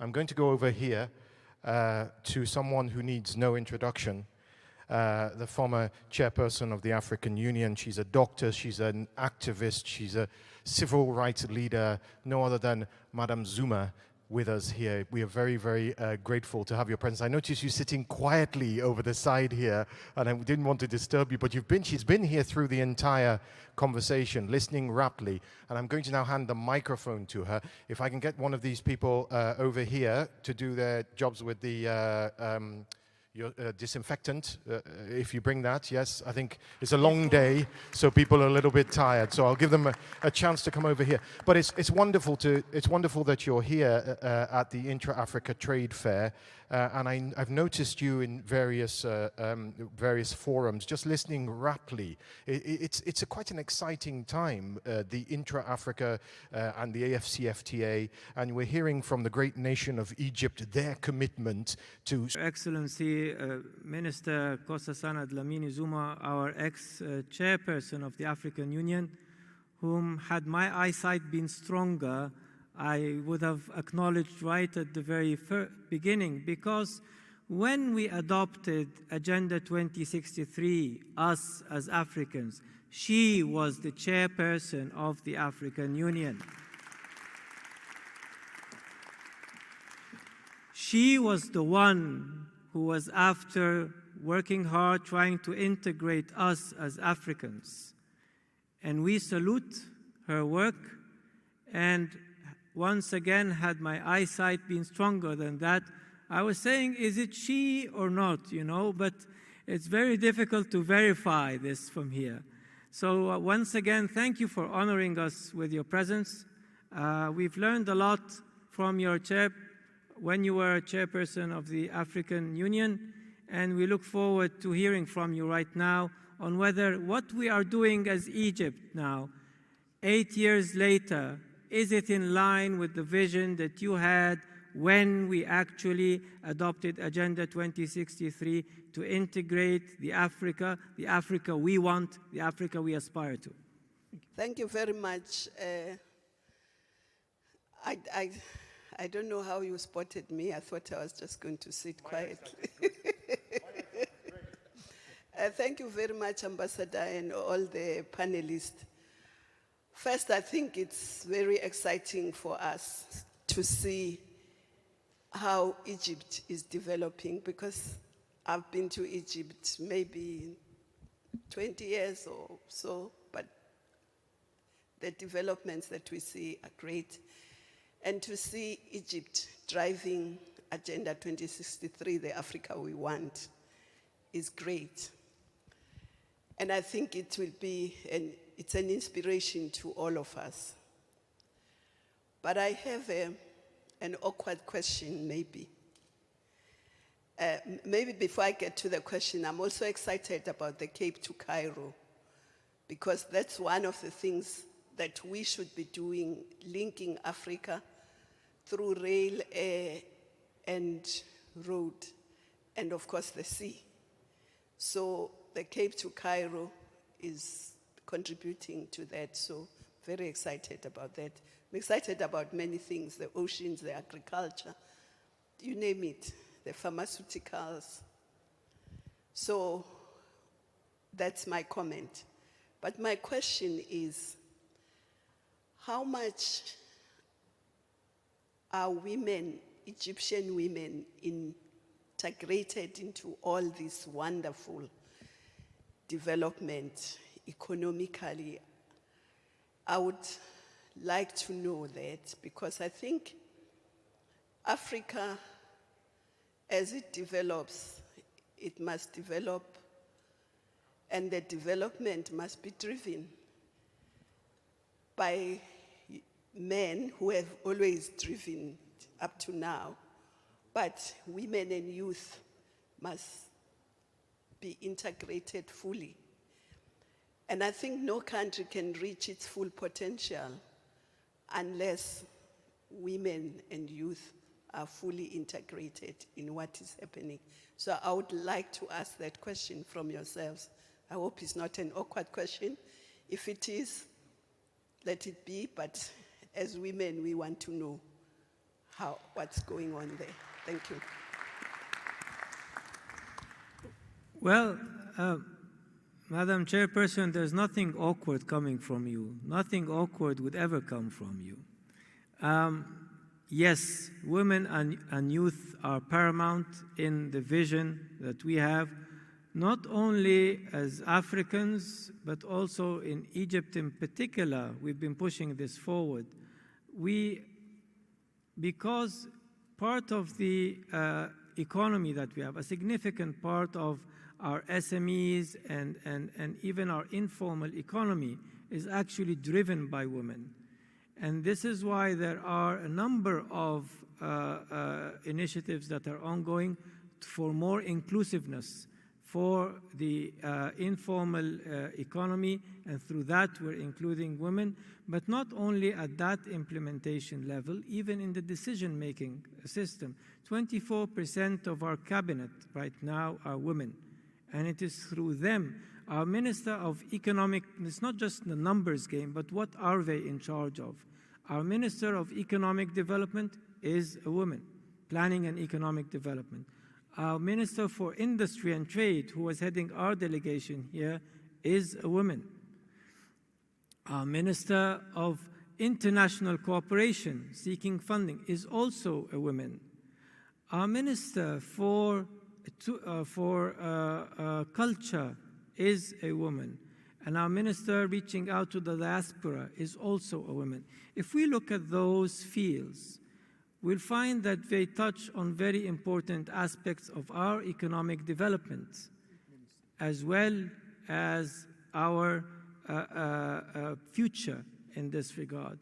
Now, regarding the youth, our President has been interacting with the youth at multiple levels, not just nationally, but internationally. There is an international youth forum that has been hosted by Egypt for a number of years right now, as a platform whereby we can actually listen to the youth, have an intergenerational dialogue with the youth, and actually integrate the youth as well.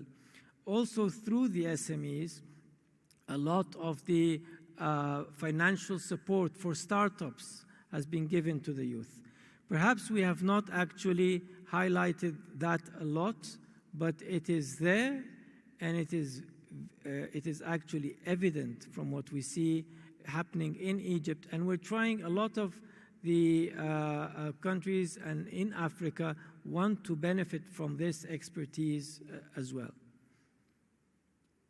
Thank you.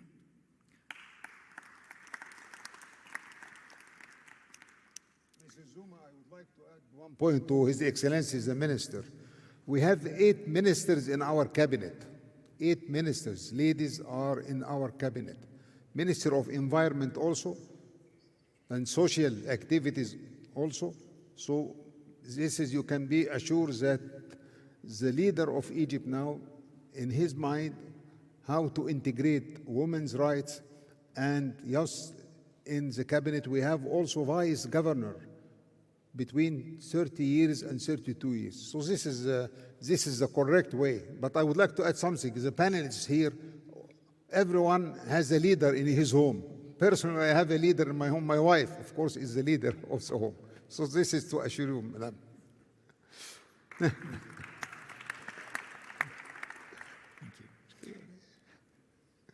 Is there room for another round of questions, perhaps, if there are?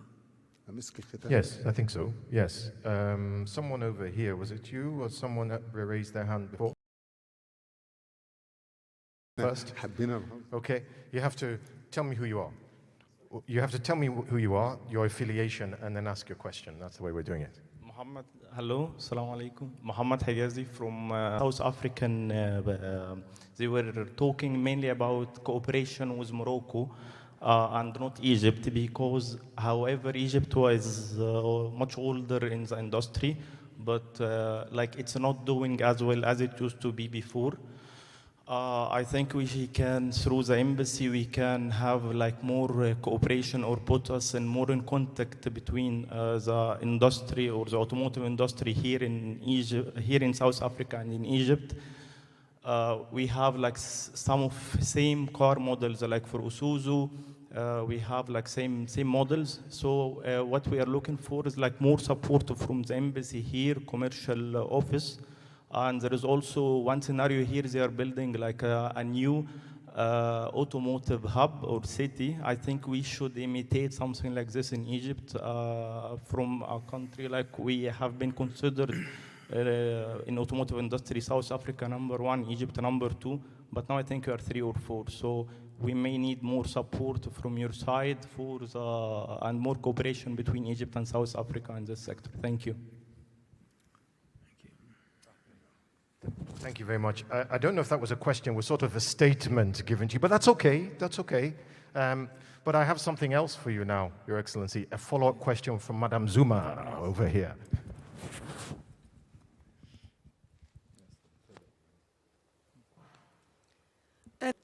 But your answer was on informal sector.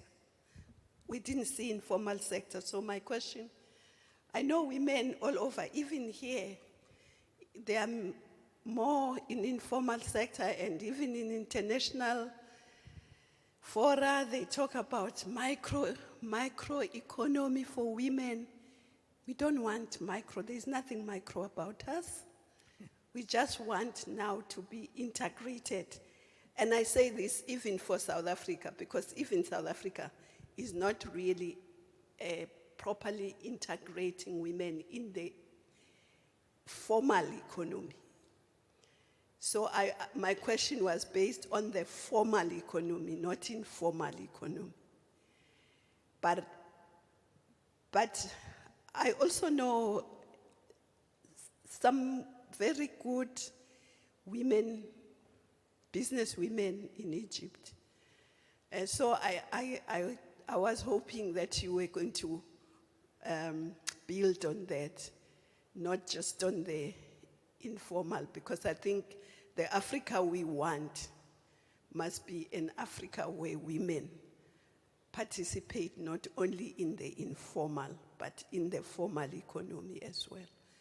And this is not for Egypt alone, it's for all Africa, because all African countries are almost in the same space. So I'm encouraging all Africans to look at women as partners and should be part of mining, they should be part of going into space, they should be part of everything that happens. And because also research has shown that companies, for instance, that have women as part of their top management are more competitive than those who don't have. So it's not just an act of charity, it's actually good for business. Thank you.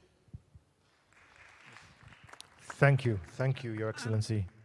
Yes, I'm glad that Minister Zuma raised this. But since we are talking about the presence of women in business, Engineer El Suidi, I can see his team sitting back there. Can the ladies please stand up for a round of applause? These are ladies who are in the senior management of El Suidi, part of his team here with us. Maybe in a few years' time, you'll find them sitting where he is, Madam Zuma. I heard you very well, loud and clear, and I wanted once again to give a round of applause to our young Egyptian entrepreneurs working with Engineer El Suidi in his, amongst his team as well. Thank you. Of course, I heard the comment on the automotive sector. We need to be cognizant of an important factor. Integration in the automotive sector is not only a decision by us African countries, because the automotive sector present here in the continent is actually part of a multinational structure, where whether it is Mercedes-Benz, whether it's Toyota, Isuzu, that you mentioned, and so forth, they have a global footprint, but they're not African countries by default. They're not El Suidi. They're not MTN, for example, if we take the South African example. They are there, and we are encouraging, there is a dialogue, ongoing dialogue, about how best to integrate the continent through those companies in the automotive sector. Of course, OEMs like yours and others have an important role to play, but I would not be exposing any secrets here to say that the automotive sector is cognizant of the African Continental Free Trade Agreement, of the benefits that come with this, and they are working hard on finding ways and means of how to integrate the continent in a better way.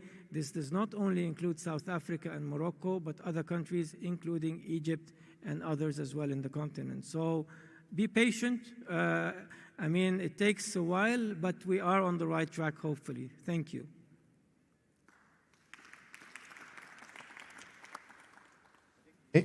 Maybe time for one last question, and then we are actually doing something quite special. There's a deal to be signed at IATF, and I think one of your panelists knows what I'm talking about. So quickly over here, if we could quickly have one last question. Thank you. My name is Asad Farag. I'm Egyptian, and I'm leading a group of companies in Europe, based in Germany and Czech Republic. First of all, I thank you for the way how you represent our administration in Egypt in the way that really I'm proud of. The second thing is how to do against the reputation of the African continent. Okay, wherever we have to go to Africa, we have to face the reputation of corruption and Africans are lazy. It would take time and ages till you can realize your projects. And I mean, Egypt now in certain time, like 6 or 7 years, they have done a lot, and things are moving, and we are changing reputation, but only in the northern side. Okay, what we have an advice here to the rest of the sisters and brothers to do to enlarge the footprint of clean area to do business in Africa. Thank you, but let's be clear about something. If Africans were lazy, El Suidi would not have been in Africa. If we as Africans are not productive, he would not be opening new factories in Africa. because ultimately we as Africans need some breathing space. We need a breath of fresh air. We need to be given the chance to produce for us. And I think El Suidi, he is not opening his own factories for charity. He benefits. I believe your factories in Ethiopia, I believe your factories in Algeria, in Zambia, I mean, in all of these countries, I think you still have those factories there. Am I right? Yeah. You haven't shut them down. And of course, you are correct. I'm with Your Excellency, طبعا. You're correct. But I think during my working in Africa, Africans are not lazy. The problem is the lack of opportunities. The problem that the governments everywhere is moving very slow. What happened in Egypt the last 5 years is really a model which really we have to copy in all over Africa. Yes, the model that yes.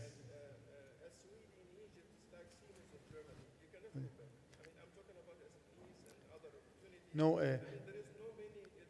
no, I'm saying that really, if governments give the opportunity for like what happened in Egypt, not for us, Egypt happened in Egypt as a general, that say, if you want to make roads, we will do these roads with this price. Anybody is willing to do this road with this price, with this quality, come and do it. If you want to make solar energy, come and do it. Really, I believe the problem of Africa mainly is lack of opportunities. Governments is not spreading projects, which is really a big problem. Thank you. Thank you. Well, I think I hope we've been of added value to and not wasted the time of the audience here. We've tried to outline as much as possible within the time span that we had how we as Egyptians and Africans, of course, are trying to do our best to integrate Africa, the Africa we want, not the Africa that currently exists. With you, I think we'd like to give a round of applause to the panelists and to thank you all for attending. And then, of course, after that, we'll have the signing ceremony. Thank you. Thank you. Thank you. Thank you. Thank you very much. And thank you, Ambassador, for managing a very long and fruitful panel. Give him a round of applause, please. Excellent moderator and an excellent representative of Egypt. Moderating this. I haven't been paid for moderating this. But what you don't know, the surprise is I'm going to split my fee with you. Okay. So there you go. And I want to thank Madame Zuma for her interventions as well, and also for sitting through and engaging. Give her a round of applause, please. Now, we have some deals for you. And somewhere in this audience are my colleagues from Afrexim Bank. Make yourself known, please. Don't make me have to come find you. Where are you? Somewhere they have, I knew you were around. My Afrexim Bank colleagues, we have 2 deals apparently. They're just coming in, so my information is limited, I'm sorry. But I know that one of them involves you, kind sir. Apparently El Suidi and Malawi are signing a deal. And a little bird told me it's not a small one either. It's quite huge. So without much ado, I'll call again for my colleagues from Afrexim Bank to sort of give me some details. 1 second. Okay. Ayman, where is Ayman? Ayman, my man. Yes, this is Ayman. Ayman is a font of all knowledge when it comes to deals. Yes, he's like a walking Google of deals. Just ask him anything he knows. For example, what's this deal about? You know, one of the key successes of this fair and why we're doing it is that we need to bring people, Africans, together to discuss and agree deals. And that's why we're announcing this. This is quite important. So the past 2 days, I've witnessed very rigorous discussions between El Suidi team and the government of Malawi over a number of strategic projects for the country. I'm talking about a dry port, a hydropower, solar energy, e-government projects with a total value of $1 billion US. What did you say? $1 billion US. And of course, we've been supporting and moderating all of this, and inshallah, we'll be also following up on the execution and on financing. But isn't this exciting? Isn't this exactly what we're talking about, the IATF? It's not just about Afrexim Bank and it's bilateral. It's about, you're talking about Malawi and El Saweedi. That's fantastic. So shall we sign this deal? So let's see if anybody's got the papers. Who's got the papers? What? Now, I have one of the signatories sitting down there. Who's the next one? His Excellency, the Minister of Trade of Malawi, if you can please. Thank you. Here you go, Your Excellency. I've got my two signatories. Wonderful. So if you could join me on the stage here. And I think they have the documents here for you. Do you have a pen? If you don't, I've got one. Ahmed El Saweedi, sir, you are needed for this. This is a very exciting time. If you come, you've done this enough times with me now. What is this, the third time in 24 hours? So I'm going to ask you to take your seats, please. Fantastic.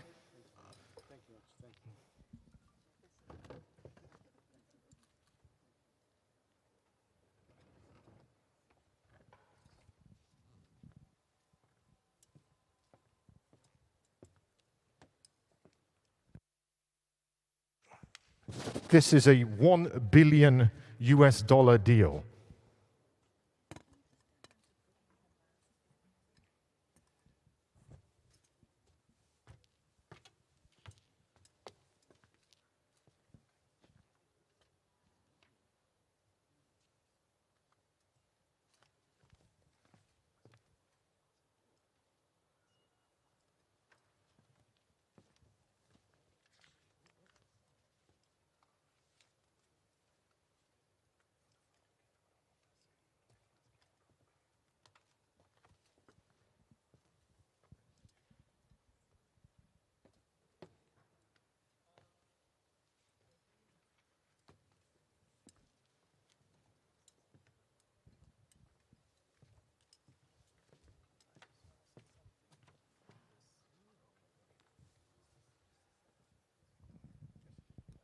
So whilst we're signing there, you wanted to say a little bit about this deal. Yes, this is not just a $1 billion deal. This is the Africa we want. This, what we're seeing right now, is an example of the Africa that we have been talking about. So perhaps we should give another round of applause for the Africa we want.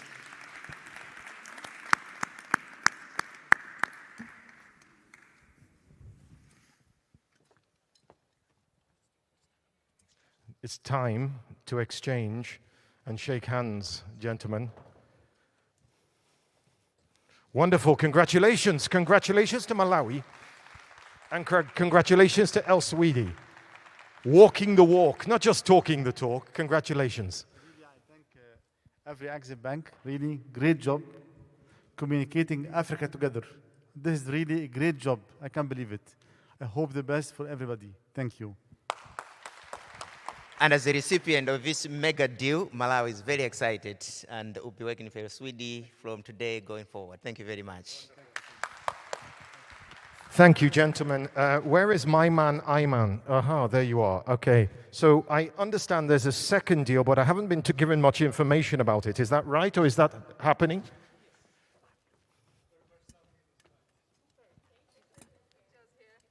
Okay, if we could take some pictures here, we want to catch this. Mr. El Saweedi, Mr. El Saweedi, you're not free yet. They want to catch a picture of you right over here. So it's been a long day, and it's just getting longer for you.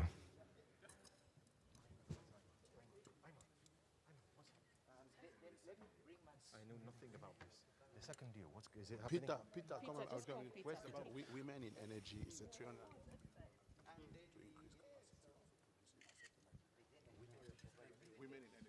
The next deal is about women in energy. It's a $350 million deal, and Peter, from my colleague Peter from Afrexim Bank, is going to tell you more. Okay, come with me this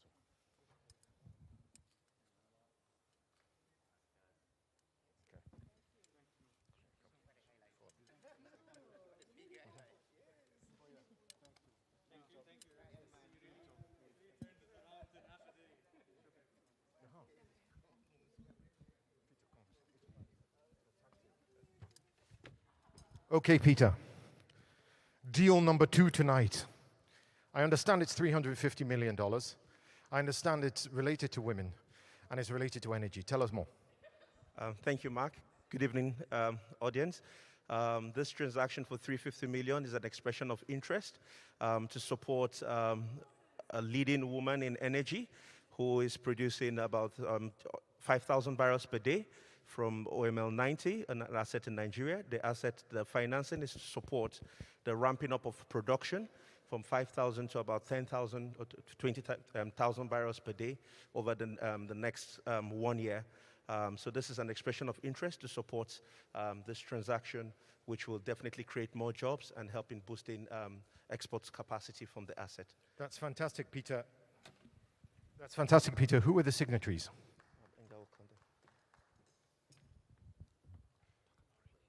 Mr. Rene Awambeng, who's the global head for client relations at Afreximbank, and Ms. Uju Ifejika, who is the managing director and the chairman of the company, Britannia U Nigeria Limited.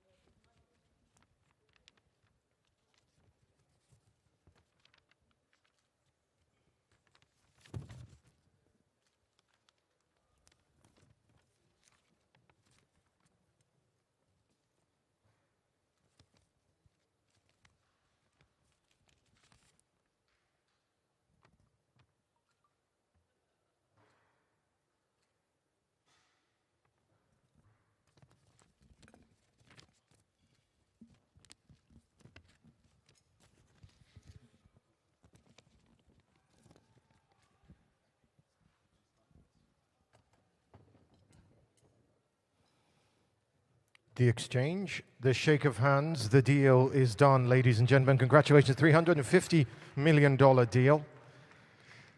Congratulations to both parties.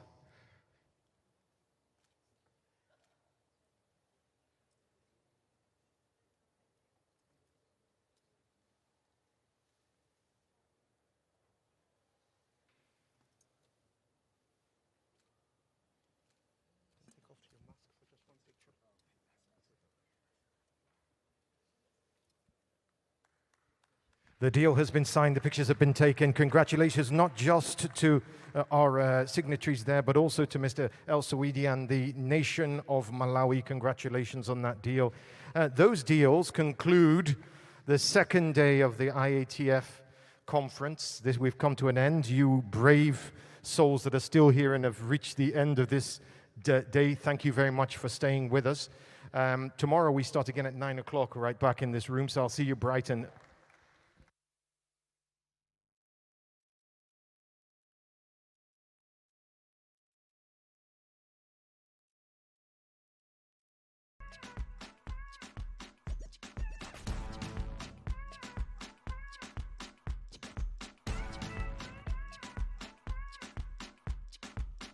When you hear the sound, wherever you are, then know that Africa is talking business. Intra-African trade fair, Intra-African trade fair. So come on and come on, we call on all Africa. Come let us build our dream for together we grow stronger and united. Paint out the sky with the proud colors of your flags and say goodbye to